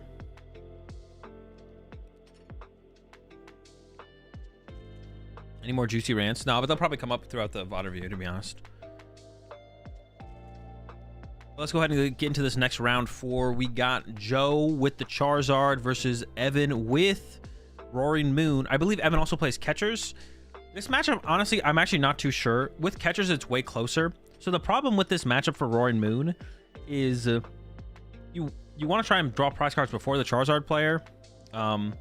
But if you have to take a 1-prize knockout with like a Roaring Moon or even the more Pekko, that opens it up for the Charizard player to counter catcher, get a knockout, or just knock out your active Moon with like a Defiance Band or Justify Gloves. Now, almost no Charizard players play Justify Gloves or Defiance Band, which I think does need to change for Charizard builds. And also Radiant Charizard's a big deal as well. And Joe does play the Radiant Charizard. And the Radiant Charizard is like super hard for the Roaring Moon deck to overcome. So yeah, the catchers make a big difference in this matchup for sure. And this is definitely a matchup where you both want to go second. Both players want to go second in this one. You want to go second. You want to nerf the Charizard's initial setup and then start taking early KOs. And then nerf the setup and take initial KOs. And then for Charizard, you just want to or set up smoother before your opponent takes that first knockout. Roaring Moon's always taking the first knockout if they want to. You just want to have more stuff to be able to respond to those KOs. So it looks like Joe did win the coin flip here and chose second. But the hand is not great. It does have, actually has absolutely nothing. This hand sucks. It does have Candy Pidgeot, but the Pidgey's in the active. So we'll see what Evan can put together here. Evan has 3 Dark Patch in hand, I believe, with research. Yikes. Oh my gosh. I do like Evan prioritizing KO in the Pidgey here, though, for sure. Remove the quick search option away. Doesn't go for the catcher on a Charmander there. I like if there was one Charmander on the bench, you'd love to have seen that. But and honestly, I don't even think Evan. Oh no, Evan can get the knockout here. Evan can get the KO here. The question is, do you go for this knockout as Evan? I think at this point you probably do. You don't want to take too long to get your first knockout. So Evan does have attach plus the energy. Now, the problem here for Evan becomes if Joe has like Arvin, Candy Zard, Choice Belt, this Moltres goes down, and then Evan's not in a great spot after that, especially with 3 Dark Patch hitting the discard pile. But if you wait any longer than that as Evan, you probably also get into a bad spot anyways. So I think I do like to see just Evan take this knockout and be like, even if you have the Candy Charizard, you need the Choice Belt. You know, and then this kind of situation here for sure, or for as well, is like there's no counter catcher target here. No Squawkabilly, no Mew. And we see Evan, the only things that Evan's putting in play is 2 Roaring Moon. So even if Joe has like the counter catcher here, there's no target for it at all. There's no target for it at all. It doesn't need belt. No, we need belt. Oh no, you don't need the belt because it hits itself. I forgot about that. That's right, it hits itself. I forgot about that. Oh, that does make this play a little bit more sketch then, actually, to be honest. But I guess it comes back to you really have another choice. I always forget that it hits itself for 30. You really have another choice here as Evan anyways. You got rid of 3 Dark Patch. Slow start. Now it's making me reconsider it, to be honest, because you're not forcing Joe to find the Choice Belt. Yeah, no, I think this is still correct here, though. There's the Arvin top deck. But is this actually going to do anything for Joe? There's no Candy Charizard coming out of this. What actually comes out of this for Joe? I'm actually not sure. Oh, no, wait, there's Candy Charizard. Never mind, I take it back. I take it back. I take it back. Do I have any merch to buy? No, merch is something I'm going to work on more this year, but I don't have it quite figured out yet. Here comes the Ultra Ball. Pidgeot, Team Devo biting the dust. Honestly, probably should have kept the Pidgeot. I actually don't like the Pidgeot discard there from Joe. Should have got rid of the Choice Belt, probably. Because the Choice Belt doesn't really do anything anymore at this point in this matchup. I guess it allows you to chase down the Moltres on the next turn. Maybe it is worth keeping, actually. I take it back. Because then you can actually go boss KO Moltres next turn as Joe here. With the choice belt. Yeah, it's probably worth it then. I guess actually one thing that Joe could have done here though, instead of Ultra Balling for... Wait, why was there an Ultra Ball involved? We could have Ultra Balled for Luminion and use Luminion to go get a supporter and then attach the 4 Seal Stone and then 4 Seal Stone for the Charizards because then we'd have a supporter in hand. I don't know if I love that because then you're still hoping to draw. You're still hoping to draw. You're still hoping to draw into Candy Charizard on the other side though. Why do you evolve that Charmander and not the other? Honestly, it doesn't really matter one way or the other which one you evolve here in this situation. I don't think they're both like equally. Yeah, they're both like equal here. I think. Was there a Lugia match at all on the stream this last weekend? Yeah, the winning of day 1 was Lugia versus Tina. You got the Ultra Ball with Arven. Yeah, you got the Ultra Ball with Arven. We could have Ultra Balled for Luminion. And then Luminion for a supporter. And then attach the 4 Seal Stone and then 4 Seal Stone for Charizard. And then we'd have a supporter for next turn with Candy Charizard. I don't know if that's worth it though. Worth expending our 4 Seal Stone over when we're gonna get 2 prize cards plus a top deck. What's prized probably matters a lot here, and there was an Ultra Ball prized. So then if Joe hits the Ultra Ball, it makes a little bit more sense to have wanted to chill. With the Ultra Ball prize, I think it was correct for Joe to play it how he did, and then it could also top deck here as well. All right, so for Evan here, we need to find Frenzy Gouging. Yeah, we need to find Frenzy Gouging here for Evan. It's a little. We also want to find like a tool card, the jelly or the booster capsule. And honestly, the hand here for Evan is pretty mid. And he's maybe even thinking about playing the Iono actually, or the Judge. And just abandoning the Sada. He's gonna go for the Iono here. I actually wonder. I think Joe should have attached the Choice Belt active actually. The more I'm thinking about it, because now in this situation, we're in a situation where Joe actually can't take a knockout on the active Roaring Moon. And can't boss KO the Moltres off the bench. But if we'd attach the Choice Belt to the active Charizard, we could go boss KO Moltres and set ourselves up in a really good spot here as Joe. So I think it's a misplay from Joe to actually have not attached the Choice Belt. I don't know what the rest of Joe's hand looked like, and maybe he was trying to hold on to the Choice Belt to potentially Ultra Ball away the Choice Belt. But was getting 2 prize cards plus a top deck for the next turn, and had some other cards at hand in the hand to work with as well. So I think Joe should have attached the Choice Belt to the Charizard in case of getting disrupted here. To make it easy to go boss KO on the Moltres on this following turn. So I'd like to have seen Joe do that, I think. There's like another thing I was going to mention here actually as well, but I can't actually think of... I had something else to mention to throw out here as well that mattered, but now I just literally am drawing a freaking blank. Yep. Pretty cool. Let's see. Evan... Actually, I think it's impossible for Evan to get the knockout here. No, it's not true. Evan could get like Switch, E-Switch. There's an E-Switch. No Switch, though. It does still have concealed cards, though, I think. I think Evan still has concealed cards. Here it comes. Draw 2. Upad. I can't tell what that other card is. Vessel. So not quite. Was close. Would have needed Switch and E-Switch. Does have the E-Switch, no Switch. But should be pretty easy for Evan to pull off an attack next turn. Has the Sada on hand and everything. So Morpeko even making its way to the bench. Honestly, I don't love the Morpeko bench here from Evan. Because this does open the possibility for Joe to go like, okay, cool. I can't KO any 2-prizer in play right now. Maybe I'll boss a 1-prizer, but to be honest, I think if Joe has boss here, you probably want to boss punch Roaring Moon actually here. You appreciate the 2 months there, Patty Stacks. Oh yeah, what was I gonna say was, oh yeah, Edwin, I'll definitely hit you up about that maybe, for sure. I just need to figure out what I plan to do with merch stuff moving forward. I do plan on doing something this year at some point, but yeah, I might send you a message about that actually. Appreciate the 26 months as well there, Will. Definitely maybe for sure. Yeah, definitely maybe for sure. Yeah, if Joe does get a boss here, the best play from Joe is probably boss punch the Roaring Moon. So that way if it Frenzy Gouging, it knocks itself out. There's already a Charizard hit from Joe. That's pretty solid. Has an Iono and a Vacuum as well. Can't play the Vacuum, unfortunately. But once again, if there was a Choice Belt on the active Charizard, we could have played the Vacuum here, which would have been pretty good to play here, to be honest, because you'd like to thin out these dead cards from Joe, which is the Vacuum and the Battle VIP Pass. Once again, Choice Belt being in play here. Even though we don't have the boss to boss KO, that benched Moltres, you know, just thinning 2 dead cards out of the deck is pretty chill. Draw there from Joe. Did get the Charmeleon, which is a big hit.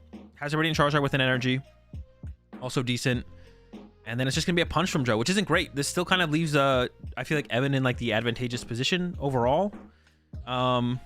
It's close still. It's close. For Evan here, you just need to get once again into that frenzy gouge. It has the jelly to go with it as well. Got the jelly.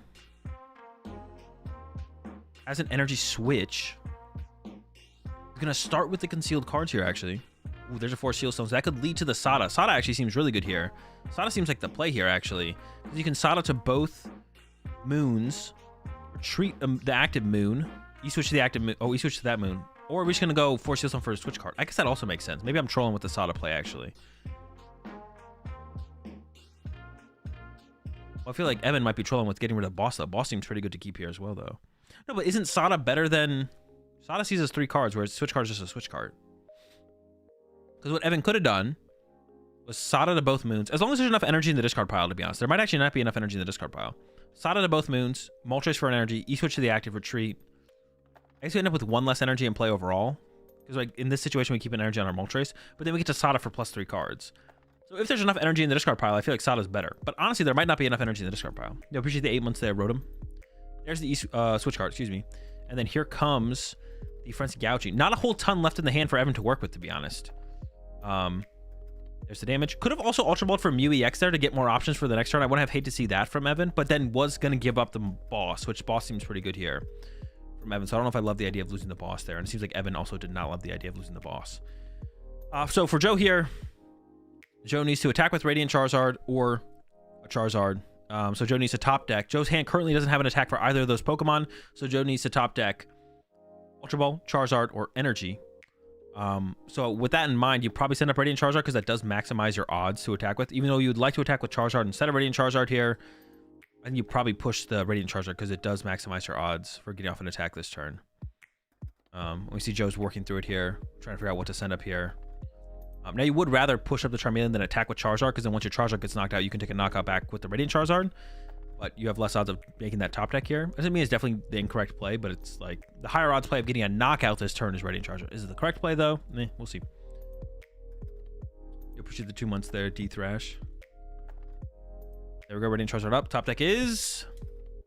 I can't tell. Can't be great. Oh, maybe it's a Super Rod. It is Super Rod.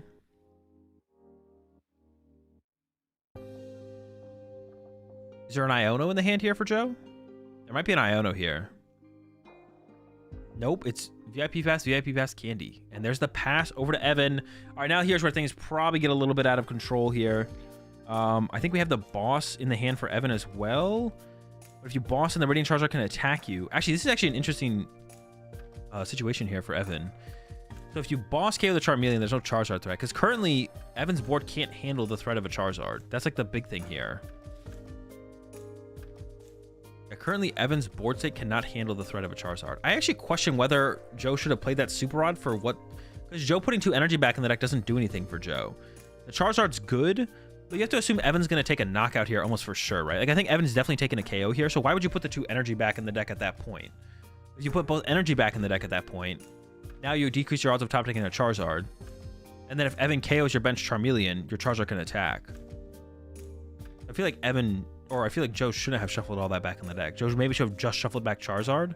Or honestly, just shuffle back nothing and just see what your top deck gives you. And let Evan make a play based on the lack of information of Super Rod being played. I actually don't... I don't think Joe should have played Super Rod there. Because that gives Evan like a ton of information to work with, I feel like. And then it just decreases your odds of top decking. So now at this point, it feels like it's almost better for Evan to take the knockout on the Charizard. And then set up for a Frenzy Gouging. Yeah, but Boss KO is still pretty... I don't know. It just feels like the Super Rod just feels incorrect here from Joe. The Super Rod just feels incorrect here from Joe. Unless you were pulling off an attack, then Super Rod could have been correct, of course. But actually, even maybe the better attack here for Evan is to just attack with the Moltres, actually, probably. Well, the weird thing here for Evan is that Evan can't create a fresh moon. I guess if Evan can get the tool... the Ancient Booster Energy Capsule on this moon on the that's in the active, that would save it, right? That would allow it to survive. So if Evan can go retreat this moon to attack with Moltres for turn and then get the Ancient Booster Energy Capsule on this moon, then Evan can guaranteed win the game with that line. I kind of like that, yeah. Yeah, but Evan has to find that second Ancient Booster Ending Capsule. If Evan even plays 2, to be honest. We've seen 1 get milled already. But I feel like the way that Evan's been playing this now almost like is telling us that Evan does play the 2 and just needs to kind of find it. We'll see, though. Looks like drew into a Pal Pad. Yep, Pal Pad just put research back. And then increase the good top deck odds by 1. Sounds good. Also on VIP list Guardy. That seems worse than Guardy with VIP pass. But close. There's this card of the stop. Doesn't retreat to the Moltres. So now if Joe top decks a Charizard here. If Joe top decks a Charizard here, Joe goes knockout, then Evan doesn't have a response to that. Doesn't have a Frenzy Gouging response. Yeah, this is not going to be good enough here. Counter catcher. I mean, it should just be on the moon with the 2 retreat cost. Evan was already about to send it up too. Is there any reason to not? Yeah, I think it's always the moon here. I don't think that makes a difference ever. There's the pass. Escape rope from Evan. Okay, the Charmeleon goes down. Yeah, see, but that attack was weird here from Evan. Maybe Evan didn't have the Ancient Booster Capsules left. But even then, this other moon just wasn't ready to go. I mean, Evan could have created a 3rd Roaring Moon, of course, as well. There could have been like a 3rd Roaring Moon that got added to the equation, but I don't even know if that was possible. I mean, I guess like Sada attach. I don't think Evan's hand really had the cards for it. Sada attach, E-switch. Like, it was possible, but it seemed kind of tough. All right, we're going to game 2. Once again, Joe probably going to go, or definitely going to go second here, I would assume. Prize cards. Candy, Charmeleon prize, not great. Pidgey prize, whatever. I guess the biggest thing here is just a Charmeleon between everything. Radiant Greninja for Evan is actually pretty bad as well. So Radiant Greninja, especially when you go first, it feels like better to get the Radiant Greninja online and drawing you extra cards. Because you don't have the draw supporter to work with. But I guess it's like the same thing either way. Just prizing Radiant Greninja sucks for Evan. And then Charmeleon's not great for Joe because it's like one of your easier ways to like chain your Charizards. Especially if you get put into a situation where you don't have access to Pidgeot. So, alright, opening here for Evan is okay. There's an Ultra Ball in the hand, and the Squawkabilly's not prized. So, Evan, both boosters got researched? Oh, both of them got researched? Okay, okay. That does make things harder then. I don't think I prized Greninja once the whole day. Kind of lucky, to be honest. Yeah, maybe a little bit to not prize it once. It looks like Evan, with getting rid of the Iono there, I assume Evan is going to go for the Squawkabilly here. There we go, Squawkabilly. Palpad's back Iono. Have that for later. And then, yeah, trying to get a little bit more aggressive of a setup here is Evan with the Squawkabilly. There we go.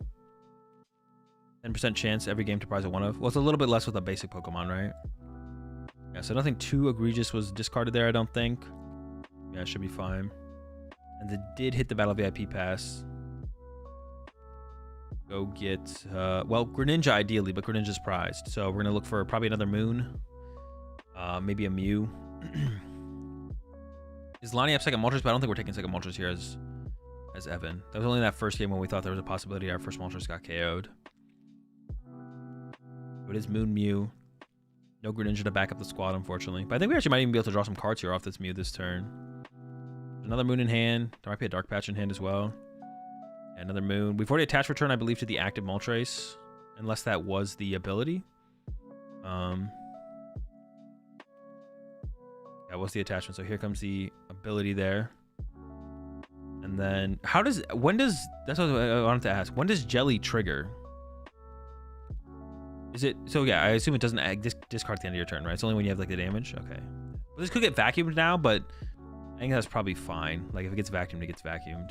Honestly, I wouldn't have hated to have seen Evan play the energy switch and draw that extra card off Mew. I actually think I would have liked it. Move energy off the Moltres to a Roaring Moon and draw that extra card, I think. I would like to have seen that extra card get drawn there.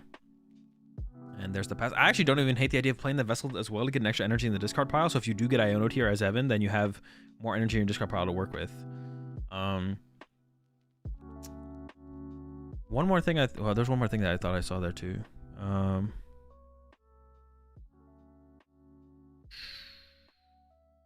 I think that was it. Oh yeah, the Jelly placement.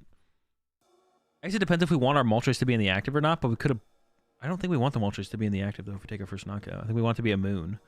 So I feel like the Jelly should be on the other Roaring Moon that's not as set up. Because this first Roaring Moon that it attacks with is not going to use Frenzy Gouging. It's going to use Calamity Storm or whatever it's called. So I feel like the Jelly should be on the other Roaring Moon here. Now, it is still possible for Evan to set up this other Roaring Moon with 3 energy on the next turn, but it's harder to do 3 energy than 2 energy. So I feel like this Jelly should be on the other Roaring Moon.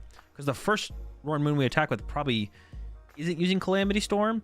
And if Evan ends up attacking first with Moltres anyways, which you probably don't want to do, then by that point you could have shifted your energy over or started to prioritize the Jellied Roaring Moon at that point, I feel like, as Evan. So I don't like this Jelly placement here from Evan. I mean, it's the Jelly or the energy placement. It doesn't matter. They should just be split, basically. Yeah, it doesn't really matter. They should basically just be split. All right. Let's see if Joe has a little bit better of a start here. Not looking like it. Does have a boss on a moon. But did put the Rotom in play, which is what you don't want to have in play. And only 1 Charmander down. So some great boss targets. Or honestly, some great escape rope targets here from Evan. Like, escape rope is really, really good here. You either KO the lone Charmander, which means there's no attack threat next turn from Joe, or you KO the Rotom, which is a 2-prize knockout, which then puts you ahead on the prize exchange here. Yeah. This is looking pretty good here for Evan. If Evan can find escape rope or boss or something like that. But I actually think escape rope's in the discard pile here for Evan off that initial Squawk ability. So there actually might not be an escape rope to utilize. So then at that point, we're looking for a catcher heads here from Evan. And you definitely want to play, like, there's a strong possibility that Joe has like a Candy Charizard on that next turn. For sure. We'll see what gets put together here. Gonna be an attach active, an E-switch active. Then a Mew for 2 before the Sada, into a switch card and an energy. I wonder if Evan also just doesn't attack here if Evan doesn't get an escape rope or a gust. I actually don't hate the idea of Evan just being like, I'll chill. But there is the catcher. And some 4 Seal Stones for later. Here's a catcher. It's a Tails. I feel like Evan should just pass here, though. Because you take this knockout on the active, then you get Candy Zard counter catcher. I mean, all right, so it's weird because, like, Joe is really not set up very well at all. So any knockout here from Evan puts a lot of pressure on Joe, but Evan could just pass here. We'll see what Evan chooses to do here, though. E-Star power is happening. Yeah, catcher is grabbed. So it's just going to be try to be a little bit more aggressive still. Just going to go for another catcher. Catcher up the...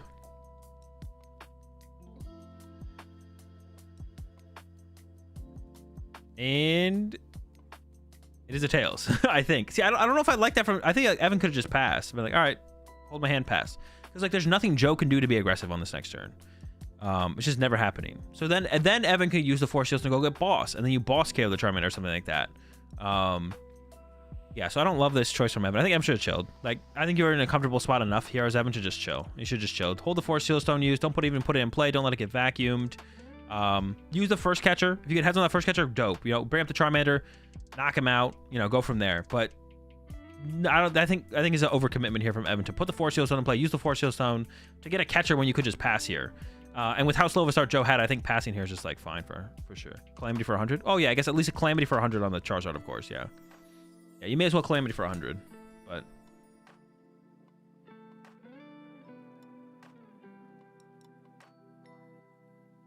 All right, let's see what Joe can put together. Does have this Radiant Charizard in the active, which is obviously terrible. The hand does not look great. Is it just Rotom for 3? Jeez, man, what? That's awful. As a counter catcher, can't play it. There's an Arven. Okay, so no, it's not quite that bad. There's a couple ways that Joe could handle this here. I think Joe should honestly just swarm with Charmanders. I think Joe should just, or to get down. Ideally, I think Joe should just go Charmander.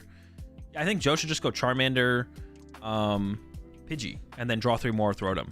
I think that's what I'd like to see from Joe here. Just kind of chill still. I think it is, unless Joe can go. I don't think Joe can actually take a knockout this turn. Just punching a Roaring Moon here does not seem great. Seems very okay. So I think just going Pidgey, Charmander, pass seems fine. But I do see Joe lining up the switch, so it looks like Joe is going to go for the punch here. The punch just seems unnecessarily aggressive here from Joe. But there it is, Candy Charizard. Yeah, because this punch is the punch is okay. But this punch is going to be responded to by Evan going into the other Roaring Moon and using Frenzy Gouging. There's the Force Seal Zone for the switch. Punch for 180 on the active. Evan's going to go Frenzy Gouging with the benched Roaring Moon for the knockout. I honestly wonder if Joe should have... I don't like getting rid of the Luminion here. I definitely don't like that. I don't know what the rest of the hand is, but getting rid of Luminion does not seem correct. Yeah, should definitely keep Luminion there. What if we had loaded the energy onto the Charizard instead? I guess it's like kind of... I guess we're too far away from being able to utilize that, though. Never mind. Well, are we, though? We're a little bit far away. Yeah, I think Joe should have just chilled. I think Joe should have just got Pidgey down, get Charmander down, and draw 3 more with Rotom. And then next turn go for Candy Pidgey, Candy Charizard, attack with Radiant Sword or something. I don't even know. Counter catcher KO for 2 or something. Especially after Evan like commits the Force Seal Zone for the catcher. Like, it's almost like the same thing where it's like Joe had a really slow start. So Evan doesn't need to be aggressive and do the Force Seal Stone shenanigans. Just chill. And then it's like Joe should be look at this and be like, oh, they just went really aggressive with this Force Seal Stone play. Whiffed. I'm just going to chill. It's like, all right, I'm just going to chill. Like, just take the chill route. I feel like both players should just chill a little bit more. I think that just like both playing too aggressively for no reason here. And now we see this this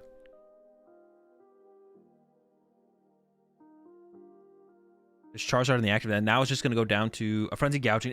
There is the jelly did get taken care of to the vacuum though, which is good for Joe. The jelly's gone, which means the Heat Tackle can come through for a return knockout. But Joe has nothing set up. Like the Pidgeot Charizard deck is called Pidgeot Charizard because Charizards are really good attacking Pokemon and Pidgeots are really good supporting Pokemon. And the reason both of the cards things are in the name is because you use both of them a lot and they're both really good to have set up. But Charizard without Pidgeot is pretty bad, and Pidgeot without Charizard is even worse. But yeah, I don't know, just getting Pidgeot set up is pretty good. Basically, what I'm trying to get to is we need Pidgeot, bro. We need the Pidgeot. Yeah, where's the Pidgeot? Where's the Pidgeot?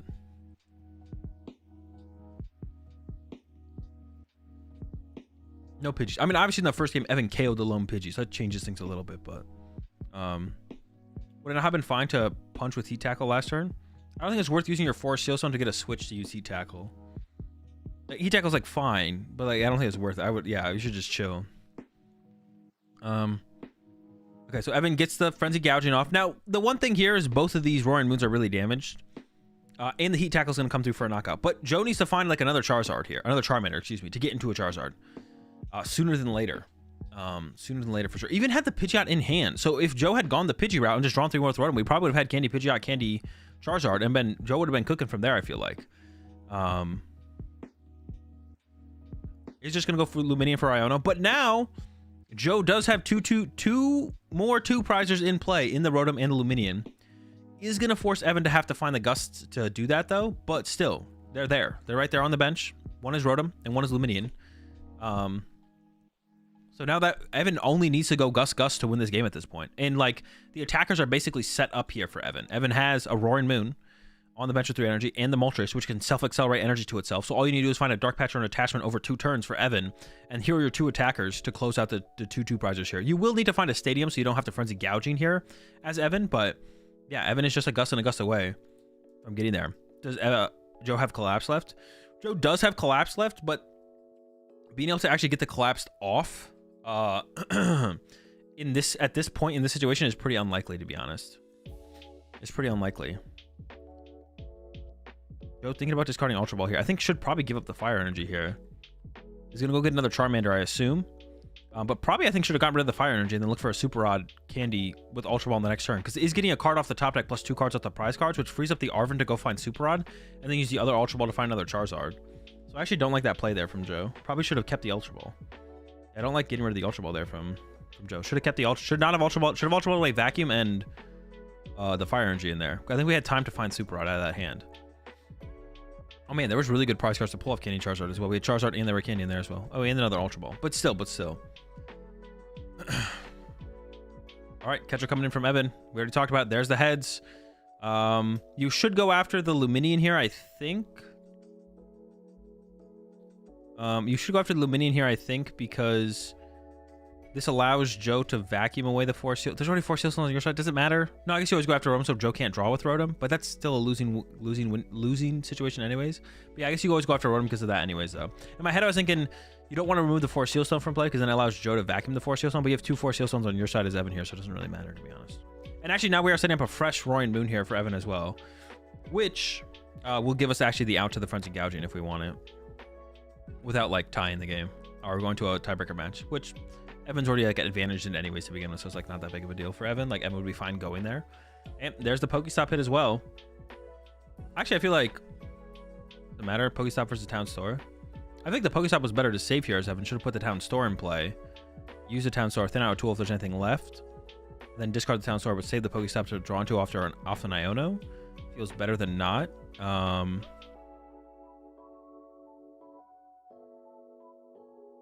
don't know. I feel like Evan should have maybe gone with Town Store and saved Pokestop.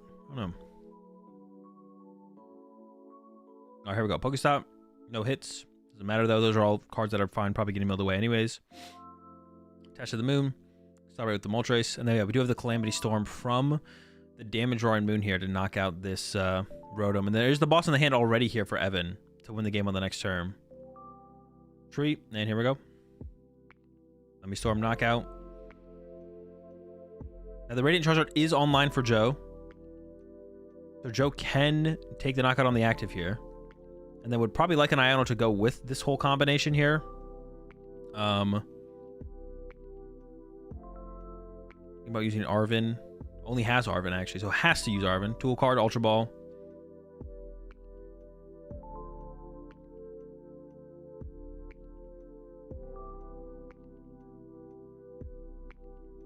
There is an Ultra Ball left in the deck, but like I was saying, we wouldn't have to get this Ultra Ball here off this Arven if we had just kept the Ultra Ball out of the last hand, which we should have kept. We should have kept the other Ultra Ball there out of that last hand and gotten rid of the energy, I think. And then we could have Arven for Super Rod here if we needed it. But honestly, I don't even think we did because of this Gust KO. Then we have 1 energy left in the deck plus 1 energy on this bench Charmander. So his extra energy in the hand is just useless at this point. Celebrating this last energy out of the deck here. Did Joe even get a tool card off that Arven there? There was a TM Devo in the deck, I'm pretty sure I saw, but Evolve to Charmeleon, and there's the knockout on the Roaring Moon. I actually think this is incorrect from Joe to evolve to Charmeleon here. Oh, I guess it doesn't really matter because the Radiant Charizard is still currently stuck, so it's like the same thing, right? I was gonna say I didn't like the idea of the evolving to the Charmeleon here because if Evan went boss up the Charmeleon, you can't retreat it for 1 energy. But your Radiant Charizard is also stuck for the same reason, so I guess it's like equal here, so it doesn't matter to evolve Charmeleon or not, to be honest. When I watched it live, that's what I thought, but yeah, thinking about it more, the Radiant Charizard is the exact same thing. All right. There's the energy from Evan, though, and the boss was in the hand, like I mentioned. And there's the KO on the Luminion. Yeah, the big thing here, I think it was just Joe being too aggressive. I think they were both just too aggressive on their turn, too. I think Evan was too aggressive with the 4 Seal Stone. I think Joe was too aggressive with the Candy Switch punch. Just chill. Draw 3 more with Rotom, get Pidgey in play, get some Charmanders down. Like, if you can get into a board state where you can attack or threaten the attack of, like, Radiant Charizard back-to-back, or just attack with Radiant Charizard without too many 2 prizes in play, you just win as Joe. Or even force them into a 1 prize KO through, like, a Charmander or Charmeleon or something, so... So yeah, I don't love the... I think both players are a little bit too aggressive on that second turn. From both players, they're, like, too aggressive. For no reason. Both could have chilled. They're both in a situation where it's like, okay, I could go for this play here, but it's, like, not necessary. Let me just take another turn to just set up. Or not attack or not draw a prize card. I guess Evan still should have attacked for the 100 damage, but...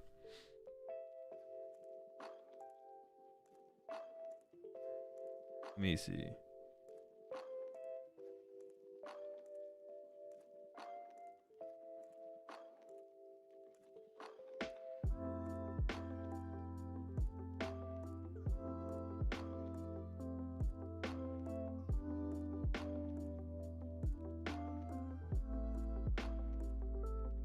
All right.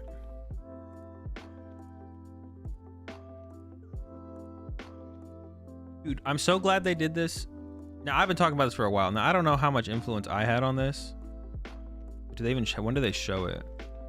I don't even know when they show it. But basically, they have the day 1 graphic here. But now they have like a secondary graphic of like the next 6 most popular decks afterwards. And I mentioned this multiple times on the podcast, and I mentioned it to Chip multiple times. So you know what? I'm gonna go ahead and give myself some credit here, and I'm gonna say that I influenced the secondary day 1 graphic. I don't know if they have a secondary day 2 graphic at all or not. But yeah, I'm gonna go ahead and take credit for that, to be honest. I'm gonna pat myself on the back here for this one. I'm fine with that. They didn't do it for day 2. Yeah, they probably don't need to do it for day 2 because the field is like compressed. That's what I like mentioned before with it as well. I mentioned it to Chip, and then maybe I mentioned it on the podcast, was like, it's also if the meta is really narrow, you don't need it as well. But with how wide of a meta we have it right now, with how wide of a meta, like for this kind of meta that we have now, or potentially a little bit more narrow, it's nice to see like the top 12 or top 10 decks. They don't even have to do, it doesn't have to be top 12 every time. They don't need to show us like a secondary graphic for every meta. But like the current meta, it makes sense to have like that secondary graphic. It was cool to see where Snorlax landed. Yeah, like you had Mew, Snorlax, and Golden Go that were like off the top 6 chart, but I'd be like, okay, I would like to know like how these decks did, where they were at, you know what I'm saying? This is the first time Mew wasn't on the graphic. No, it's had a couple other times for sure as well. Yeah, when it goes to day 2, or we have like a more narrow meta, that you don't need it, but you may as well have it for like now. It makes just sense.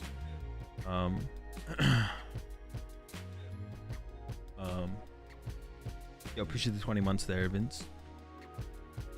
Okay.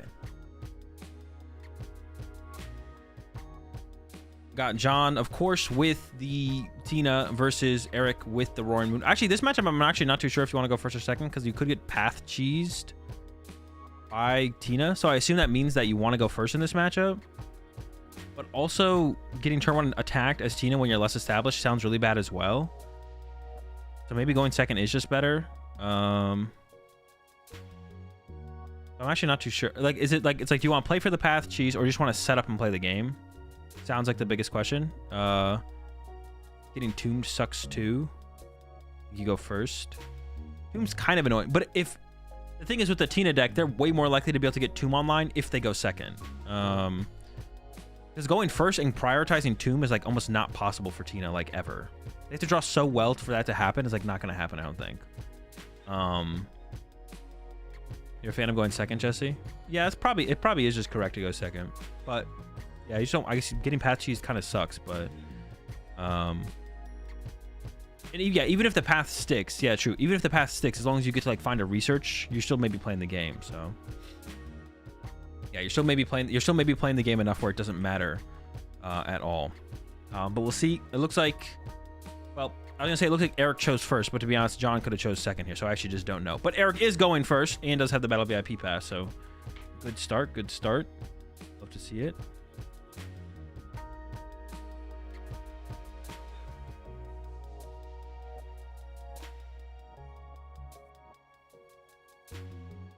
Let's see what Eric's gonna go for. A moon. Will it be a Billy angle or not? Or Pekko's prize, but it doesn't matter too much. You can usually just kind of swing with Tina's, or not Tina's, Moon's to begin with. Moon, it is the Billy line here for Eric. Comes the Ultra Ball. This matchup feels really great for Moon, to be honest. Yeah, it does seem pretty good for Moon. I think it even gets better if you like have like the judges and stuff. If you play the judge or the judge and the Iono and you have all that stuff. Because then the Tina player kind of can't sit there and like do some like cheesy junk. If you like have the judge and you like get him with the judge, palpad your judge, try and find it again. You kind of take away the Tina player's ability to get like cheesy with their lines of play. All right, Dark Patch. He switches up to the active, has the Ancient Booster Capsule as well on the active already, I think, which is super annoying to deal with for Tina. Especially if the turn 1 attack is like a cram attack into it. Here comes a Vessel as well. I don't think Greninja's been used. Hasn't attached for turn yet either, so can still attach active, use Greninja, draw 2.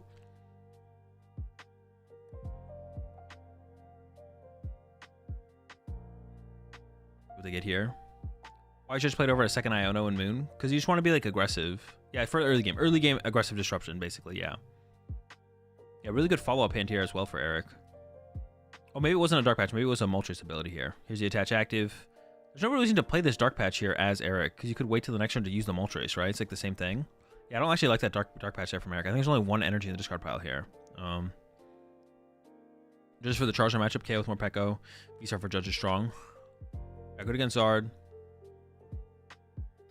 But also good against Tina as well. I mean, early disruption is just nice to have. Like, having just options is good. But only to a certain point, but John does find the Colress. I don't know how many basic Pokemon John has found so far. There's a Sableye. That's not great. We need to find a VIP pass here or something. There's a Comfey. There's a Tina. Okay. Looks like he's going to give up the water and the switch. Is opting for Comfey, Tina, Psychic. I'm debating. There's the Comfey. Gets it up. And still needs to find like a Battle VIP pass here or something, though.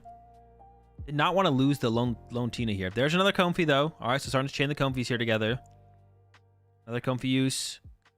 Colress or a Nest Ball. Do you get down the double Tina? Or do you go for the Colress for next turn and not even bench this Tina? Looks like John... He could still just not bench the Tina and just chill. And I think that's what we might see John do here. Man, it's so hard to get... Without a Cram attack, though. I'm sure John would have loved to have Cram attacked here. And broken... Or basically effectively negated the Ancient Booster Capsule here. Benches the Tina... And pass. This opens up a big opportunity for Eric to just like boss KO this Tina now, though. Or catcher KO. Boss KO, catcher KO. He's even going to start up with the stop. Palpad, E-Switch, both great options. There's the 4 Seal Stone. I think this is going to be a boss KO Tina angle here from Eric. Yeah, I kind of would have liked to have seen John wait on the Tina. Now, the other thing John could have done was take the Nest Ball and go get the second Tina. But then you don't have a Colress in the hand for next turn. I think I like John taking the Colress, but not benching this Tina, and then next turn benching both Tinas. To me, that seems like the better of the two plays. Then you're whiffing a knockout on your next turn, which means then Eric could just like establish triple Roaring Moon. And I don't think you have ever a way to beat triple Roaring Moon that are set up at that point as John, because you'll definitely be behind 2 prize cards. And then you just lose to back-to-back Frenzied Gougings or something like that. That's a tough call there to make, to be honest. But now it's looking pretty bad for John here with this boss KO, because that gives Eric like a free turn. Maybe John will be able to find the Cram and get the Cram Punch onto this Ancient Booster Energy Capsule, so that way Lost Impact can clean it up on the following turn. But John or Eric will be pretty far ahead at that point. You switch up. Not that much energy in play here yet for Eric. Like I said, I didn't love that Dark Patch play from Eric on the previous turn, because Eric could have just waited a turn, because Eric had a Pokestop in hand, so it was guaranteed to be able to bump Path to the Peak, and they could have just used Moltres and kept a Dark Patch around for the future. So the only thing I haven't liked from Eric so far is that Dark Patch use. I wouldn't hate to see this Palpad get played, though, I don't think. Top decking boss here would not be bad from Eric, because I believe you have another Pokestop in hand here as Eric, so you could just do the same thing again and boss KO another Tina. So definitely should play the Palpad there. Recover the boss, recover something else. Just have the possibility of that. Super odd. Immediately here from John, Giratina and Energy thrown back into the deck, and then we have the Colress in hand. Gonna try and find... Once again, John does need 2 Tinas. John does need 2 Tinas. And that's 0. Does have a path, I guess, finally. You appreciate the 15 months there. It's Mana. Who's favored in this? Moon. Moon for sure.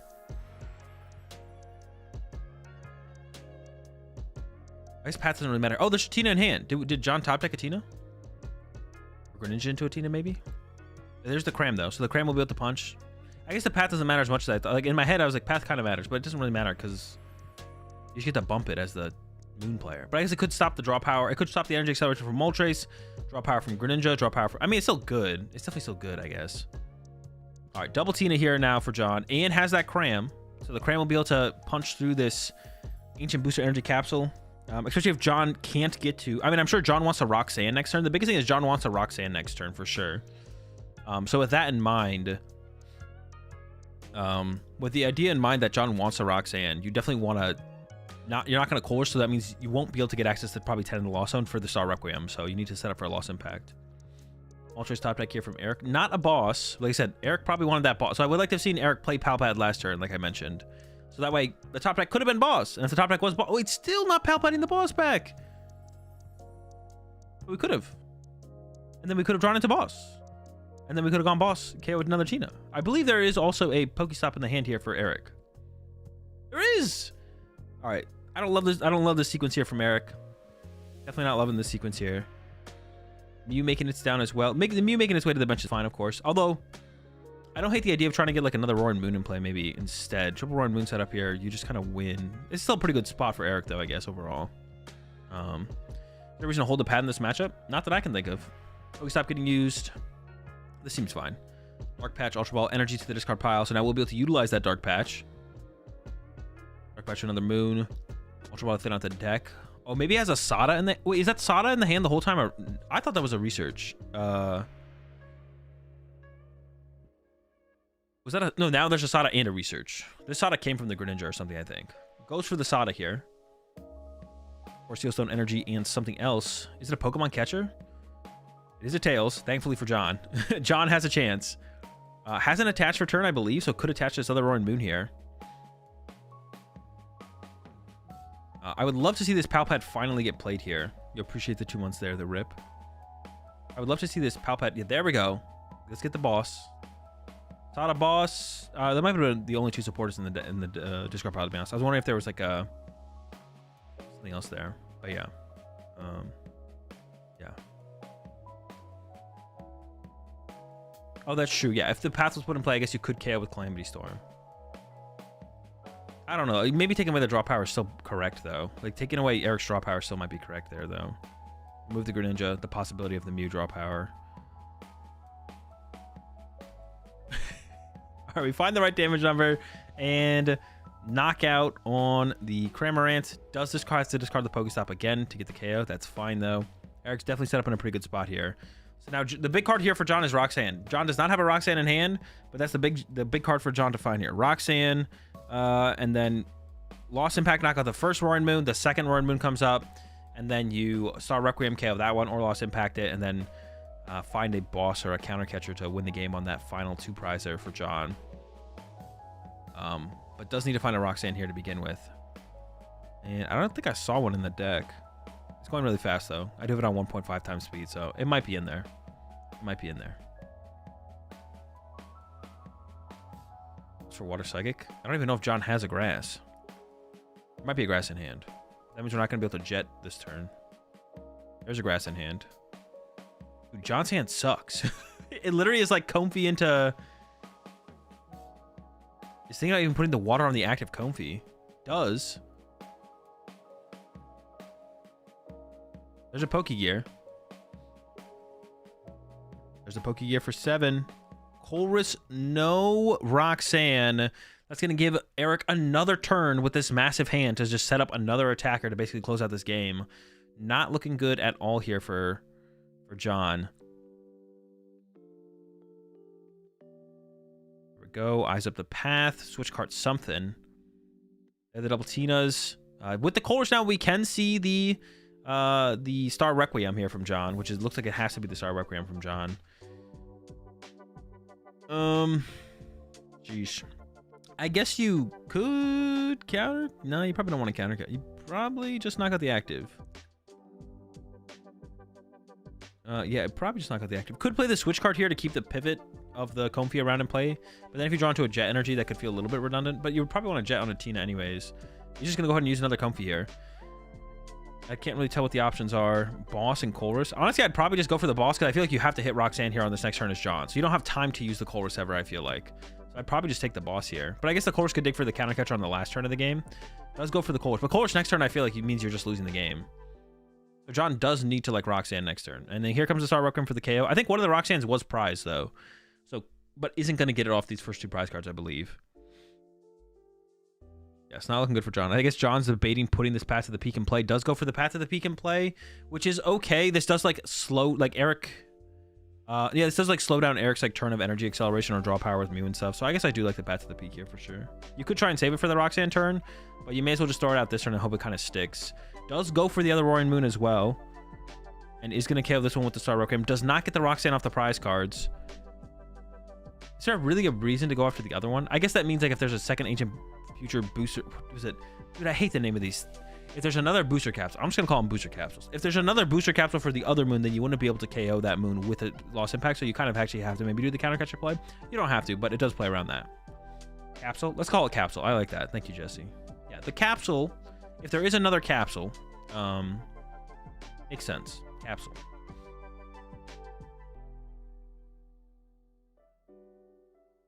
Another moon being lined up here for Eric, though. And if this moon gets set up, the game should just be over, I think.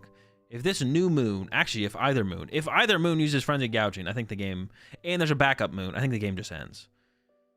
Let's see what Eric's got, though. I see Double Dark Patch. Now, do you just concede here? I'm trying to, like, do all the math in my head. Is there a possibility for John to make a comeback if another moon gets set up this turn. Like, should John just concede now? I'm leaning towards yes, right? Like, John should just concede and go to game 2. Sheesh, Eric even has Iono. I would definitely hit him with the Iono here. Do you have anything? Is there ever a play here for? I don't think there's a play, right? Another one? The capsules are out? There's no play, right? Well, I guess you could boss the Moltres. Okay, John could boss the Moltres and then Sableye around it. Okay, I take it back. There is a play. Okay, but that's just like a mistake then from John to have not benched Sableye during the last turn, right? John had Sableye in hand before it just got Iono'd. If John benches Sableye, does John play second counter catcher? No, John plays boss. Oh yeah, both boss's orders are in the lost zone. I can see them both right there. So yeah, I'm pretty sure John played the one counter catcher again. So John's only win condition. This is why I would like to have seen the boss get saved. We needed Augusta, actually. Especially if John was going to play the... That almost feels like a big mistake there from John to have actually lost zone the boss and then also play the counter catcher during the same turn. Now, the second capsule was found, so then John would have lost on the spot as soon as the second capsule was found. But John should have definitely kept the boss over the Colress on that previous turn. Now, it would have worked out poorly because John didn't find the Roxanne, but you needed this boss at this point to even have a chance to win this game. And now there's no win condition for boss because John can't even bring up the Moltres to trap it and Sableye around it. But John should have also benched the Sableye during the last turn, knowing that was the only possibility. But that would have also involved John benching the Sableye, but then not lost zoning the boss at the same time. It was pretty bad. It was a pretty bad scenario. Tough matchup. Eric had a pretty good start. John had a little bit of a slow start. But to be honest, like John's start wasn't like... That was like an average game for Tina, it feels like. But that's why this matchup is tough. Roaring Moon is so fast. Tina is so Tina, and then yeah, so like the way they match up in terms of pace is just tough. Not only are it's like the prize rate theoretically always go in Eric's favor if Eric draws well, but like yeah, the pacing of both decks is just tough for Tina, I feel like. Because Tina's like in a lot of matchups, Tina can be like, okay, I'm gonna take an Abyss Seeking turn off. But against Moon, you can't. If you take that Abyss Seeking turn off, you just have lost the game. Like you did what? Excuse me? And you're like, yep. And it's like, all right, I win. Yeah, so I guess like the only thing really was I didn't like to see John bench the the Colress versus the boss. Keep the boss, we can bench the Sableye. And then putting out that first Tina by itself didn't feel great from John either. For sure. Prize cards here, Roxanne prize, not great for John. Again, like that's like how it feels like your win condition in this matchup is the Moon player gets ahead, they get in Roxanne range, you Roxanne them, they take another knockout, you Roxanne them again. And you just try and like disrupt them at that end game with the Roxannes. But one Roxanne prize here for John. Now, John can find that first Roxanne first and then use the second Roxanne second, but on Eric's side, probably plays 2 Force Steel Stone, probably plays 2 Moltres, so nothing really too terrible here for prizes for Eric.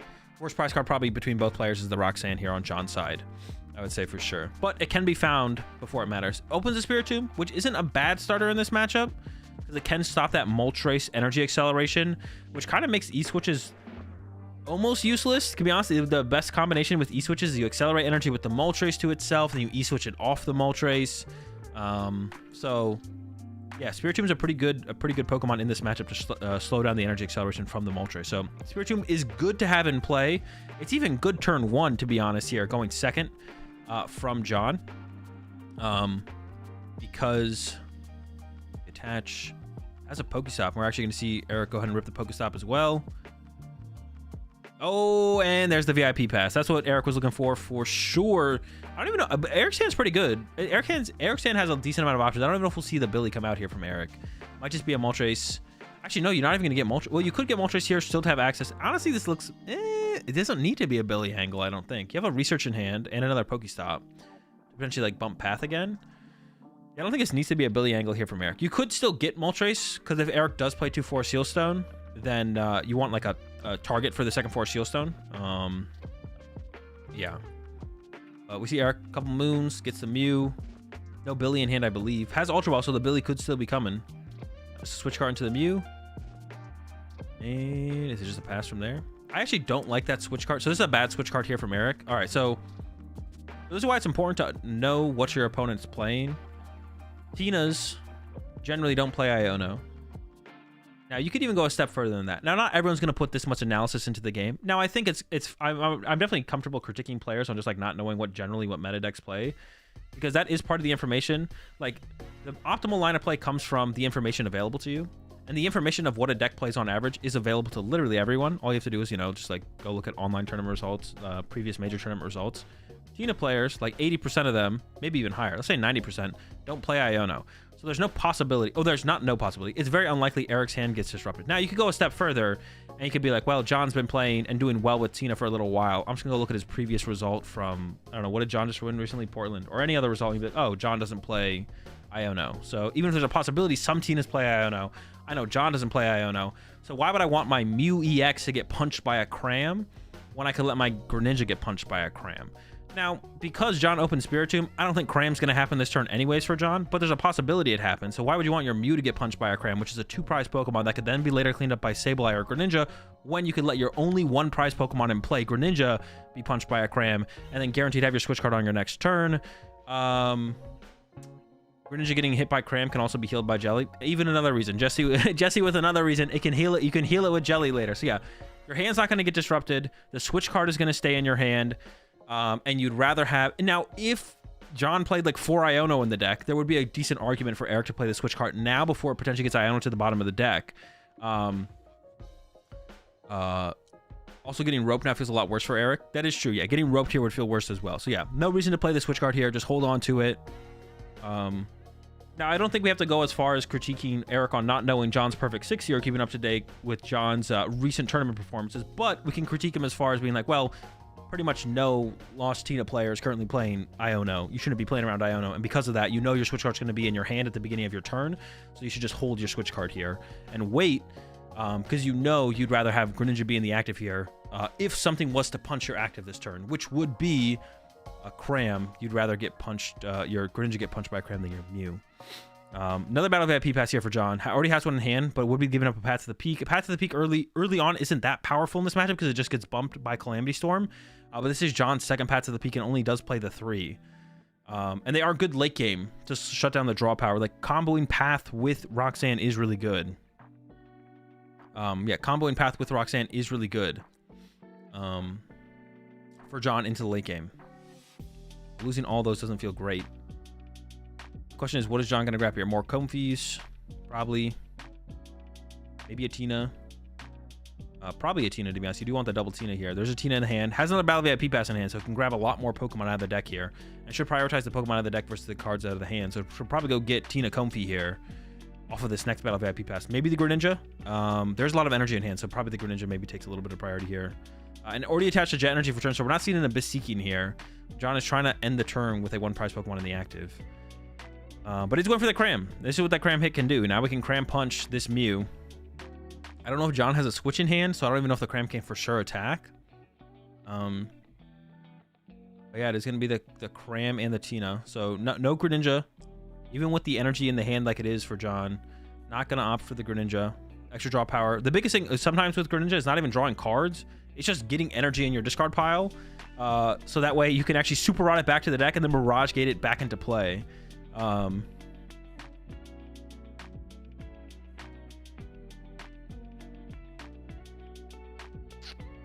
we go, because of a Comfy. Another grass. See, this is what can happen. Is that triple grass? That's triple grass. See, this is like what... So now, like, let's say... So if John's hand gets big enough, Eric will be like, okay, I should probably judge you or Iono you or whatever, right? But if Eric never finds a judge or Iono, what can happen in this situation if you never put Greninja down? Now, I'm just saying this is what can happen sometimes. I'm not saying John should have got Greninja here, but sometimes what can happen with Tina, because you don't prioritize Greninja that much, is you just get all these energy in your hand, and then you literally can't play Mirage Gate or Super Rod, because all your energy are in your hand. And then you just lose, because you can never use Lost Impact. And we're currently headed down that route here, it feels like, for John. It's possible. It's possible. The route's possible. If John like top decks energy, then plays Chorus and sees like 4 energy and it's like, shoot, well now I just can't play Mirage Gate and I lose. It's possible. We're not there quite yet. But here comes a Cram Punch, which is really good on the Mew, because now this Mew can be KO'd by another 1-prizer later on. You could use, like if Eric goes Boss KO Tina, well then you can go like, okay, Cram Counter Catcher KO Mew, and now there's another 1-prizer on my active, and I'm still forcing that 1-prizer onto you to deal with. So I really like the Cram Punch here from John. And this is why, on Eric's side, we just wish we had left our Greninja in the active and then played our switch card this turn, because then we wouldn't have a 2-prizer and play with damage on it. We'd have a 1-prizer and play with damage on it. And if John KOs a 1-prizer, John still has to KO 3 2-prizers if we don't bench another 1-prizer in play for John to take advantage of. And we end up in a really good spot here as Eric. All right. Pretty good draw there, though, from Eric. The moons are getting loaded up. has a research, has another stop.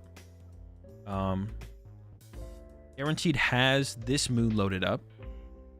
No boss in hand here, but I mean, I believe Eric plays catcher. I could be wrong on that. Oh, there's a catcher. Yeah, Eric plays catcher. So we could still see a Tina go down here, which John does not want to see.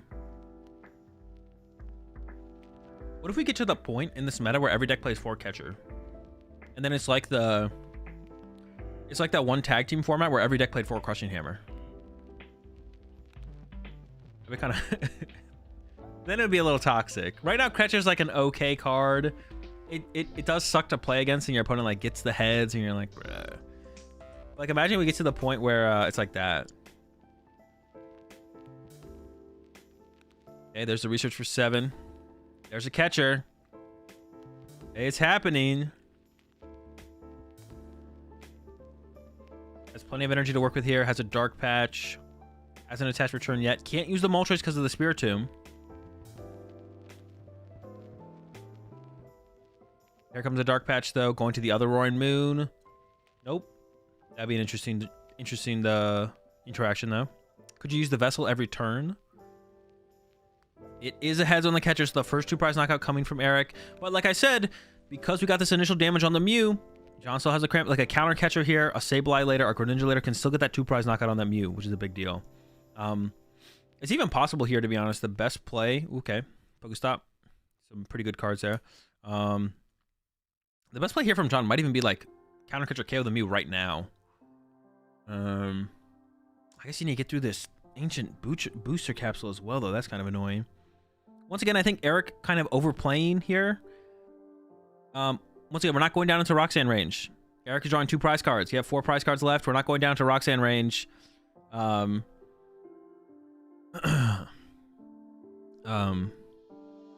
not going down to Roxanne range here as Eric. Like, don't put the jelly in play yet. We don't need to put this jelly in play yet, right? There's no reason to. If anything, this gives John an opportunity to go counter catcher, lost impact KO this benched Roaring Moon and remove our jelly from play, right? Then we just lose our jelly. Now, do we care that much about our jelly? I don't know, but we can put this jelly literally anywhere else next turn when we go into Roxanne range. The ancient booster caps on the active makes sense, right? We want to play around lost impact on our active, cool. We have the jelly here on the bench. Doesn't make any sense. We're not getting any value out of it right now. We could get value out of it later. We could top deck another ancient booster capsule. Well, actually, I think the other one got milled. But you guys get what I'm saying. There's no reason to put this jelly in play yet. Same reason as using the switch card on that first turn. It's like, I'm not in Roxanne range yet. I don't have to worry about them doing anything. Yeah, so once again, looking tough for John. Behind on the prize exchange. Needs to somehow get back into it. We need to see the, like I said, the counter catcher on the Muse decent here. Star Requiem is not happening this turn at all, for sure. I think John's only plays here really are Cram Punch the active. Honestly, John just doesn't have any really good plays at all. The hand sucks as well. It can be Retreat Punch with Cram, or play Escape Rope, send up the other Comfy, and then Eric ideally just pushes up Greninja there to absorb a Cram hit. So here from Eric, we want to see the Greninja ideally get pushed up, and there we see the Greninja push up. So if a Cram is going to attacking into the Greninja's not great. John give up the Jet Energy. I'm not sure what John took. There's an attach retreat. He's still going to punch with the Cram, though. Preserve the Comfy. Could have also just, like, attached to a Tina for a turn, though, as well from John. Once again, like I mentioned, the energy getting stuck in hand is, like, a real potential here.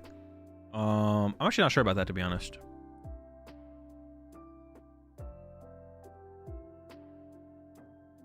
Yeah.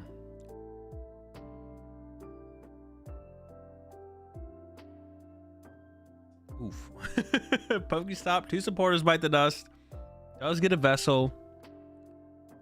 Oh, has the Forest Seal Stone as well. So that's going to be another boss KO. It's going to be another boss KO, or Gust KO, I should say.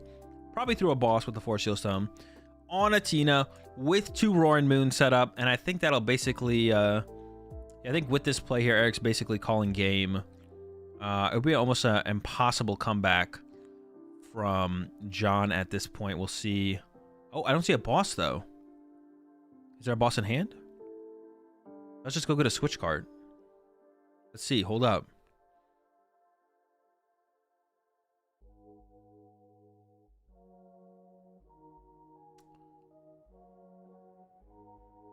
And no boss grabbed there from Eric. Maybe the boss is prized? Might just be a punch into the active here from Eric, actually. That gives John some hope, to be honest. Switch cart needs a little bit more damage on that ninja. There it is. Still in a good spot here for Eric, for sure. Oh, it's in the hand the whole time. And John flicks it at him. Okay, it was in the hand the whole time. I wasn't sure where it was. Okay. 2 prize cards left for Eric. What do you do here as John? Do you do anything? Is there anything to do? 5 in the Lost Zone. Doesn't have access to Mirage Gate. No Roxanne in hand. I feel like you gotta find Roxanne this turn. But then what do you do after you find Roxanne? Do we look for the counter catcher play this turn from John? And you... Dude, there's no win condition. I don't see a win condition here. Let me think.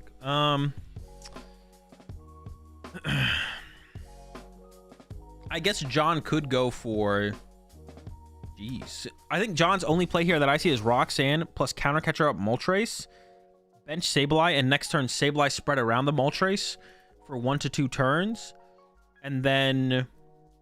Actually, it might have to be longer than that, to be honest. Maybe like 3 or 4 turns. Dude, jeez, it's looking bad. All right, let's see what John actually does. Not looking good. It's not looking good. Greninja also works. You could snipe around with Greninja as well. I guess that's something.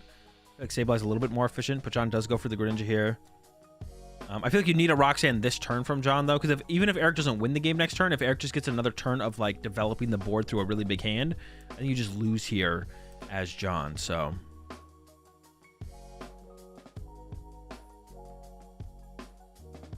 Nice. Couple boss's orders. I don't think has used the Comfy yet. Nest Ball. I don't know what that other card was. The Path to the Peak. So we could see boss on Moltres plus Path. Try and just slow Eric down. Yeah, I think that's what I see here from John. Is just boss up the Moltres, play the Path. Pray for Eric to brick for a turn. And then, yeah, pray that Eric bricks for a turn. And then get Roxanne next turn, I guess. Retreat to the Cram. Okay. Is it just going to be Cram into the active here? Maybe. Super Odds back, Triple Grass. I'm not sure about that from John. I guess top decking a Grass Energy is okay. I think he's going to clog our deck more than help us find... I don't know if I like that sequence ever. This is not going to help us with the Roxanne. He's actually going for the boss on the Mew. And KO. Does that actually make any sense? Boss Mew, knockout, get 2. I mean, I think Eric's going to win on this next turn. We'll see. If we had boss Moltres, punched Moltres, try to hope that Moltres gets stuck in the active. Is that better? I don't know. Maybe this was fine. You still need to do the boss Moltres play on the next turn anyways, I guess. I think you had to stop Eric from drawing a prize card this turn, though. Now, well, I guess Eric drawing a 1 prize is the same as drawing a 2 prize. I feel like you just need to stop Eric from having a... I don't know. It's so bad there's maybe not a good play, to be honest. Like, it's so hard to come up with a good play. When you're this far behind, it's hard to come up with a good play. I can't come up with one. We have Palpad in the hand here, though, for Eric. So Eric can go Palpad, put boss back in the deck, and then try and draw back into boss. He's concealing cards first, though, before shuffling the boss back in. I don't like that. I feel like we should have shuffled boss back into the deck here. There's a research. Here comes Dark Patch. So 2 moons loaded. 2 moons loaded up is still pretty good, though. Like, oh, goes to the Moltres, actually. Not the moon. I don't know if I like that. Oh, but maybe we're trying to burn some E-switches here. Palpad. Now recovers the boss. I don't like that. We could have recovered the boss first, I feel like. Maybe Eric was looking for something else, though, besides supporters. Eric definitely doesn't need to win the game this turn, so Eric doesn't need to be, like, feel pressed to get the boss and then Frenzy gouging the Tina. So if Eric thinks there's, like, a little bit safer of a route to take here, then, yeah, here comes the research, it looks like. There we go. Moltres double E-switch down. And what is the draw? There's the catcher. So it could just all end here. Nope, I think there's another catcher in the hand as well. And here's another catcher. And there we go. And the dub for Eric with the moon over John with the Tina.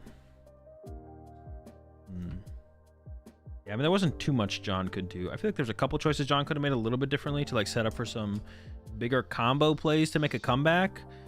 But, I mean, it's tough, man. It's tough. There's not too much for...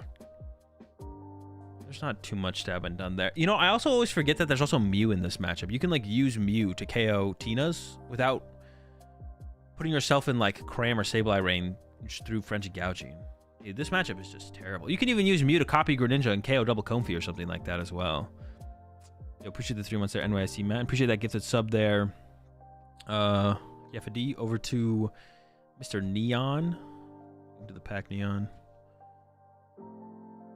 A lot of French toast. We got plenty of muffins. I think Mew is easy for newcomers. GT Mew is pretty straightforward, but I guess I could see it. What's a decent starter deck? I'm taking a friend to their first regional. What's a decent deck that they could... That's easy to learn that might squeeze out a win or two? Probably like Moon, Miraidon. Yeah, Moon or Miraidon. That's why I wonder why people play Lugia. Bro, nobody plays Lugia, Paul. No one actually plays Lugia. Like, people do, but no one's playing Lugia with the intention. Like, no one's like, I'm playing Lugia because I'm trying to beat Tina. They're just like, I'm going to play Lugia. It just also beats Tina. Place did I get at Knoxville? I got 9th.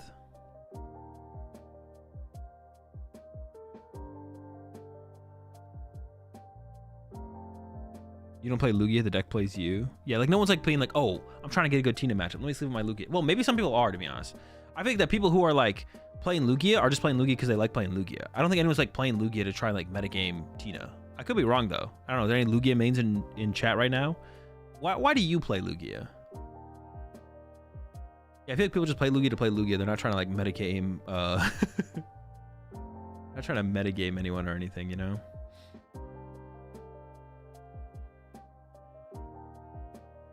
Maybe I'm tripping though.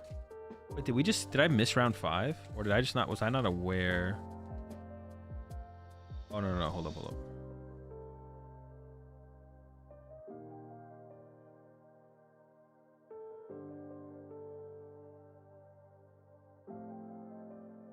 I shouldn't write down anything for round 5, to be honest. I was going to, but we're about to go into round 6 here. Hold up. Let me write my notes.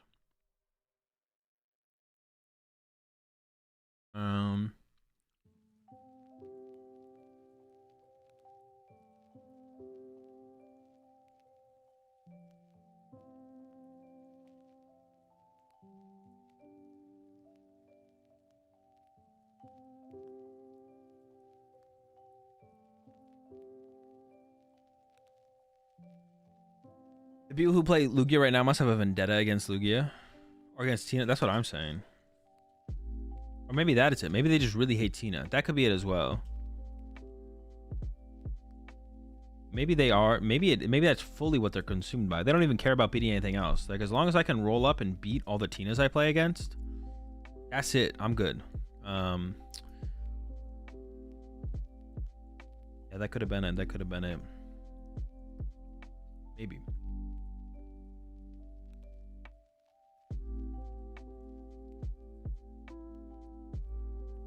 Who's the play for next regionals? Yeah, if you want to go like 4 and 5, I agree.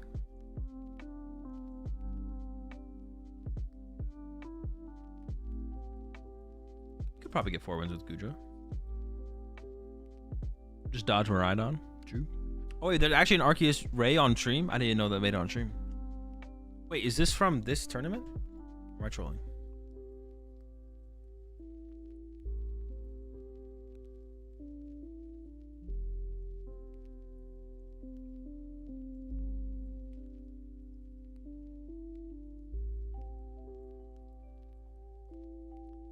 Going to run Vancouver Regionals in a bit. I have no clue what to play.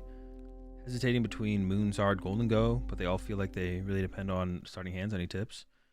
I mean, if you think all those decks, saying a deck like all those decks depend on starting hands means you just like every Pokemon deck. Any tips? Just play a good deck that you enjoy playing. So don't play Golden Go, but Zard and Moon are fine.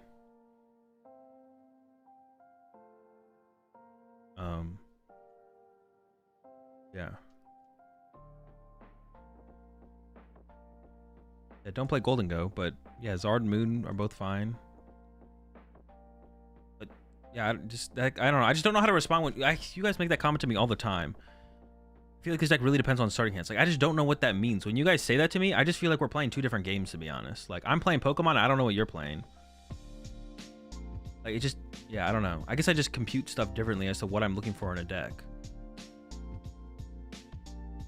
But yeah. I mean, if you're really trying to have the deck that probably cares the least about, but I don't even know how to respond to that comment, to be honest. The deck that probably cares the least about starting hands is probably Gardevoir because of Mirage Step. Like, you can turn like a pretty slow, didn't do very much hand into Mirage Step, I guess, but. How good is your Charizard matchup as Ogre? Probably unfavorable. Is Ogre gonna have a heart attack watching this match? Maybe. Maybe I should rephrase. Really feel like hit or miss depending on starting hands. You just literally said the same thing. You just said the same thing. All that matters is the deck's win percentage. Literally the only thing that matters is the deck's win percentage. And both of those decks have pretty good win percentages when played well. The thing is though, if you take a good deck that has good results and you don't even break it down to, ooh, I feel like it's bad in the meta because of matchups, and you break it down to, I feel like the deck is hit or miss on starting hands, you're probably just misplaying the hands that aren't as easy to play, is probably what is the outcome, to be honest. If you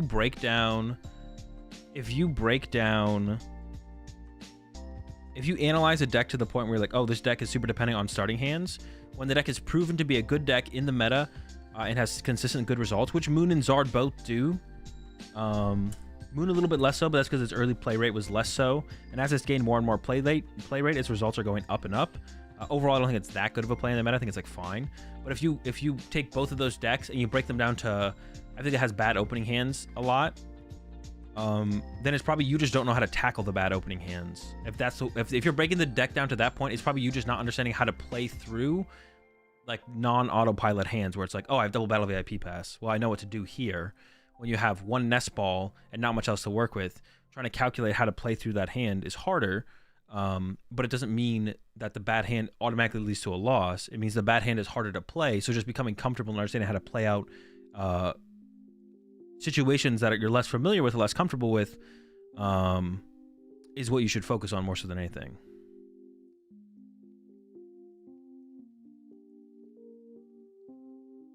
I've heard people say this deck is really consistent but has bad matchups. Do you have any thoughts? I never really understood this. That can be true. A deck can be really consistent but have bad matchups. Like, if the consistency is consistently being able to do to execute what the deck is trying to do. So if you can always execute what the deck is trying to do, then the deck is consistent. Now, if what the deck executes isn't enough to win enough games in a meta to make it worth playing, then the deck is really consistent, but the deck sucks because it's not good enough in the meta. Like, I can play one Magikarp and 59 energy, and turn one I will always attach an energy to my Magikarp, so I'm consistently executing what the deck plans to do, but name one deck I can beat with Magikarp and 59 energy. Now, obviously, that's kind of an extreme, but as we get closer and closer to it being a real deck, there can still be plenty of other decks that are really consistent, maybe not Magikarp 59 energy, but if they don't beat enough stuff in the meta or just have enough bad matchups in the meta, its expected win percentage in the meta isn't going to be very high. And because of that, it doesn't matter how consistently I attach to my Magikarp, I'm not going to beat anything. I more so meant that I hate Moon and Golden Go's ability to lose because of bad starting hands, not turn one attacking. Zard, not so much. Well, it sounds like you don't want to play Moon or Golden Go and you'd rather play Zard. Or if you just don't enjoy playing any of those three decks, Polar, you should just go find a different deck that you enjoy playing more and make that the deck you're going to play at the tournament. You all just, I keep saying this so much recently, but it's so true.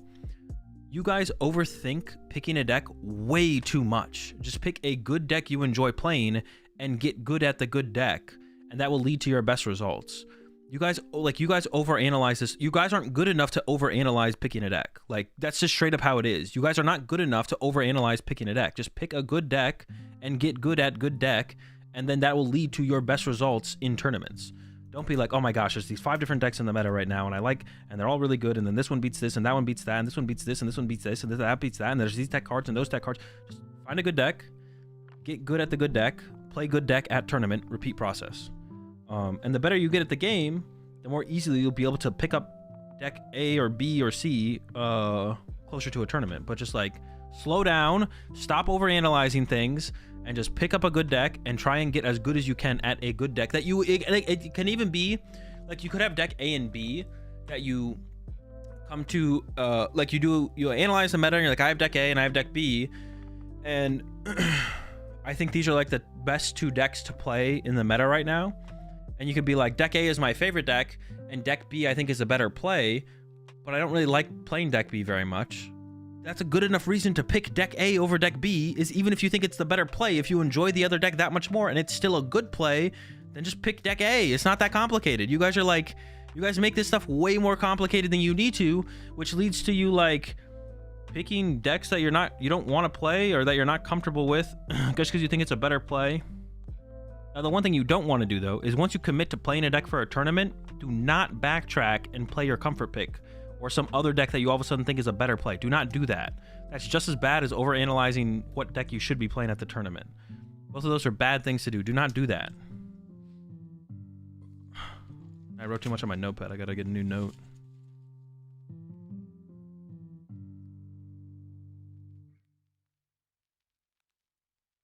Yeah, don't do that. Do not get cold feet. If you practiced Guardy for the last 3 weeks, you're playing Guardy at the tournament. If you don't play Guardy at the tournament, don't go to the tournament.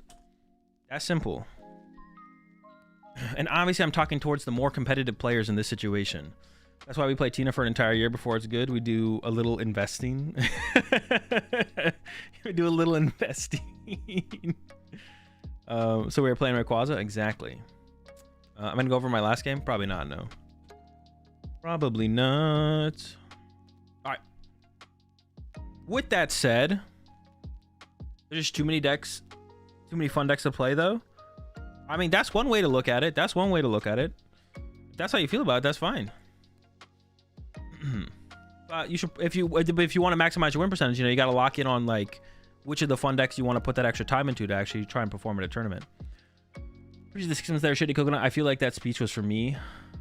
I mean, it's for a lot of people. A lot of people are not. You're not good enough to analyze deck choices as much as you think you are, or like in meta analysis. There's the vast majority of players in the Pokemon TCG are not good enough to analyze the meta to the extent that they do and expect to somehow get better results from the analysis of the meta. You just need to do a baseline meta analysis and just be like, these are the decks. These are the popular decks right now. Don't be like, oh, I expect this deck to get this much more popular or this deck to be playing these tech cards. Just be like, these are the decks in the meta. These are the most popular decks in the meta. What decks are decent into this meta? Make a short list of decks, deck 1, 2, or A, B, and C, and then be like, out of these 3 decks, which one do I want to play the most at this tournament? That could be that could fit the criteria of it could be your favorite deck out of those 3. It could fit the criteria of the deck you think is the best out of those 3. And then you pick that deck, and then you play the deck. You prep with that deck for the tournament, and you play the deck at the tournament, and then you repeat the process over and over and over and over again. And that's it. It's like the process is super simple, but well, not enough people know about the process because not everyone watches my stream. But the process is super simple. I've explained it many times now, and I'll explain it again in the future. I don't mind explaining it again over and over again. But a lot of you need to learn to follow the process, right? So if you know the process, all you have to do is follow it. That's the hardest part for a lot of you, though. You don't follow the process. You know the process, and you want to do well, and you want to get better, but then you don't follow the process. And then that's where it all falls apart, is you pick up that deck for 3 weeks before the tournament, you do the basic meta analysis, you make a short list of decks, you pick one of the decks off the short list of decks, and then you practice with it for 3 weeks, and then the night before the tournament, you pick Mew again for some reason. I don't know why. I don't know why you did it, but instead you sleeve up your Mew deck again, and you go 5 and 4, and you're like, man, I should have just stuck with the process, and I should have played the Charizard deck I've been working on the last 3 weeks. And then here we are. Charizard or Bibzard? What about Zard? Just more Charizards. Yeah, why are we even like setting up B-Barrel or Pidgeot? We could just have another Charizard in play. Have we been trolling this whole time? What if we just had 3 Charizards in play instead of 2 Charizards and a Bidoof? Think about it. All right, round 6, we got Tyler Smashy with the Arc Ray versus Caden with the Tina. Let's see how it all goes down. Y'all in the chat said this would be an interesting one. Let's see what we got. Yo! Oh, wait, I knew that was coming, though. I still got excited, though. The Charcadet, I got excited from the Charcadet. I'm not going to lie. I was like, yo, Charcadet! But I actually knew that was supposed to be there. Because if you asked me if there was Armarouge in this Ray Arceus deck, I'd be like, yeah, there's Armarouge. Have you seen the results from Liverpool? But yeah, I still got excited for the Charcadet, to be honest. All right. So yeah, Arc Rayquaza versus the Tina. There's the Choice Belt prize. I don't know how much that matters in this matchup, to be honest. I guess it stops your Arceus from getting to the 230 hit, which KOs the Tina V. And Rayquaza's math is eluding me right now. I forget how much damage Rayquaza actually does, but it looks like Caden chose... it looks like Caden won the coin flip because Tyler was asking Caden, what am I going? And Tyler is going first. Now, in this matchup, you do want to go first on both player sides. Arceus just loves going first, and Arceus loves going first so much that if you play against Arceus, you should love going first. Now, I doubt Caden knew what Tyler was playing, and in this matchup, if you don't know what your opponent's playing, as Tina, you do neutrally want to go second. So my assumption here is Caden won the coin flip, chose second, which is cool for Tyler because now Tyler gets to go first. We'll see how it works out for Tyler, though. There's an S-ball. Here comes the Arceus. Has the energy in hand for the Arceus. A classic, a true classic here. Arceus energy is on the way. And then I believe has a Ultra Ball plus a Magma Basin in the hand as well. So we should see a Starbirth on the next turn here for Tyler. Doing a little price checking though. The choice about being pricey, like the only thing that stands out to me is being like super annoying. Actually, it's playing the Ultra Ball right now. I don't know if I like this. Is aggressively playing the Ultra Ball. What is going to be the grab here though? It looks like it is a Charcadet. I feel like this sequence here from Tyler could get punished by Path to the Peak. Now, the rest of Tyler's hand is Magma Basin plus Mew EX. And something else, I think. Oh, the energy for the... Wait, is there not an energy in the hand for the Arceus? There better be an energy in the hand for the Arceus. If not, Tyler's going to need a whole ton next turn to actually get things cooking. We'll see here. I feel like Tyler's playing for a draw 3 with Mew here. There's the Magma Basin. So no energy attachment to the Arceus. And then draw Mew for 2. This could get extremely punished by a Path to the Peak. There's the attachment to the Arceus, but now we don't have a guaranteed Starbirth here from Tyler. This could get bodied by Path to the Peak. I don't like this sequence here from Tyler. This sequence literally just loses to Path to the Peak. So now here from Caden, 1 card hand. If I'm Caden here, I'm like, all right, I'll try and get a Path here. If I can get a Path here, that's dope. We'll see. Yeah, Tyler's got a 1 card hand. It could be a research, but even with a research, then you still need to see a play here. So yeah, like a Path here from Caden would be super dope. There's a Chorus. Could also go with the Abyss Seeking here. And if you do go with Abyss Seeking, I guess you're not 100% safe. Spiritomb. Spiritomb doesn't matter too much. There's a Battle VIP Pass. The Battle VIP Pass is pretty good. Give up Spiritomb, maybe give up a Switch Cart. Give up a Mirage Gate. I guess it depends how many of those are prized. No Path yet. We might not actually see this Path here from Caden. Battle VIP Pass and Nest Ball in the hand. What do we need? Some Comfies, maybe? Good Cram Punch here, I guess. Like, the Cram Punch is available. We need to find another Switch card, I guess. Yeah, I think Tyler should have just played for a guaranteed Starbirth on that previous turn. Yeah. Okay, there's the Comfies. 1 Switch card. Has a Nest Ball as well. You may as well just Nest Ball for another Tina here, right? Why not? I don't even think, like, attacking with Cram here is kind of, like, okay, but, like, is it even that good? Probably not. But even getting a second Tina in play, I guess, isn't that strong either, because like your first Tina is probably not going to get KO'd. But yeah, if Caden can find that path, that's pretty good. Pretty good start. Or could be a pretty good start for Caden. Could be game ending here for Tyler for how Tyler played out this turn. Like I was saying, I didn't love the way Tyler played this, to be honest. I don't love the way Tyler played this. Like, it is so susceptible to getting Path to the Peak here. And if you're Caden here, it's like, why would you not play a Path to the Peak here? Well, no Path. Just an Abyss Seeking. Now, the Abyss Seeking is good. Definitely solid. But, could have dug for a Path there. I don't blame Caden for not digging to it for a Path here. Ooh, the double Turbo top deck is pretty good. And then the draw 3 off the Mew into the draw 3 off the Rayquaza is coming up here.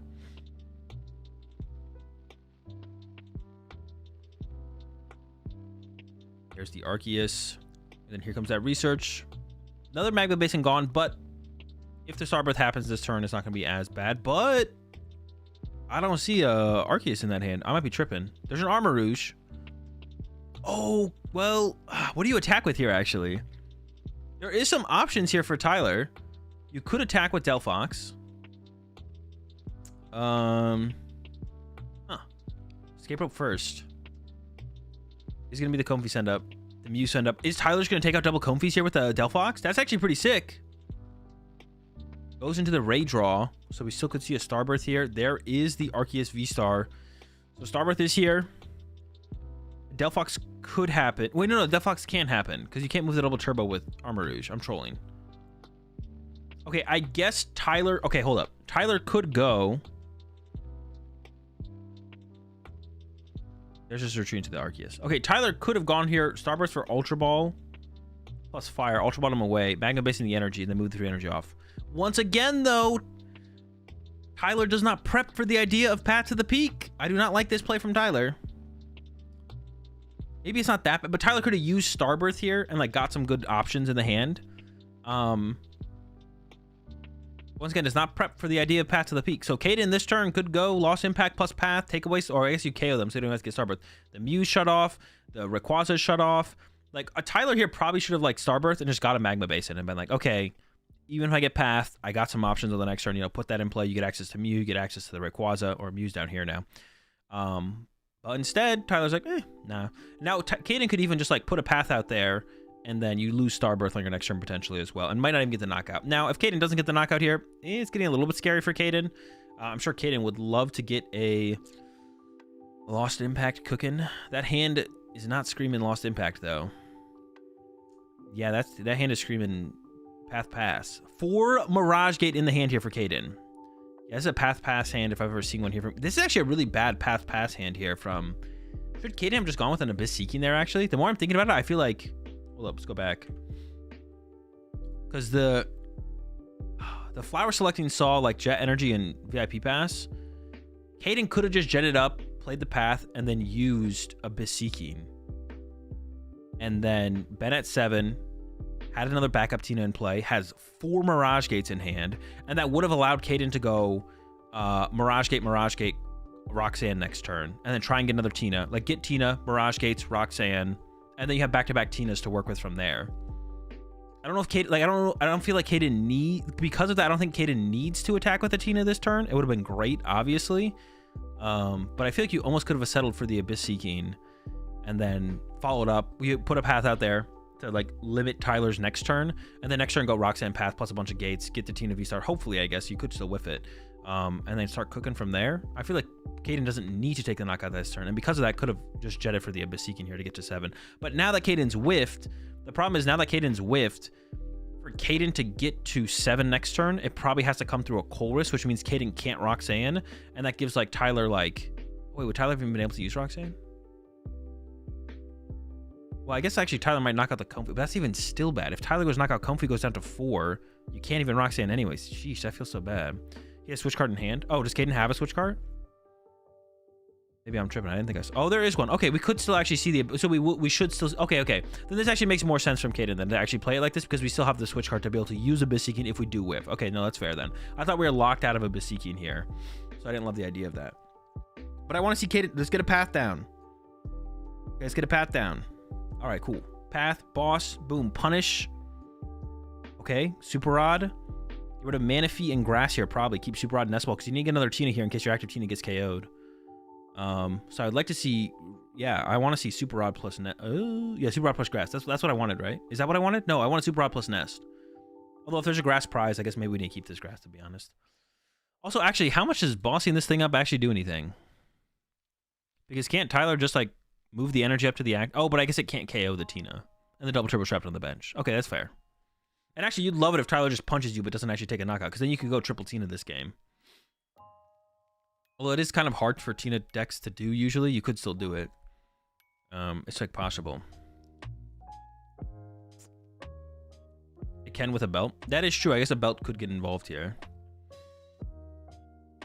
Has a boss here, though. I think I would like to see Tyler go for a boss KO. I don't know if I like this. So where does this lead to? I guess I don't hate this from Tyler, though, because Tyler can go, like, Delphox for 3 prize cards next turn, right? That's kind of cool, doesn't it? Right?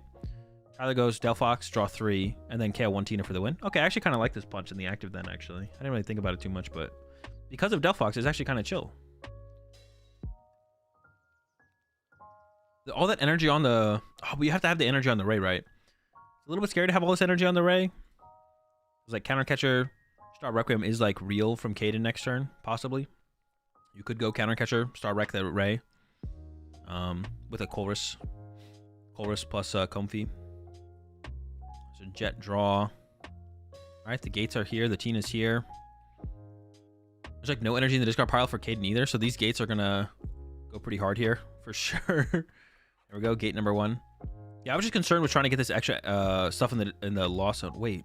I thought we didn't have that many energy in the discard. Maybe I'm tripping. There's more in the discard and loss zone than I thought, I think. Maybe prize as well, to be honest.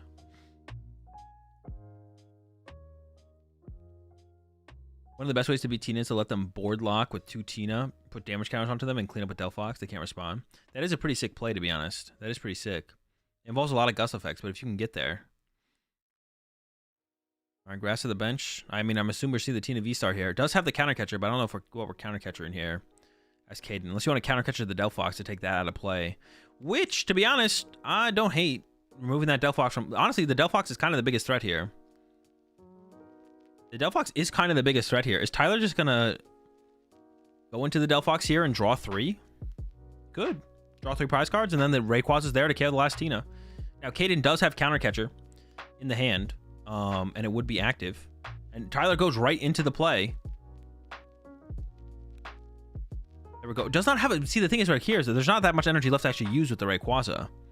I wonder if Tyler should have gone for the just punch the other Tina play here, and then Delphox is threatening the double Tina KO here. And this also keeps you out of counter catcher range here as Tyler. Like, you're not drawing any prize cards, so no counter catcher. Yeah, honestly, the Arceus punch the other Tina seems really sick here, and then Delphox them both later. I guess the one problem with that,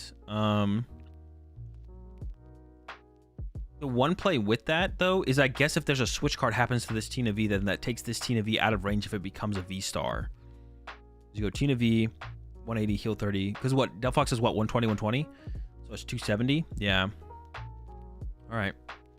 But here comes the Delphox play anyways. Gonna go down to... Because there's not enough energy in play for the Rayquaza actually to one-hit KO a Tina now, right? Like... Yeah, and there's a counter catcher in the hand for Caden. Caden just... The one thing Caden does not have is a Tina V-Star. I don't hate the Greninja push up here.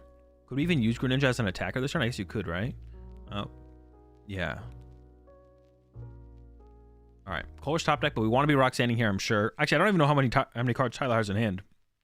Maybe we would be content with the Colress here as Caden. We'll see. You just use Mew EX. Oh yeah, true. I forgot about Mew EX. Yeah, Mew EX. Oh, so you have to KO Mew EX here as Caden, right? Yeah, Caden has to KO Mew EX here. I forgot about Mew EX for sure. You need to set up Heatran earlier with 2 damage counters on it for a threat. I don't know if he had that possibility ever. Well, through Starbirth, he definitely could have done that for sure, yeah. Double Comfey going back. Wait, why not energy? Oh, there's energy. What are you getting these Comfeys for?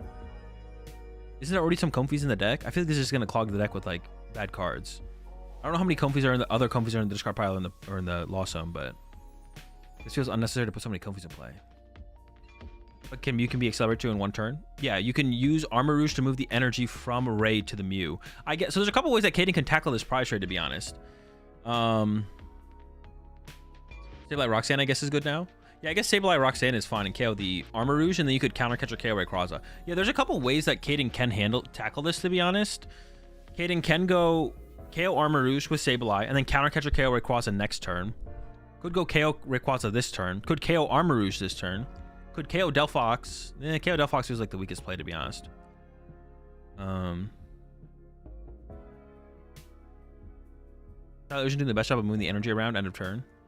Well, it has to just go from the bench to the active with Armor Rouge. Is that what you mean, Paul? Yeah, from Caden here, honestly, yeah, there's a couple good plays here. Yeah, Sableye KO Armor Rouge is chill. KO Rayquaza is chill. Yeah, there's definitely some chill plays here. Thought it was anywhere. No, it has to go from bench to active. Any fire energy from bench to active, I believe. Mirage Gate number 1 coming in from Caden. Wait. Did Caden not shuffle more energy back to the deck? There's also, yeah, there's like a ridiculous amount of Comfeys in the deck. We should not have... Caden's out here trolling. The second Super Rod was in the hand as well. Yeah, come on. Well, I guess there's so many... Honestly, all right. There's honestly so many... There's so little energy in the deck and so many Mirage Gates in the hand here for Caden. It doesn't actually matter. It is a missequence. Is it? Maybe it's not. Maybe Caden was like, let me just make sure what's in my deck because I'm just going to burn all these Mirage Gates anyways. Which, honestly, it probably is just correct for Caden to burn some Mirage Gates. Oh, no, but it is kind of a mistake. Well, we'll see what Caden does here. I guess, like, this is, like, limiting the options of actually even... Dude, we could have had one more energy in play here from Caden, though. Caden could have gone Mirage Gate to the active, retreat the active, send up the Tina, Super Rod 3 energy back to the deck, use a Mirage Gate, leave a Psychic in the deck and a Mirage Gate in the deck to potentially use with Sableye, but then your Tina is in the active at that point, and that feels weird. But overall, if we're just going to burn a bunch of gates because we don't want to draw back into gates here as Caden because we're out of energy anyways, it seems fine. And yeah, Caden is going with the Tina play, locking in the Tina play. Ooh, no counter catcher. What if Caden had even gone... I don't know how many Gust effects Caden has left. Caden could have gone Shred KO Armor Rouge, right? Shred KO Armourouge is also really good because then that stops Tyler from having enough energy on Rayquaza to KO the Tina V. Like, that would have even been a fine play, right? That would have still limited like all the outs here from Tyler. So yeah, Caden should have at least counter catched the Armourouge and then just look for boss V-Star Star Requiem the Rayquaza on the next turn. Or even like second counter catcher if Caden plays that. I'm not sure what Caden actually plays, but I'm sure Caden has like a boss left. So Caden could go shred the Armourouge and then just look for a boss or a counter catcher next turn to KO the Rayquaza. And has enough energy on the Tina where you could just like retreat it to a Comfey for a turn, use Comfey for a turn or maybe even two, or Comfey or two. And then, you know, find your gust effect that way, for sure.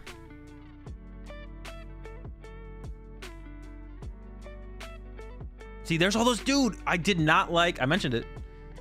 Caden shuffling back 2 Comfeys like in that moment. That makes no. Why do we want all these Comfeys in our deck? And look at, you love it, bro. You love to see the punish here, though. Caden with 3 Comfeys in the hand, an excessive amount of Comfeys in the deck, but sometimes people make the mistake and then they get away with it. And then Caden just draws into a boss or the V-Star. But in this situation, Caden draws into 3 Comfeys. You love to see the punish. And then also, because there was no counter catcher on the Armourouge, Caden also did not also draw into a V-Star. So can't even take a knockout this turn. And honestly, probably should retreat to Comfey and use Comfey. Even if that's... Or Abyss Seeking? Maybe Abyss Seeking is the best play here. Abyss Seeking could definitely be better. Poetic. It's so poetic. Yeah, it's poetic. You honestly, you just love to see it, to be honest. You know, I'm not a hater. I'm not being a hater, but you do love to see it. All right, Tyler draws into an Ultra Ball, and I think that's Tyler's like whole hand, right? So Tyler can attack with the Delphox, but that is a lot of card. That's a lot of energy to be burned to pull that off, and it would leave just a double turbo on a benched Arceus V-Star, and that's it. No way to draw cards with the Mew. There's a path in play. Could use the first attack, which burns and confuses the Tina. And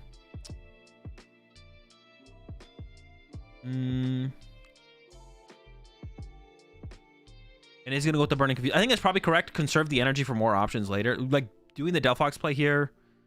The Delphox play here never makes sense, right? The more I think about it, it just makes no sense. Yeah. Tails. Caden does have a Colress in hand. And an Escape Rope. I don't know how much Escape Rope's going to change. A lot of Pokemon as well. Here comes the Colress. Need a Tina V-Star and a counter catcher here now. Yo! Okay, that's not good. There's an Avery. I have to imagine Avery's not a great grab here. But maybe you take it for the option.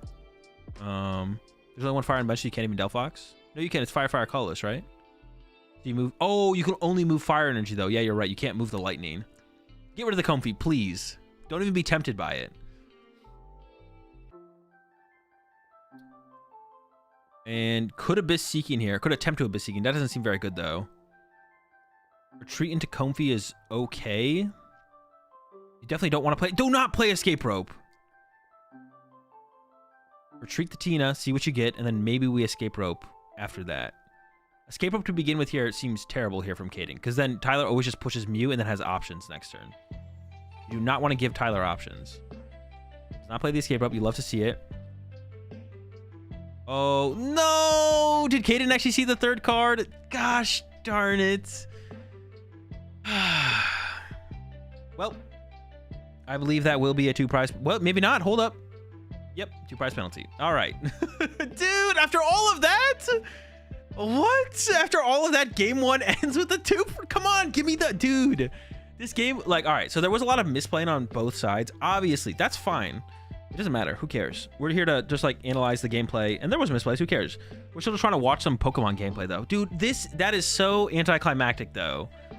There was so much going on in that game, and there was so much back and forth. I want to see the end of that match. I don't care how much they were misplayed. I just want to see the end of that match. What? Oh, my gosh.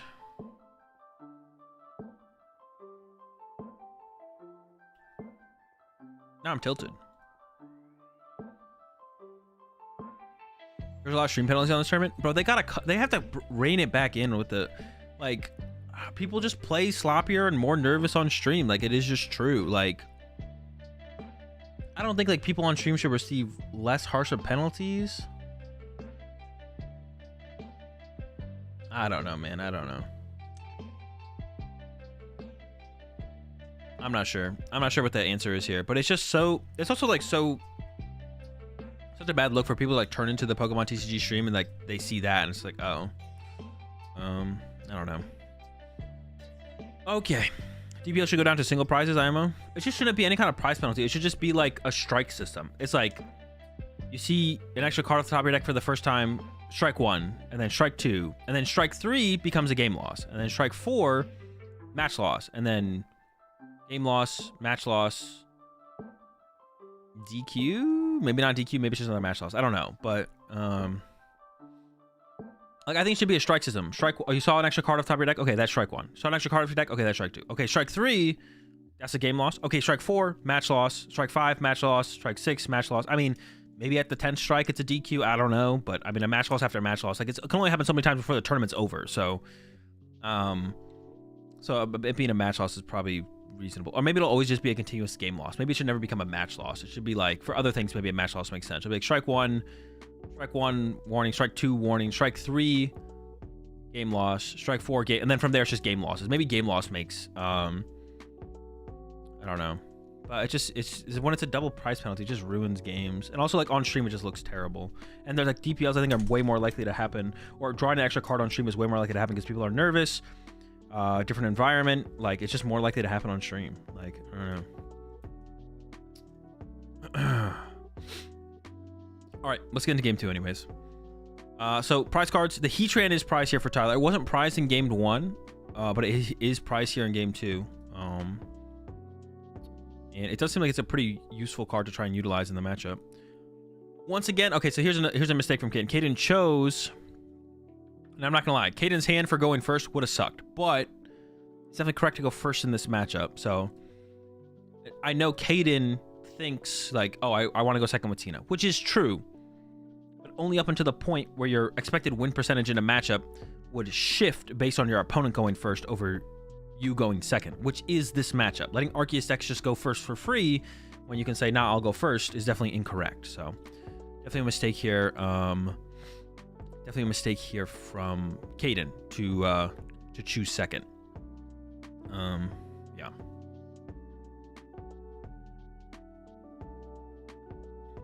Was Ogre the correct play this weekend? Sure, why not?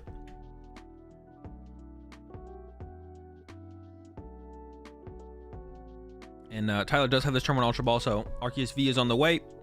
I assume with that energy discarding here from Tyler, Tyler does have an energy for turn 2 the Arceus.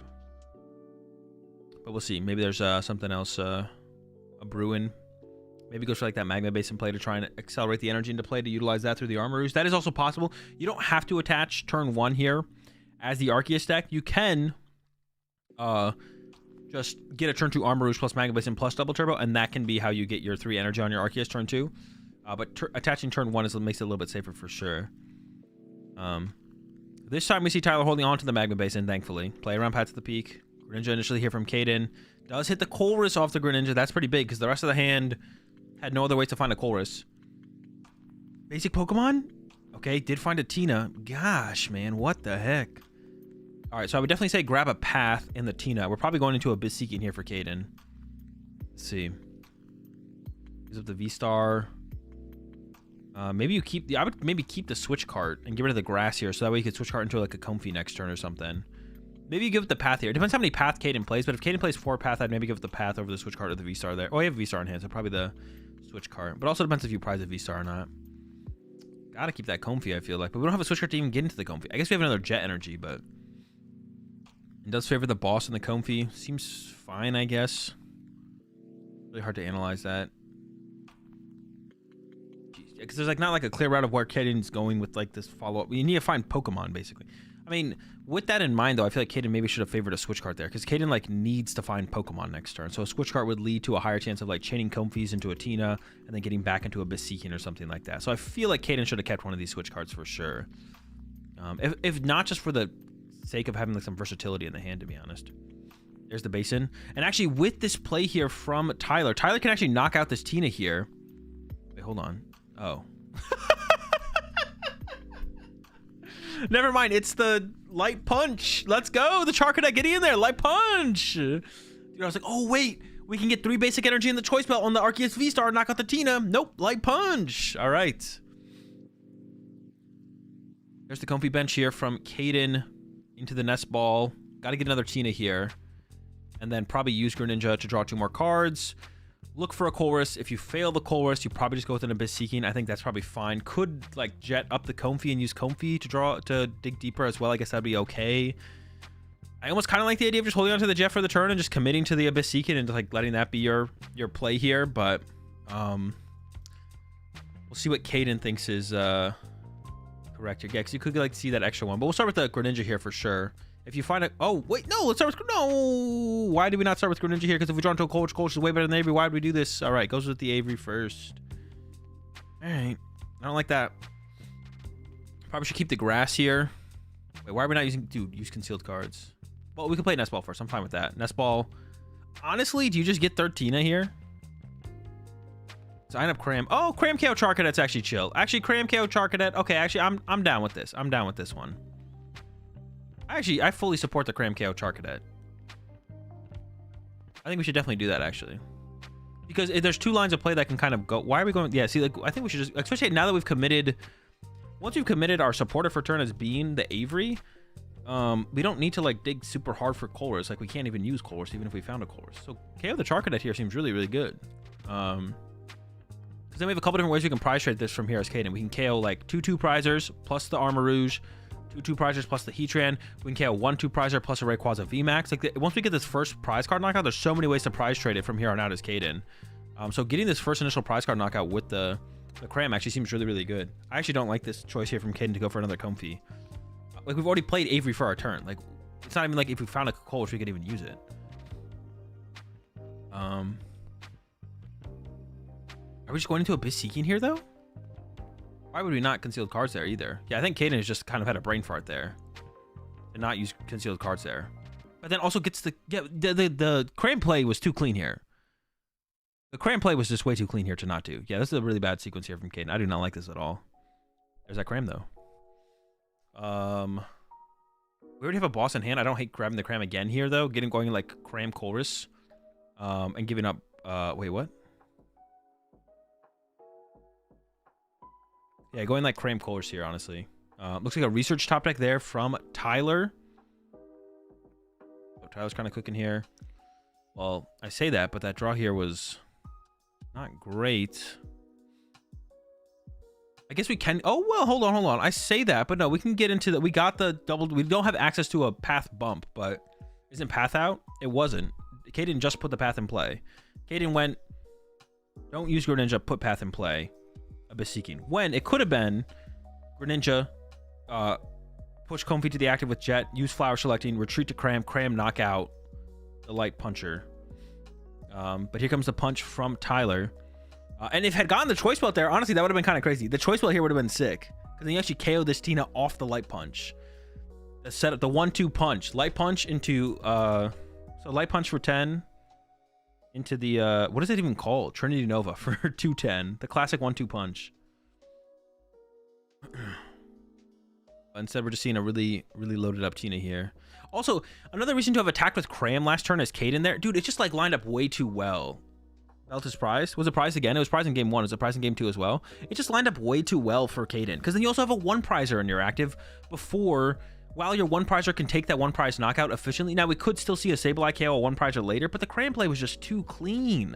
It also put a 1 prizer in our active for Caden, which means on Tyler's side, it's like, okay, Arceus Punch the Tina is just way better than Arceus Punch a Cram for 1, because then Tyler can like look for just like a 2/2/2 line of play or something like that. Like punching the Tina is just so much more valuable, I feel like, than punching a Cram for a prize card. Yeah, I just really do not like the choices there from Caden on the last turn. I assume this turn we're probably going to be able to see a knockout on this Arceus, though. Immediately jets up the Comfy. It needs to use this Colress here.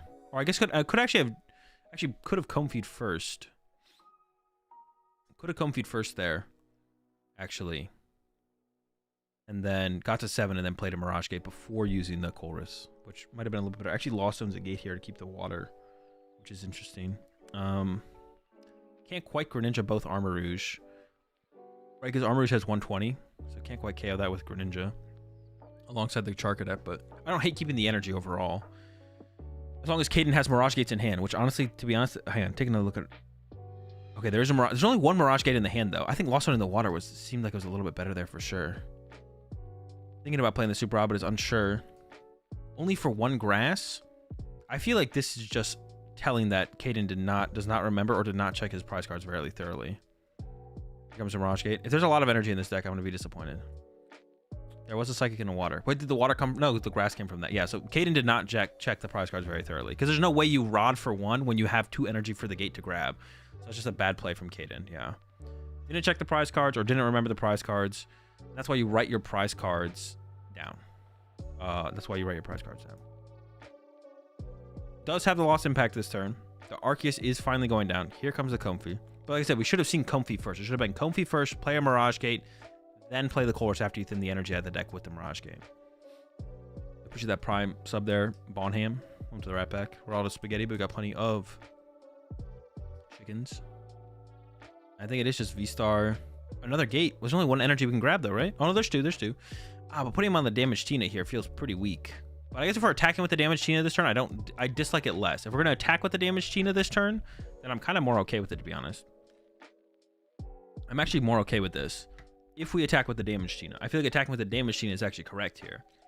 We don't want to let like Tyler set up some weird Delphox type plays by letting the game drag on too long. Just let him KO the damage one. And maybe even... I don't even think we've attached for turn here as Caden, have we? I think Caden can still attach for turn. So we could attach that water and then Lost Zone. Could attach the water active. Could have Jet up and Lost Zone both Jet. I don't know, keeping the Jet around seems pretty good. Lost Zoning like this also seems fine. But we should probably attach for turn somewhere. Maybe not. Maybe it's fine to not attach for turn, to be honest. It's okay. I'm okay with this.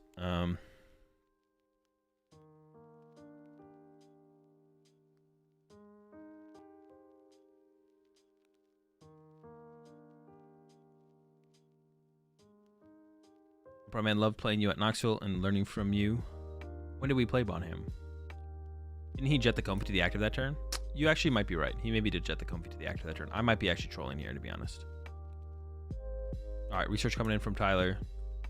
Pushed up the Armor Rouge. Can the Armor Rouge actually take the knockout here? It maybe can. I feel like Tyler's going to run out of energy, but we do see the Magma Base in there, so that'll accelerate another energy into play. Actually, there might not be a fire energy in the discard pile. You were my... Oh, we played in round 9. Yeah. Oh, yeah. you just dead drew both games. Effectively dead drew. I have no proof but no doubts that off-stream Caden would 2-0 this. I think Caden would have played better off-stream, but I would also argue probably... I mean, it's possible that Caden... All right, I should say it's possible Caden could have played better off-stream. I don't know for sure.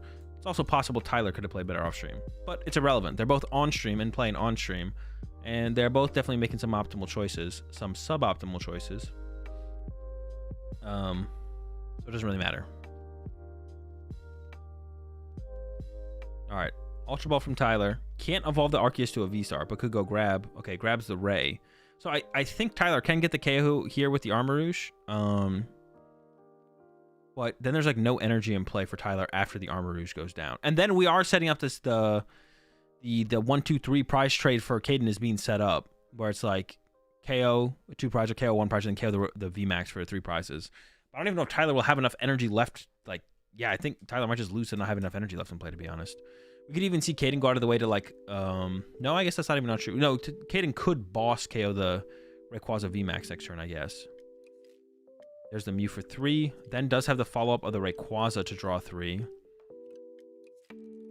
Tyler's doing some math real fast. I think has a boss in hand, but I think has played a supporter unless I'm trolling.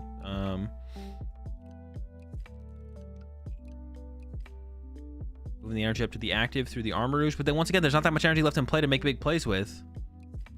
And then here comes your Armor Rouge for the KO. But it does open it up for Caden to just KO the Ray VMAX. And I think, honestly, if Caden just goes KO Ray VMAX... Wait, hold on, I say that. Caden could go KO Rayquaza VMAX, but then Tyler could go Mew KO Rayquaza VMAX. So then Caden would have to respond with a Sableye KO and Armor Rouge. So if Caden can just set up a Sableye this turn, I think Caden just wins. Yeah. We'll see. Cookie Gear. There's the Sableye. Sableye coming down with the Psychic.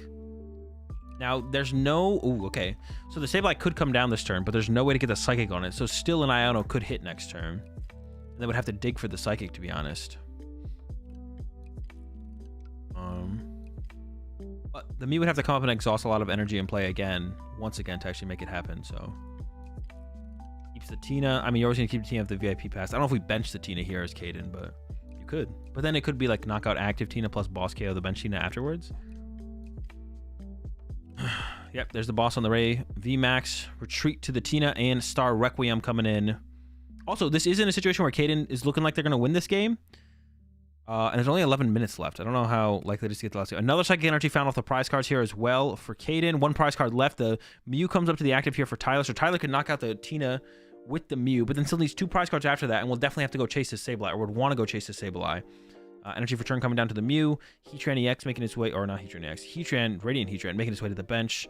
We'll see a Magma Base and Acceleration again, but we definitely need to see some kind of hand disruption here from Tyler, and does have, finally, a Starbirth happening. I think this is the first Starbirth we've seen in these 2 games. We didn't see Starbirth game 1. Yeah. Tyler asking Caden how many cards you have in your hand before definitely going and getting an Iono. And then will Caden be able to find the attack with Sableye before Tyler draws 2 more prize cards after this 2 prize turn here? I assume the Starbirth is happening here. Where's the Iono? This Starbirth was unhinged? Oh no, now you got me nervous. Boss and... What was the other one? It was boss something. I feel like Tyler just literally tunnel visioned on... So I think what happened here is Tyler was like, oh, I'm going to KO this Tina with Mew. And then Tyler was like, wait, what? Brings up the Greninja. So it's going to use Mew to copy Greninja to KO the double... Or to KO Sableye and Comfy. But then Caden is just going to go retreat the active and then knock out with Tina.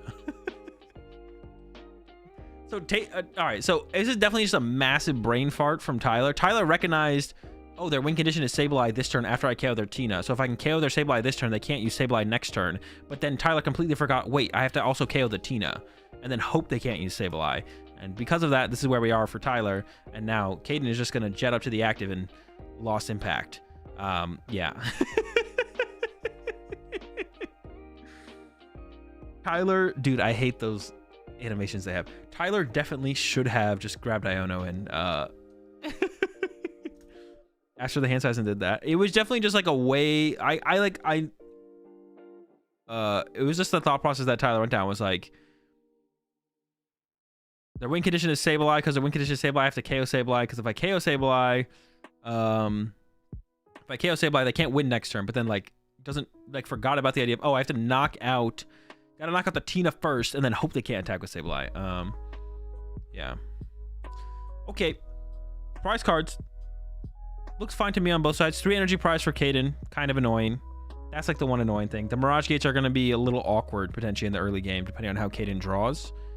Tyler's side, double research prize. Not great, especially in the late game when you get Roxanne, but those will be pulled out of the prize cards by the time Roxanne comes around, so it's going to be a big deal. Yeah, the 3 energy being prized here for Caden is a little bit annoying for Mirage Gate's sake. Ooh, gets rid of the Choice Belt. There was like multiple times in both games where Choice Belt would have been pretty good. And also this game right here, depending on what Tyler has in hand, the Choice Belt could still be good. I do not like this Choice Belt discard here from Tyler, but I don't know what the rest of the hand looks like, so maybe it's fine. But we could have even seen like a turn 2, 230 here. Possibly. Just gets the Ray and passes here though for Tyler. I think Tyler Chan is like Magma Base and Rayquaza VMAX something. Caden opens up with the Battle VIP pass and is eyeing up the double Comfy. Not even considering the Greninja, it looks like. But maybe it wasn't priced though, no, right? No, it wasn't priced. It was not prized.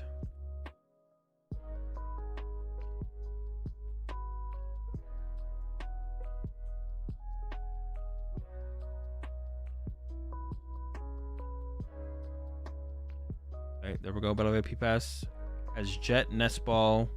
I almost feel like we should see the Nest Ball for a Greninja here. That's up. Here comes the Battle VIP pass. So we can go Greninja Tina here. Use Greninja, draw 2 more. And then retreat to Comfy, use a Comfy, get another couple. And then, I'm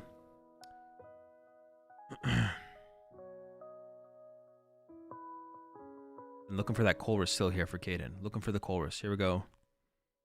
Greninja for 2. Colress. No Colress. Retreat to Comfy. Still has a Nest Ball in hand, so could go 3rd Comfy here. Yeah, we could see switch card into 3rd Comfy. I think that's probably fine. Your active is probably getting KO'd here. I think we could see a 3rd Comfy here for sure. I would like to see a 3rd Comfy here. Just goes Path, Boss on the Rayquaza, try and stall it for a little bit, and then pass over to Tyler. This play is also chill. I don't hate this play either, to be honest. Yeah, I don't hate this play either here from Caden. I wonder, especially with the Choice Belt discarded, I wonder if Caden should have tried to play for an Abyss Seeking. I'd have to like look at their initial hand and reevaluate the sequencing. But yes, for Tyler here, we see Evolve to Arceus, Evolve to Rayquaza, Magma Basin, draw with Rayquaza, and now we see a Nest Ball here setting up the Char Cadet. And then we'll have the Starbirth for Switch card, which I would like to see Switch plus Double Turbo come out here from Tyler. I think for sure. There it is, Double Turbo plus Switch. Yeah, like if the Escape Rope was in there, you could have gone Escape Rope, but then it gives Caden an opportunity to like push up a Tina V, and then you not get a prize card, and then Caden just like uses Abyss Seeking with that Tina V. They're 2 AK and a 2 prizer. Which, I mean, I guess that would have been fine either way as well. But yeah, this works. Switch, KO the Comfy. Also, especially when they only have 2 Comfys in play, you know, that potentially limits their Comfy access on their next turn. To just 1. We'll see if Caden can finally draw a Colress here, or if not. Oh, and the next card was Colress. There it is. Starts with the concealed cards. Nest Ball and Comfy. Now, there's not enough built up in the Lost Zone, though, here for Caden to actually pull off. I think it's just going to have to be an Abyss Seeking here. I think Caden should go for an Abyss Seeking here. To try and force Tyler to have to go through 3/2 prizes at this point. Path is great. Definitely want the Path. Definitely don't need Mana. Well, actually, I say that. Hold on. I say that. I say you definitely don't need Mana Fee, but that's not... I mean, Mana Fee could be good to stop some Delphox shenanigans in the late game, actually. Yeah, I say that, but actually, I don't know. Also, I don't love that Switch card keep there from Caden. I think Caden should have got rid of the Switch card and kept the energy for sure. Especially if Caden had checked the prize cards and knew there was 3 energy prize. I feel like the energy is pretty valuable there. Especially with how many energy we've gone through here as Caden. 2 in the Lost Zone, quite a few in the discard pile. Yeah, I kind of like the energy hold there. And like I said, now we should see... I mean, we should have actually seen I feel like we should have seen Nest Ball for another Tina at the beginning of the turn from Caden to thin that out the deck so we don't draw into it. Now, we didn't draw into it, so... Fortunate. But I think we should see Jet but Abyss Seeking here from Caden. Well, no, not Psychic. Why would we want to use 2 cards when we could use 1? Doesn't make any sense, right? Wait, pass? Wait, is there a Tina prized? There might be a Tina prized. We could have just gone Jet. Like, we're putting Tyler back on even prize cards by doing this. So we're giving Tyler an easier knockout, which is the Comfy. We're giving Tyler an easier knockout, which is the Comfy, which then evens up Tyler's prize cards at 4. So now Tyler can go knock out this and just KO 2 Tinas and win the game. I feel like Jet Tina to the active, Nest Ball for another Tina, Abyss Seeking is so much better there. We also get to see so many more cards, and we don't actually have any strong plays in Caden's hand right now. I own it from Tyler. I like it. I mean, the hand wasn't perfect from Caden, but it was pretty big, pretty developed hand. So give him 6 random out of what's left. I don't love that choice there from Caden, for sure. But the hand is looking pretty good. I'm not gonna lie, the hand here for Caden's looking pretty good, and I believe has the counter catcher. But I don't think Caden does have counter catcher on the potential on the Rayquaza, but I don't think can actually get to 10 in the Lost Zone. It's currently at 6, has a Colress, but only 1 Comfy, and there's what, 1 Comfy in the 2 Comfys in the discard pile, so would have to Nest Ball, I guess, or would have to Rod plus Nest Ball, excuse me. Oh, they're in time, dude. I was so confused. So they just tie here in the end. I was so confused. What just happened? Caden was like looking at the hand and stuff. I was like, and then pass. And I was like, what? Pass? I was like, what kind of crazy strategy is this? But they're in time, so they're in turns. So there's not enough time for either player to win the game. So it's over, and it ends in a tie. Yeah, pretty sloppy play on both sides, I think, for sure. I really want to see the end of game 1. I really want to see how game 1 would have played out. But yeah, that's kind of unfortunate. We get to end like this, which is fine, I guess. What's the reason for Dragonite over Roaring Moon in your deck list? I don't really have a reason. But it's not my deck. I just played it. I have not thought about Roaring Moon versus Dragonite at all. They both kind of do the same thing for the most part. Roaring Moon's better against Charizard. Dragonite can hold for Steel Stone without having to find Pidgeot. About it. Force Steel Stone's pretty good, I guess. Ass. What are we doing? Man. Alright. What happened in this one? I gotta write something down for this.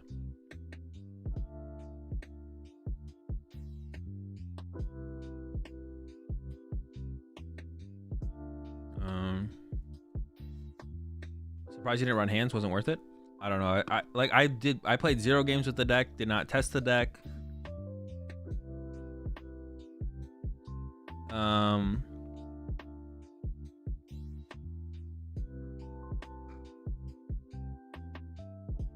Yeah, the only thing that I wanted different about the list was I wanted a boss over a counter catcher, which is correct. So make that change at the very least, but from there, you know as much as I do. I didn't do any testing with the deck. I just played it. So I don't know, like I didn't test with Moon or test with hands. Something like hands definitely isn't necessary. I would say that much for sure. But I like playing in the tournament. Playing in the tournament, I never felt like I wanted Iron Hands, or specifically felt like I needed Moon over Dragonite. But I understand the value of Moon specifically in the Charizard matchup. But yeah, my opinion on the deck isn't very developed at all. Because I just played it for what it is. I didn't play it with the idea of what it could be, basically, if that makes sense. Because I hadn't tested at all with the deck before the tournament. Yeah, Iron Hands is just such a costly attacker to run without Raihan. I do like Iron Hands in the Glasses build, but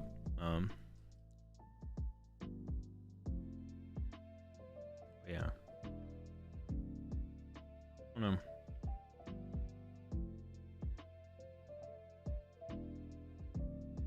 I'm trying to think of like a caption for like a way to like a caption to like encompass this game, and it's like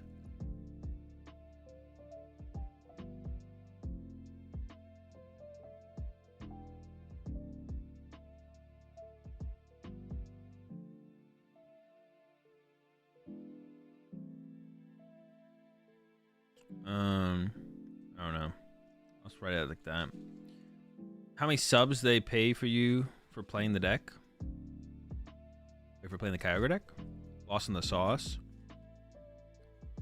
Someone was lost for sure. Not sure it was in the sauce.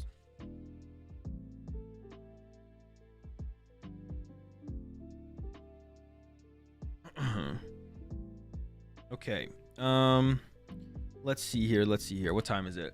All right, chat. I think I'm gonna call it there. We didn't get as far. What's the notepad for?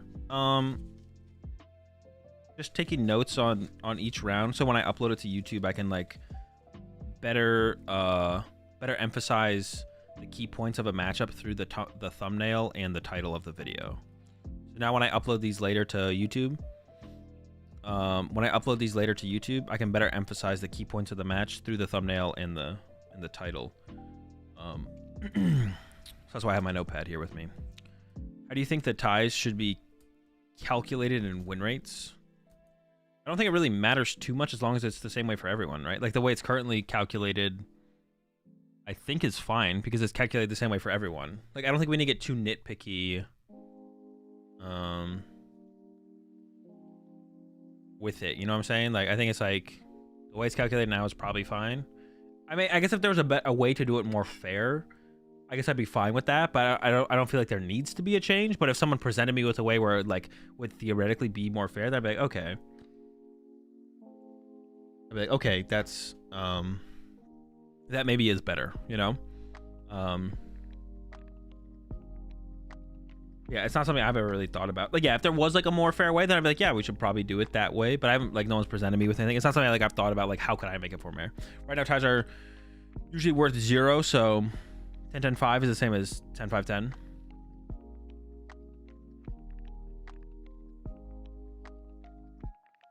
Oh, you mean like a tie just represents a game that you played, right? Is that what you're basically saying? Which is true, yeah. A tie is basically just represents a game that you played. Maybe that is. I think that might be fine because then it does kind of punish the idea of you not finishing your matches, right? Because if you have a ton of ties, you're probably the problem. Wait, does that even punish you? No, you just get punished by your opponents having a ton of ties. You having a ton of ties punishes your opponents, right? Am I calculating that right in my head? You having a ton of ties, yeah. Okay, I guess that kind of interesting. Okay, so you having a ton of ties punishes your opponents for you having a ton of ties. I guess that kind of sucks when I actually think about it and put it that way. Your wins, but if you just had losses instead of ties, it would be the exact same thing. But then someone else's opponent would be getting a win and you'd be getting a loss. See, that's why when you like break it down super far, it feels like it doesn't matter. Like, yeah, like I feel like it doesn't matter. When we go further, it's like, oh, it just doesn't matter, right? Because like, if I go, let's say, I don't know, say I go 10 and let's say I go 7 and 8, 7, 0, 8, 8 ties. I tied 8 people. It was effectively losses for me and all my opponents are 8 ties. And then all the extra ties that I gain as a player are punishing to the opponents who tied me or I beat because they're effectively a loss or they're effectively not a win, I guess is what I should say. They're just a game. And win percentage is calculated by wins over games, averaged across all of your opponents. Yeah, because we're all in the same system, doesn't it just like almost like not matter? Like, are we valuing? Okay, so I guess currently we do value ties more than losses because you get 1 match point for a tie, right? So in terms of resistance, should we also value ties more than losses? Because I guess if you do lose twice, yo,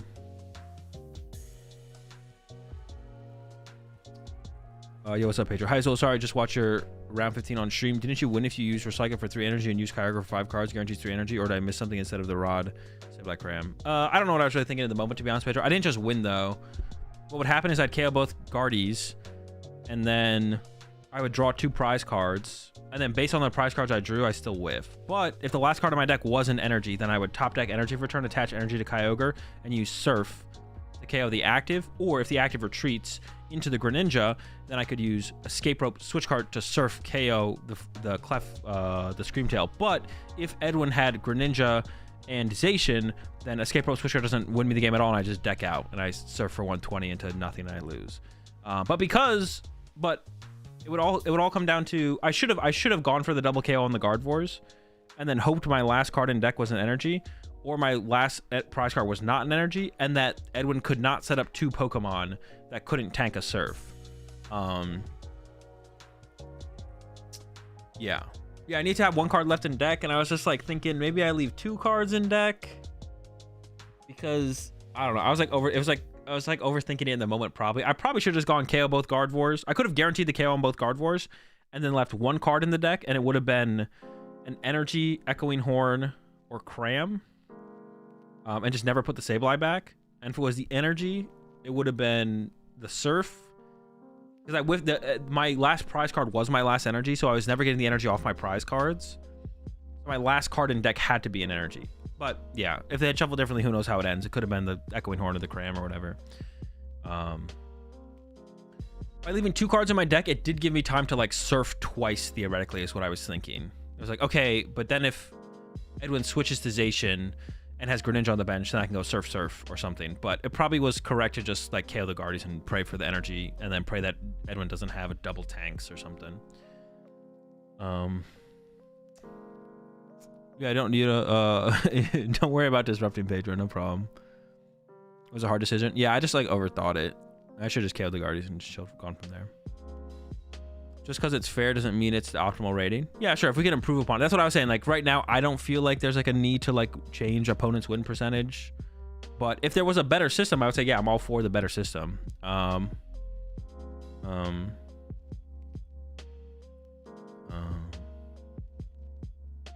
Could you have not used Rod and only used Recycle for a bunch of energy? I put all the energy that was in my discard pile into my deck.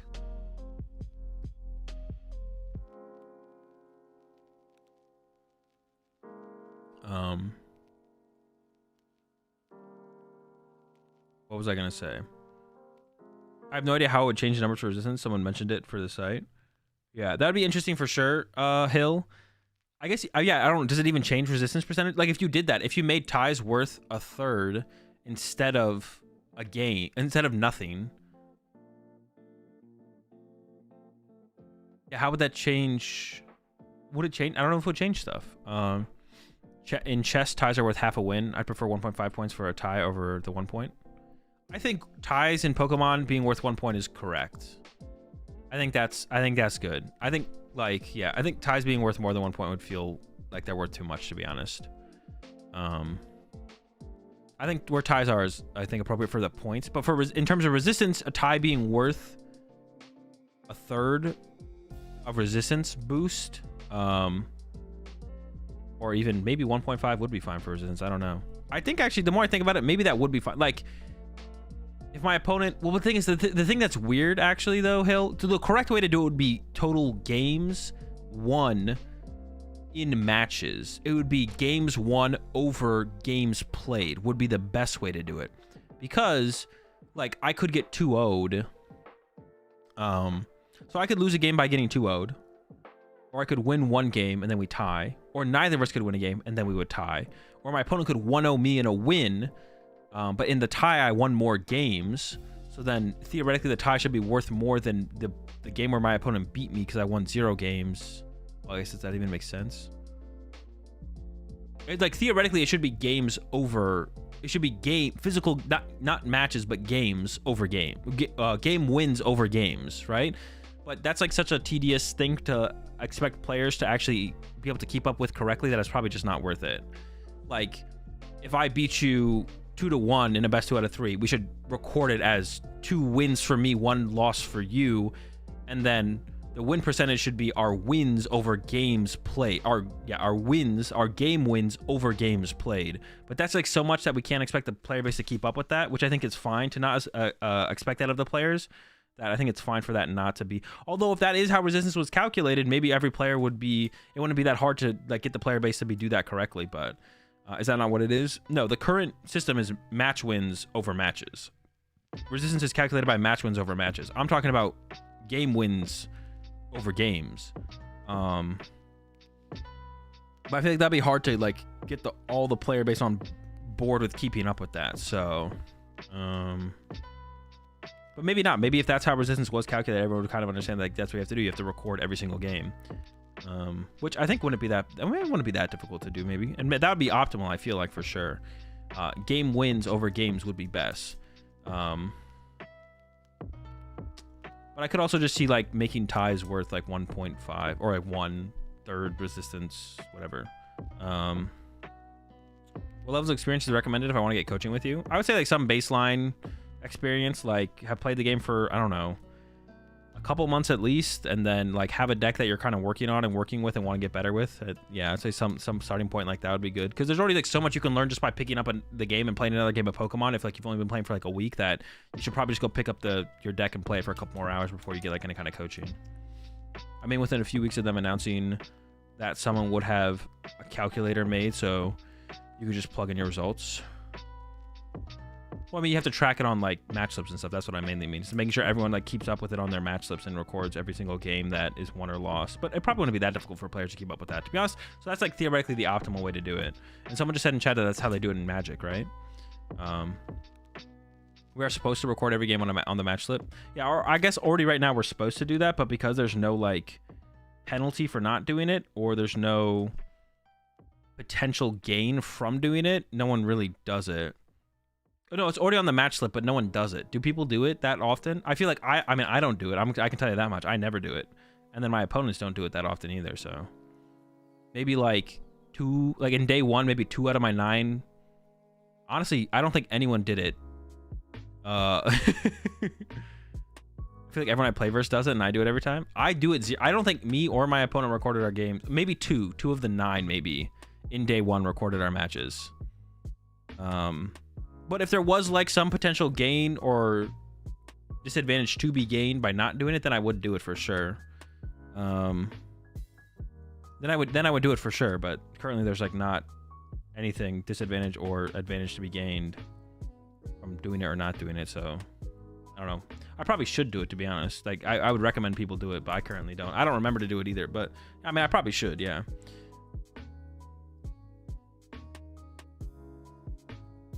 Magic the Gathering tiebreakers are 1 opponent's match win, 2 game win, 3 opponent's game win. Then there's a bunch of weird ones that they rarely matter.